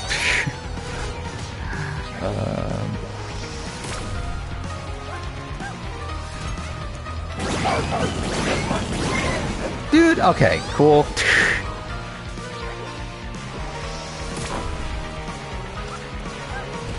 I think it would be funny if it, like, if Rome actually legitimately just, like, didn't know what he was doing. Obviously, I doubt it, but I think it would be funny. Oh, fuck off.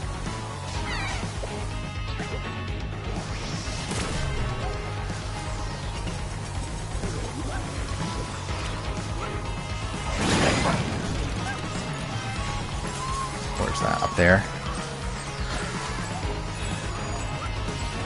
Dude, kill him, please. I fucking hate those enemies. How am I supposed to do this?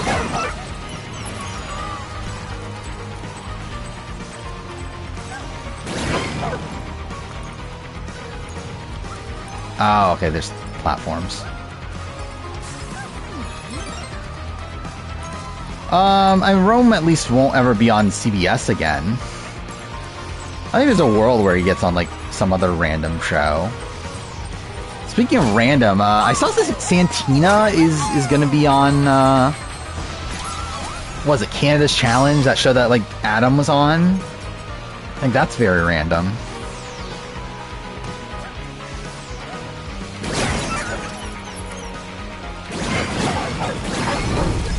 Not the boss?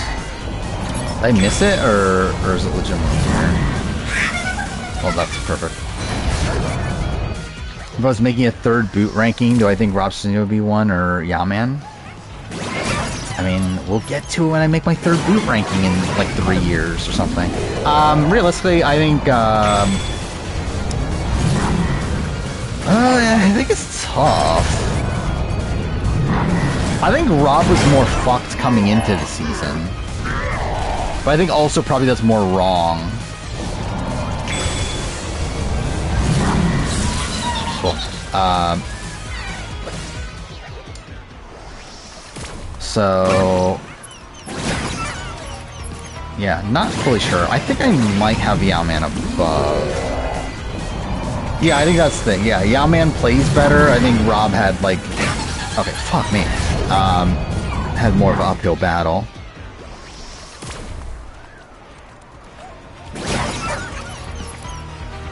So maybe you can in 11, people are challenge coded? Yeah, I would agree with that. It might be like, yeah, I mean, I think almost everybody there I could see being on the challenge. Like, I think, like, Daniel maybe, I don't really see it as much, but, like, everyone else, like, like, even, like, Annika, I could see as, like, a really fucking random person, or not, Anika, right? That's how you pronounce her name. Dude, fuck off.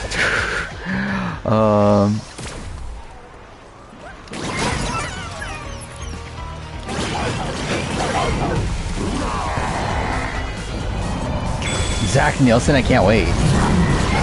Zach would actually be like a very like old school challenge pick, I feel like. Nowadays, maybe not, but you know, this is like challenge like 24 or something. I'm like, yeah, I could see someone like Zach on there.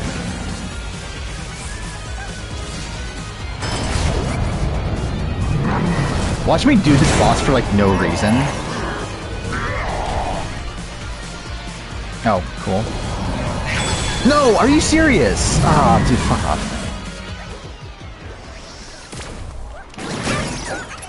Yeah, because you don't understand. Zach had the game on lock. And he's playing the greatest game of all time. No. I forgot I could do those to the dodge.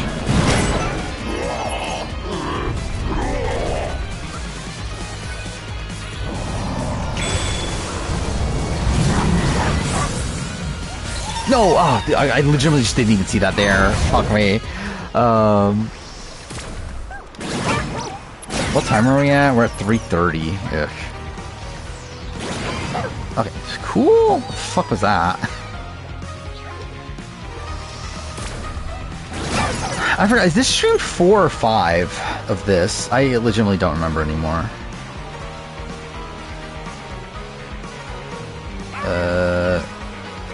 This is stream 5. Fuck. Yeah. That's annoying. I wanted to finish this next stream, but it might take 7 streams? Or at least like 6.5.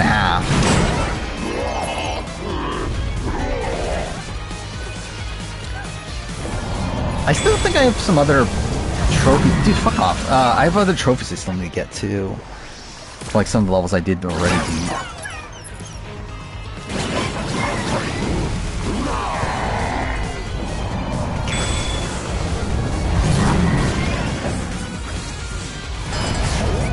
Like 100% it's gonna turn out that like I missed it, right? I think I could look it up, right? Why didn't I just look it up to make sure that I'm not just doing this fight for no reason? No, what? Okay, I'm dumb, but somehow I survived.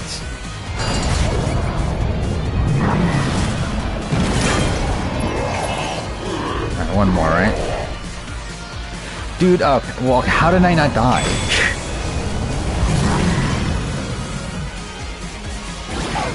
Okay, there we go. Yeah, Ty from BB Can 11 though, I think he seems like a pretty prime challenge pick. Even though I don't like Ty at all, like he feels like someone that does fit on the challenge. Oh, it actually is back here. So I'll do it anyway.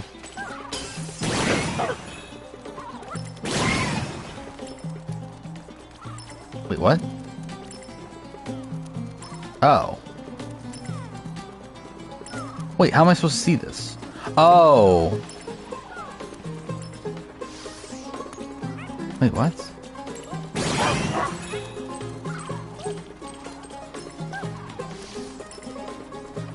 So is it actually just like this, then? Okay. There we go. Oh, perfect. Oh, I thought I was supposed to do something. Wait. Oh no, it says it's this way, okay. That's not anything. Oh, it's just... Okay, it's just doing that.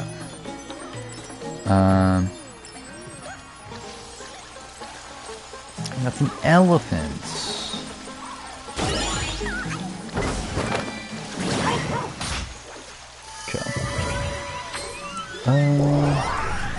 Also, just Rival is the dumbest selection of cast members. In terms of people for All-Stars, yes, I would agree. In terms of Rivals, like, I don't know, they've always been shit. I wouldn't necessarily say this is, like, worse, that much worse than, like, previous ones. Like, I think Rivals 3 is probably, like, the worst, I would say, in terms of that. I think this is probably on par for, like, Rivals 2.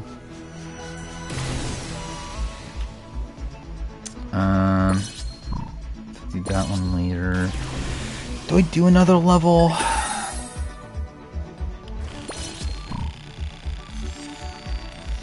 Maybe I'll at least do a first run of these.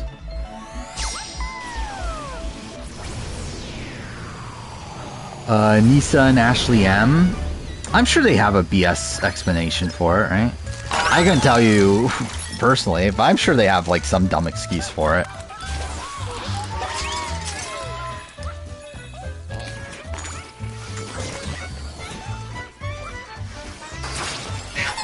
Ah, fuck me.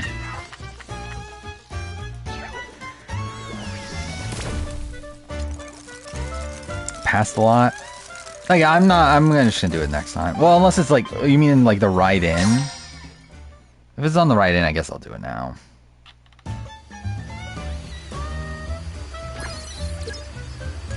There's nothing there, right? Yeah, whatever.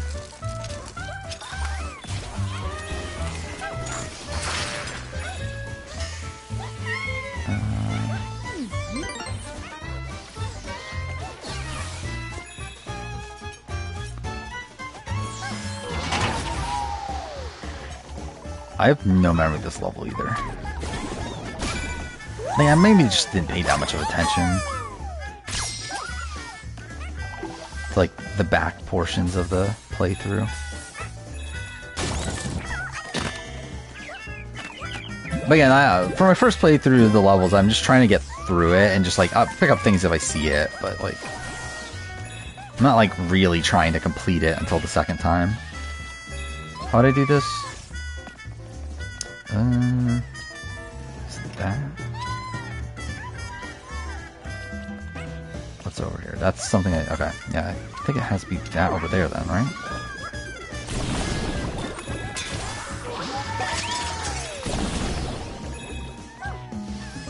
I find it funny though that this game's only meant to be like a 20-hour platinum, right? And I think right now I'm on hour 25 already. But whatever. Maybe that doesn't help? Or maybe it does.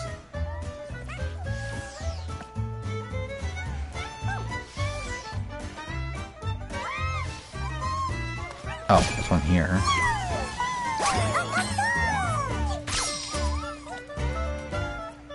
How would I get that?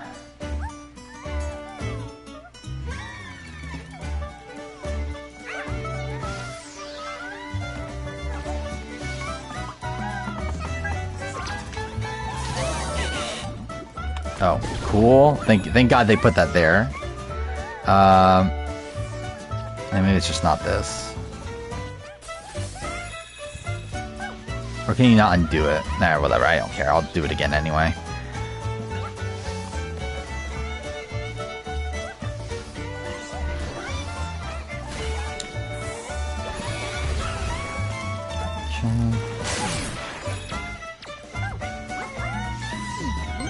Yeah, I can't believe it's already, like, what, the 9th of January? Because, like, I meant to have edited videos already by now, but instead I'm still fucking working on the Plow retrospective, writing it. Because I still need to edit, what, like 5 videos, I think, for the month? They haven't gotten around to yet. One of which being the Plow retrospective.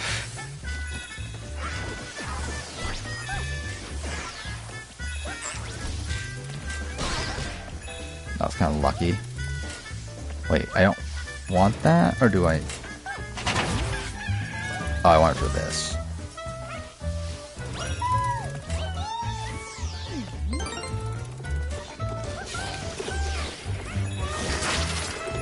But yeah, I think I'll do a first run of this in the other level, and then I'll complete them next time at the beginning.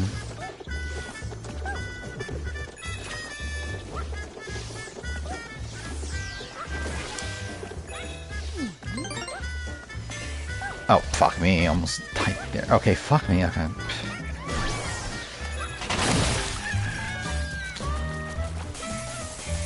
I can't believe there's gonna be 3 episodes of Traitors coming out tomorrow. Oh, fuck me. It's gonna be known because I'm actually gonna, like, properly pay attention to it. Because I'm, like, actually taking notes on it for review. I still have so much shit I need to watch. Like, I'm still only on, what, episode 7 of Bloody Game. I want to watch the Worst Cooks in America, whatever that is. Then... what was the other thing I was gonna watch?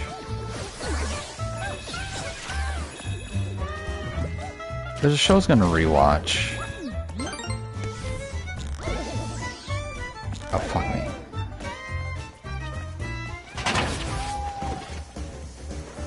Who do you think is gonna be asked to be recruited, and will they accept? I mean, I think any of the survivors would accept.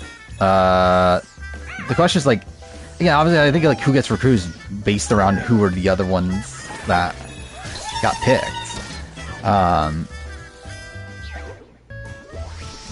Like, I just think when it comes to, like, speculating on, like, a lot of Traitors things, like, it's tough to say without, like, knowing what the baseline is.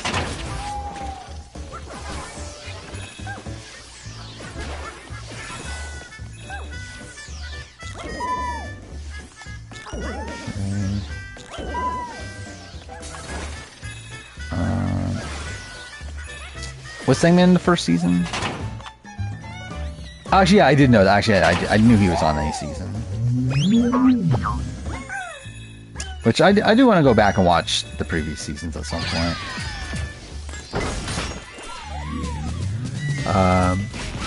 Which, like, season 3 so far is fine. It's like, it's not my favorite show in the world. I think it's probably on the same level as something like Time Hotel, which was like kind of like, oh, okay, that was dumb. Which was like kind of just like middle of the road. There are a few players besides him that pop up too. Actually, I just want to look up the cast. I'll probably get spoiled in the result, but I probably won't remember anyway. Let's see, Bloody Game, because I know Dongmin and Jinho are in it, right? But yeah, who else is in it?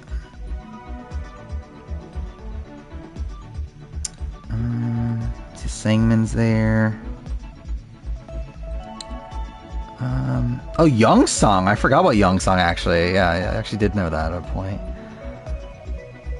Yeah, that'd be interesting to see Young Song on there.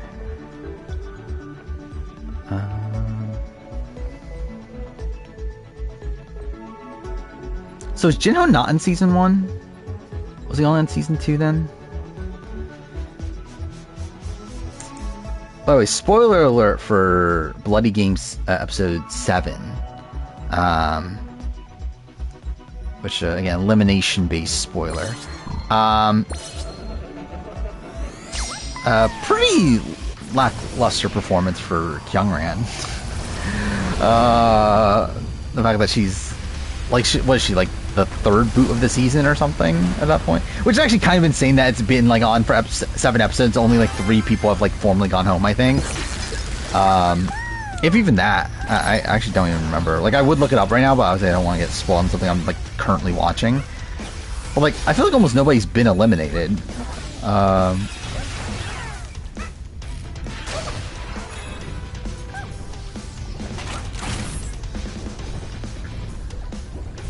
Wait, what? How's this? Oh, it's water. Okay, cool.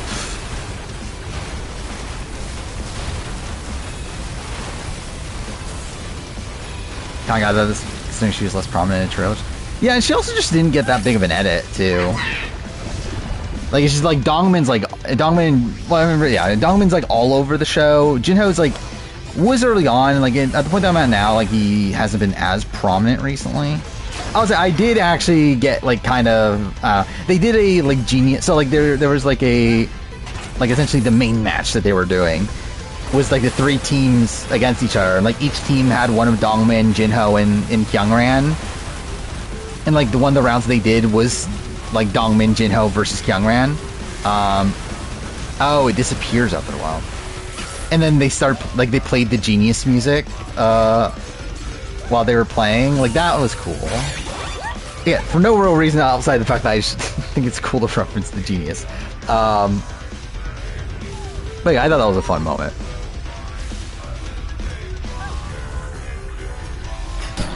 Oh yeah, this thing.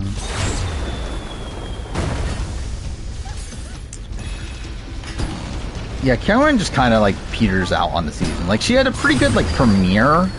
Or maybe it was episode 2. It was, like, one of the early episodes. But after that, she's just, like, not that relevant. Oh. Wait, what am I supposed to do? Oh, I'm supposed to jump into it? Okay, perfect timing. Perfect. What is the format of Bloody Game? I'll be honest, I could not even fucking tell you. They changed it, like, on a fucking dime. It's pretty fucked, to be honest. Because there's like a billion points where you think people are eliminated and they just aren't. They just like put them in a fucking prison, and then like make him do a fucking deathmatch thing again.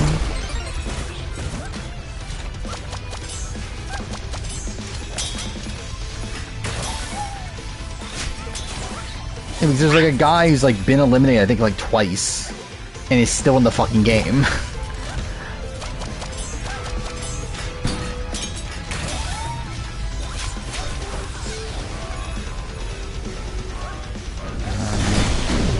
Okay, wow, I'm terrible. Oh no, I made it? Oh, I didn't even realize I did it.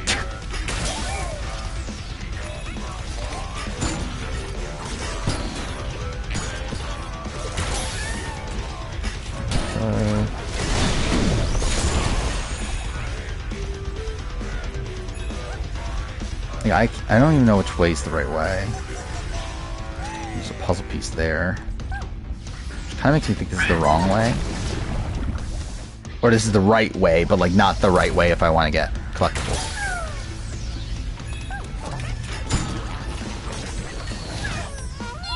Perfect. Okay.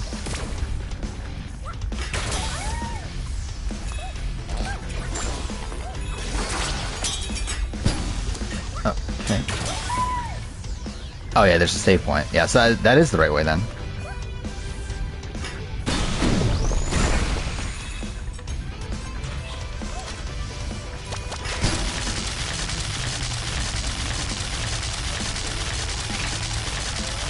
Wait, what? Oh, that, okay, didn't realize that's how that works. So Demon Souls?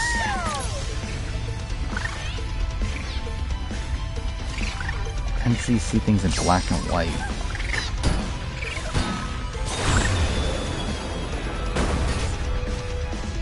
Bring an article about Devil's Plan Season 2 things AI generated? I could see that. Because again, there's not even like any information about Devil's Plan Season 2 really, is there? Like, I guess super, there is, but like nothing like to where like I feel like an actual person would write an article about it.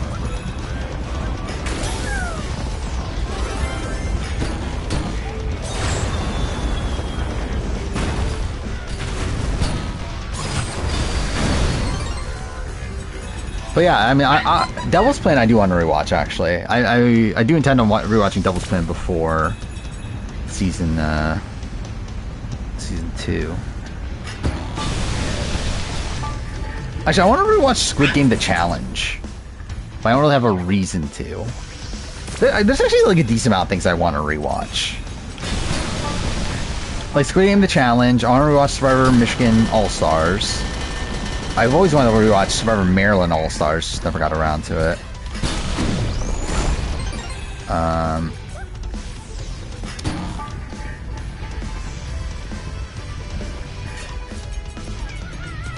What else was there?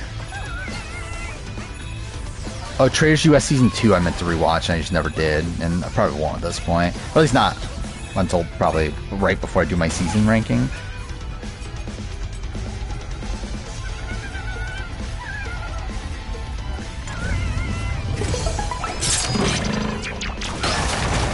People is so robbed. Straight up, I don't remember how people got eliminated for the most part. Like, I remember Trey. I remember how he got eliminated. But, like, outside of that, I generally don't remember anymore. Like, I was trying... Like, so when Leanne was on, Traitors RTP, I was, like, legitimately trying to think to myself, like, how the fuck did Leanne get eliminated? I don't have any memory of that.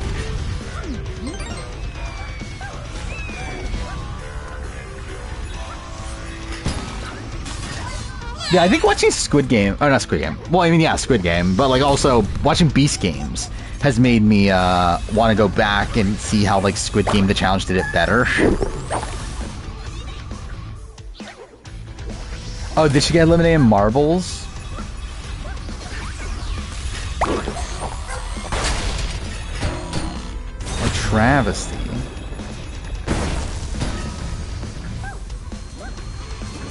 Why does this level feel like it's going on for forever? Oh yeah, I do remember on Battleship. What was Battleship in place though? Was that Tug of War?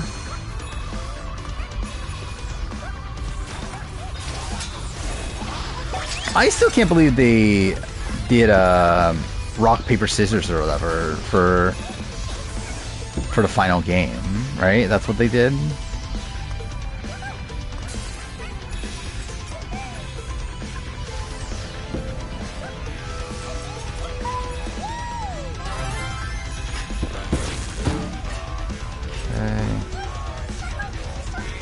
Level's never ending.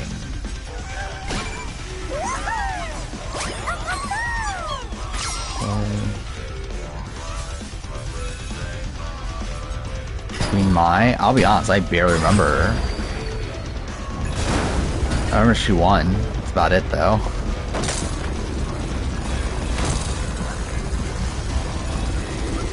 Oh, I just realized Figgy can't be on Survivor 50 because she was on Squid Game. I can't believe it. Oh, excuse me? How did I miss?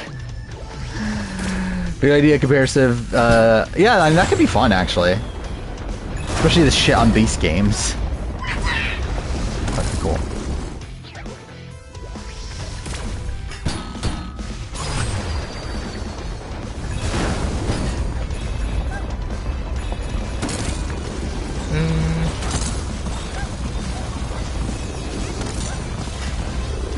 Dude, what the fuck? Why am I missing that? See if we can buy 50 weeks of Beast Games? Yeah, it's tragedy. Sifu is definitely going to be on 50 before that, and he's an idiot for ruining his chance by going on Beast Games.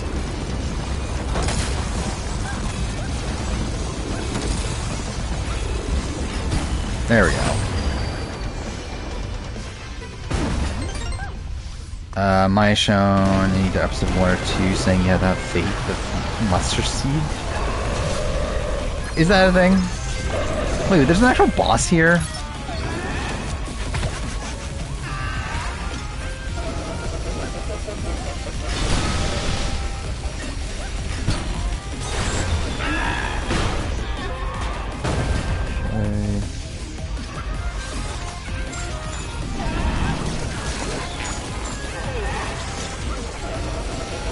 That was close. Damn it. Ah, I thought I hit it in time. Season 2 did rock paper scissors at the beginning? Did they? When did they do rock paper scissors? Oh wait, well that doesn't count, right? That's not part of the actual games.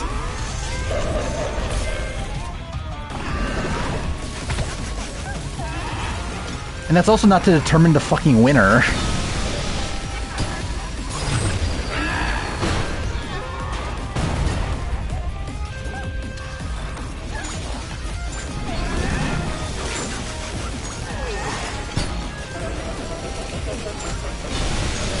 Okay.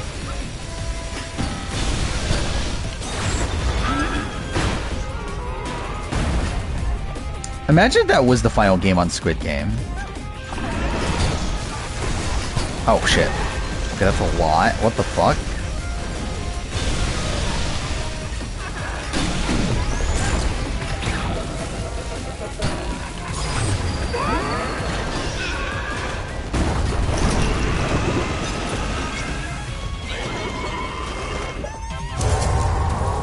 Okay. Imagine I died because it landed on me. I think that'd be funny. That, like, for some reason, like, that you would have been meant to get out of the way. I missed one at the end, didn't I? That's annoying. So probably the regular fucking level. Okay. So, we're at 350. Yeah, I think this is probably just a good spot to end. Wait.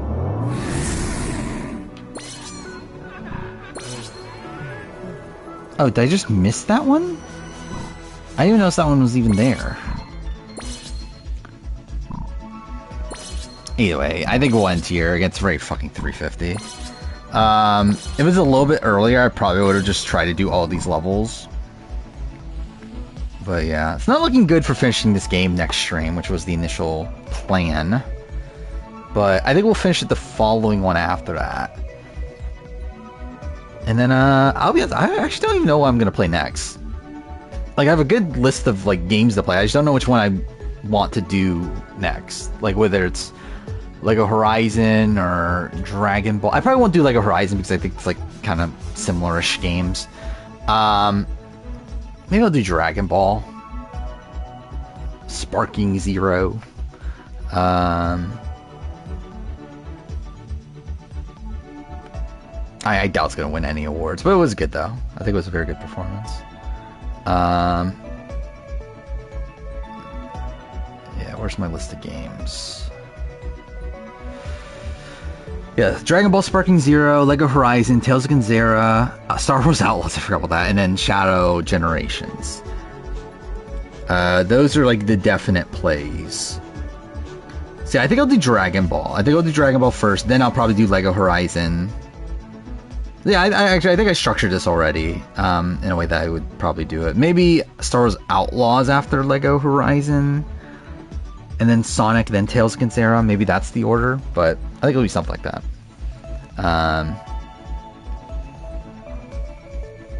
But yeah, I need to figure out when I'm going to play the Ezio trilogy, which doesn't really matter, but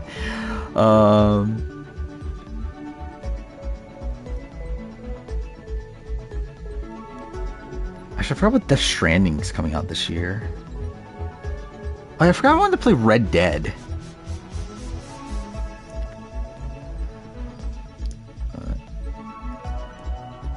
But in retrospect, I wish I did a my year in gaming video for last year. Because I actually think like last year was actually kind of a weird year. where like I was just kind of all over the place, and I think trying to like fit that into a narrative, like because that's why I want to do that my year in gaming video, because it's essentially me like retelling my year through the lens of like what games I was playing. And I just think it's like it should be like kind of like a fun like experiment of like running through like the year like month by month and that like game by game. I don't know, I think it'll be just kind of interesting. But yeah, I did hear about the Horizons getting a movie, which fine, I guess. I don't know, is Horizon movie or TV show better? I don't even know. But I don't know. Will it be good? Probably not, but I guess we'll have to see. What was also getting a movie? Helldivers, right? Is getting a movie, which I feel like that's kind of random, but okay, I guess. That Horizon's studio plants? Like, what does that mean? What do you mean about studio plants?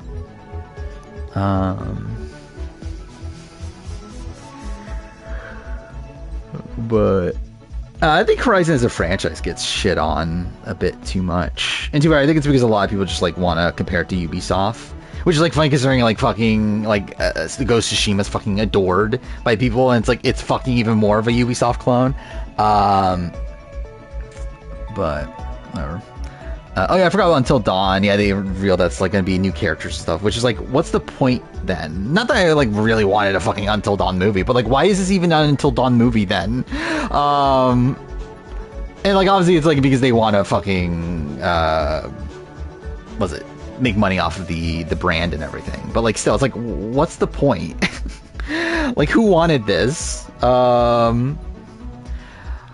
Like, the point of the game is that it's a game version of a horror movie, but now that we're making a movie version of a game based off of a horror movie, but also not actually making it of the game, so like essentially it's just another generic horror movie that just has like these loose connections to the game. Yeah, I mean, like, is that really the sum of it though? Is that like that? I don't even remember what his fucking name is. The guy that's like narrating the story and like asking the like, is that just the aspect of it is going to be in the movie? But that's like really it though, I guess. Bob Saget died. I mean, he died a while ago, didn't he? When did Bob Saget die? Oh, I guess he only died 2 years ago or 3 years ago. Actually, I thought it was longer. I thought it was like, I don't know, like 10 years ago.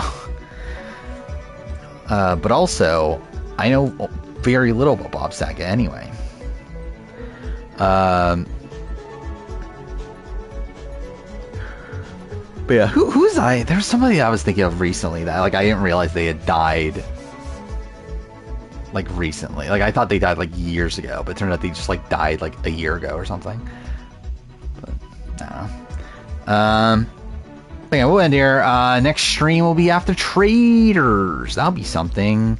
Yeah, it'll be 3 episodes of Traitors and Beast Games. Is Survivor Michigan tomorrow? I have no fucking clue. Who cares anyway? But I think the season's almost done, right? Yeah, Survivor Michigan. Actually, I didn't even add Survivor Michigan to the list of shows I need to fucking watch. Yeah, I'll probably watch Worst Cooks in America, maybe. We'll see. I'll maybe watch more Bloody Game, even though I barely have watched any in the last like week. But yeah, like actually, I've watched like quite a bit actually since the last stream though, because it's only been 3 days. I watched, I watched Dondi. I watched the Traitors UK episode. I watched Will Neff watching episodes 7 and 8 of Australian Survivor. I've watched Dwight's stream, which was fucking like 6 hours. His Last Blow in the Clock Tower stream, which is actually like really fucking good. It was really fucking funny. But still, like that was like fucking long.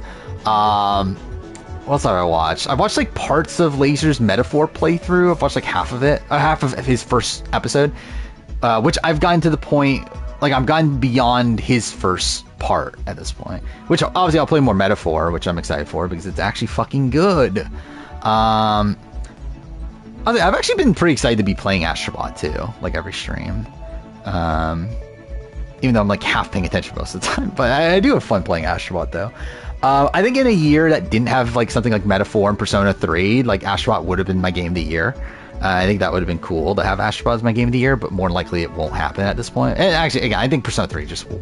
I don't know, it's weird because like I don't want Persona 3 to be #1 because it's a fucking remake, but also I think it will be better than, like, yeah, I think it is better than Astrobot at least. But Astrobot's still very, very good. But yeah, maybe by then I'll finish my Palau retrospective by the end or by the time next stream. That's, again, hopefully. And then, yeah, challenge review will be out by then. In retrospect, I should have scheduled that differently. I actually kind of regret the way I scheduled the beginning of this month, where I should have done, where today should have been one of my Last of Us videos, actually. Today should have been one of my Last of Us videos, and yeah, next Wednesday should be my Big Brother video. I think is how I should have scheduled it. Or like now it's gonna be kind of, because like I think it's better to have, like when I don't know, I think it's like better to have a video game video here, and then like after the challenge video is a Big Brother video. Or like now that it's like a Big Brother video, then a challenge video, then a video game video, I feel like having like a video game video and a challenge video back to back in that way is like not ideal, but it doesn't really matter. I didn't really talk about the Last of Us trailer itself. I don't really have many like actual thoughts on it. It just seems fine. It's like I think they're clearly messing with the timeline. No, I don't know if timeline's the right word, but like I think in terms of like there's some Abby Day 1 stuff in there, and obviously we see Abby at the hospital, which is yeah, like so like it feels like we're getting a lot more of Abby than we're meant to, which again I think is interesting. I think that's the thing I'm most interested in with part 2, or with like season 2, is like how they change part 2, because like part 2, like I don't think you can make part 2 into a TV show and it still be good. I think like, and to be fair, I think part 1 to a degree too, but like part 1 especially though, I think part 2, or part 2 especially, because I think part 2 is like so like ingrained in it being a video game. I don't think it works as a raw story without it being in video game form, especially in the way that it's structured. The way it's structured is like so like based around the fact that you're supposed to be playing as Ellie and feeling the way that Ellie feels until the point that you play as Abby, where like I just feel like for a TV show I feel like it doesn't work. So like I'm interested in seeing how they change it, because it seems like clearly they are changing it and they're going to do a lot more Abby stuff initially. But yeah, I think it'll be really interesting to see the reaction to it too. See if there's not so much vitriol as there was on like when the game came out, which I assume there's not going to be. I think there'll be some for sure, like when the Joel moment happens. But like I think in terms of the general like vitriol for Abby, I think it won't be as bad. And again, they'll probably actually, I guess, like realistically, like again, the reason they do all this content here is to make it not feel as bad when Joel dies, right? So we'll see. I want to do the fucking Last of Us 2 retrospective. I also know I don't have the time, and also I'll probably lose my mind making it. But I guess I'll make it, I don't know, what would it be? 2030, I guess, is the next opportunity.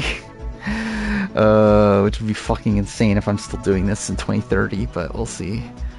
Yeah. Dude, it's so stupid. Like, it's so stupid that, like, one, that's the thing that people get upset over. Like if there's a trans character that killed Joel, it's like, who fucking cares? But I don't know. Yeah, whatever. I just think it's fucking dumb. But I think it's dumb that like that was even a thing that like people were like so bothered by to begin with. But also dumb because like none of that happened anyway. But yeah, whatever. I wonder, like, because like they must have gotten Abby and Lev mixed up, right? I assume, or maybe was it just because like Abby's muscular or whatever that they were like, oh, it has to be a trans person, which is fucking dumb. I think that would have been funny actually. But again, I think the fact that like, actually, I guess like they could have done that too. Yeah, they could have done Abby as trans. Again, there's there's no reason not to, right? Like, I don't think there's any, like, thematic reasons to not do so. Because I don't think there's, like, I mean, like, outside of the fact that, like, Ellie... Well, no, because even then, yeah, like, there's not really, a proper reason why Abby can't be trans. So, yeah, I think it would be fine. Joel's entire death scene was the first thing that leaked. Yeah, I knew that. Yeah, it's just like people assumed, which, yeah. Is Abby still going to be as, like, buff in the show, I wonder? Like, I assume, because it plays into her character, and she kind of has to be. If the characterization is the same, at least. But but like, I also feel like the concept of it probably came from gameplay, right? Because like, I think like it works well, like contextually, where like they contextualize it as like, okay, Abby is like, again, essentially training to kill Joel, and she's so obsessed with the idea of killing Joel that she's like done this to herself and that sort of thing. But it's like, I feel like a lot of the reason why they actually concepted that to begin with as a concept is because they were like, well, we need Abby to play like Joel. So it's like we need her to be like really like, I don't know, like really buff or whatever. Caitlyn is very naturally feminine. Yeah. Yeah, I know people are like, I saw a lot of people like really upset over the Ellie casting again, which I think is, it's dumb and not, like, I think it's the people that are saying that Ellie's like, I think the people that are saying that Ellie is like ugly, it's like, what the fuck are we talking about? Like, what the fuck is this? Also, this just generally the stuff that, it doesn't look like Ellie. It's like, yeah, it doesn't fucking have to. Like, it never, like, it's like, just because like a character looks away in one form doesn't mean it has to be like they have to look exactly the same in another like version of it. Yeah, I think there's like other issues with their casting for me, but I think like the issues that people are like really hung up over are like not actually like issues.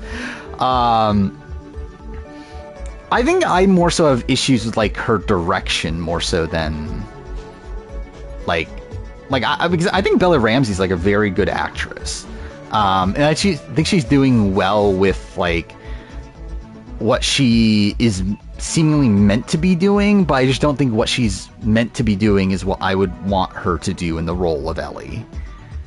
A person who looks like Ellie is a man. Is that thing? I know a lot of people wanted Caitlin Dever, right, as Ellie. Like, I think that was like who people were like wanting to play her before Bella Ramsey was cast. So I know a lot of people were saying that Abby looks more like Ellie than Ellie does. But no, again, I think it'll be interesting to see how Bella Ramsey does in season 2, because I think she'll probably have more to work with there. I'm trying to think of, like, again, where are they going to get to in season 2 though? Because it's only 7 episodes, right? I think that was like a thing. Like, it's only 7 episodes.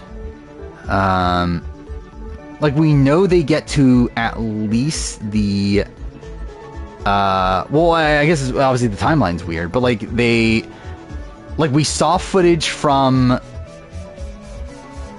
Abby in the forest, right, where she meets Levin and Yara.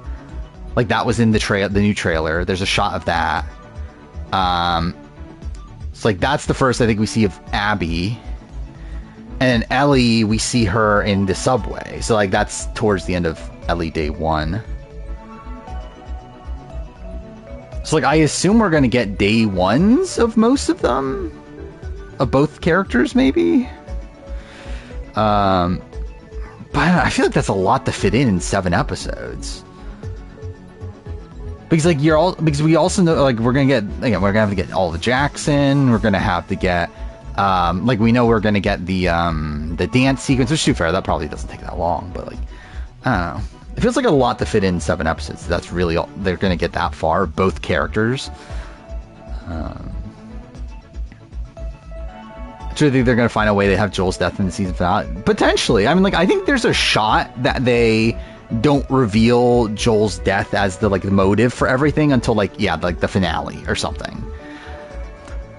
Like, what if we start off with like Ellie already in Seattle and like she's hunting for something and we just don't know what like why she's doing it or whatever, like the fact that she's like hunting for Abby and we don't know why. And then we get like episodes focused on Abby and what she's doing, and then we get like the final episodes like in the Jackson stuff. Yeah, I don't know how they're gonna do it. But yeah, I'm really intrigued though. I think more so in season 1, because like season 1 was like, okay, you can just fully adapt it, and again, it won't be as good, but like again, adapting the original Last of Us, I think it can still work as a game. I think still works as a TV show. I think it's better as a game. I think there's a lot of things like within The Last of Us that need to be in a game, but like it's still like the raw plot and everything is still like, again, it's doable in a TV form, while like Last of Us 2 just simply isn't. So it's like they're gonna have to change a lot.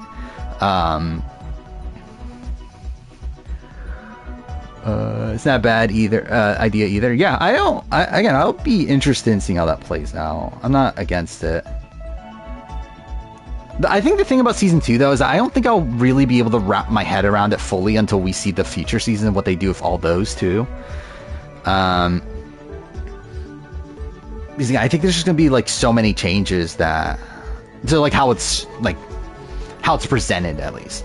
Where I think the raw plot points will probably still be the same for the most part. It's just more so how they present it and how they like do it in a way that like still tries to have that emotional impact without like, again, like without having like Abby day one and all that, like having you like have to play the game again essentially as Abby. Yeah, I mean, I think that's what they're gonna do, right? I mean, like, I think it's only been confirmed that's more than one, but like I think they are gonna do 3 seasons probably. Especially again, like if we're only getting to the end of day 1 for each of these characters by the end of season 1, then yeah, I think like season 2 will be like, or like season 3 of the actual show will be probably what, day 2.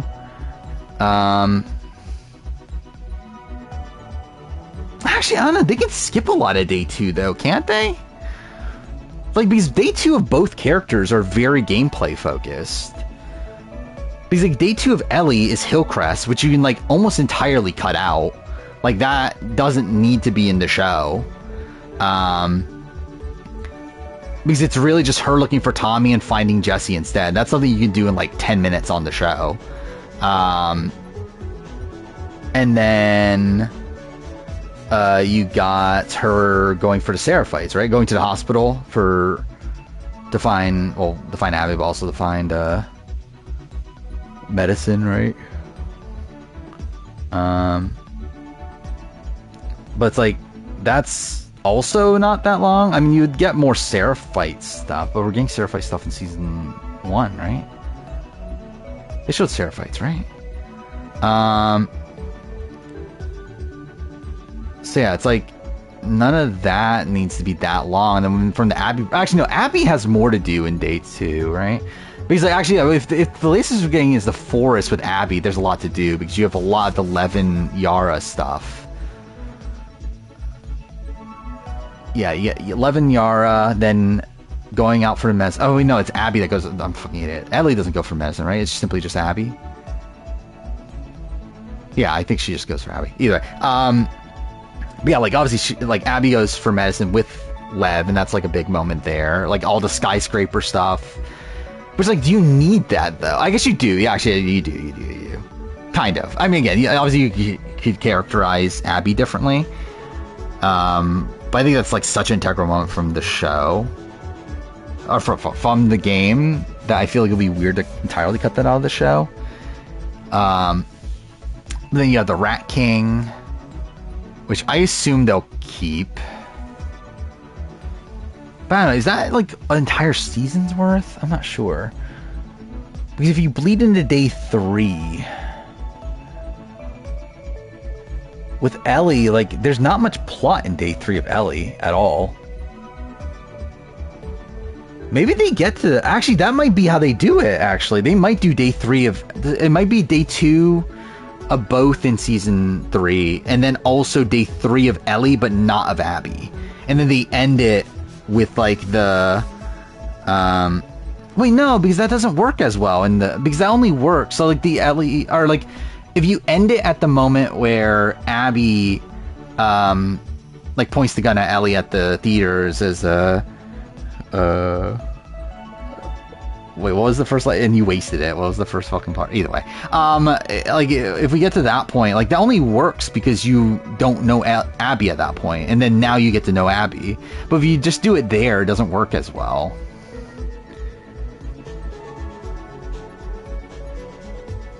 Yeah, so I don't know. Whatever.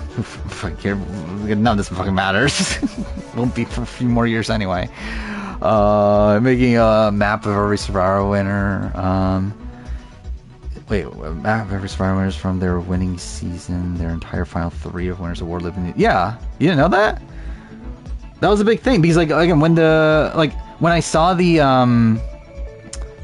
final 3, I was like, oh, like. They probably had some sort of, like, New Jersey alliance, and then no, they weren't working together at all. Which was, like, kind of funny. But yeah, I knew that they were all from New Jersey. But yeah, it's kind of insane that they weren't working together because of that.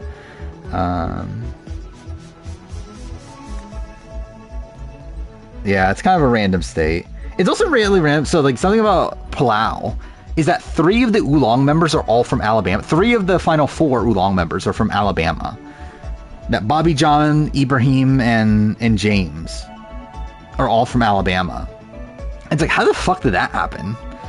Like, how did you get 3 people from Alabama to all end up being on Oolong and all, like, be 3 of the final 4 of Oolong? Like, that's kind of insane.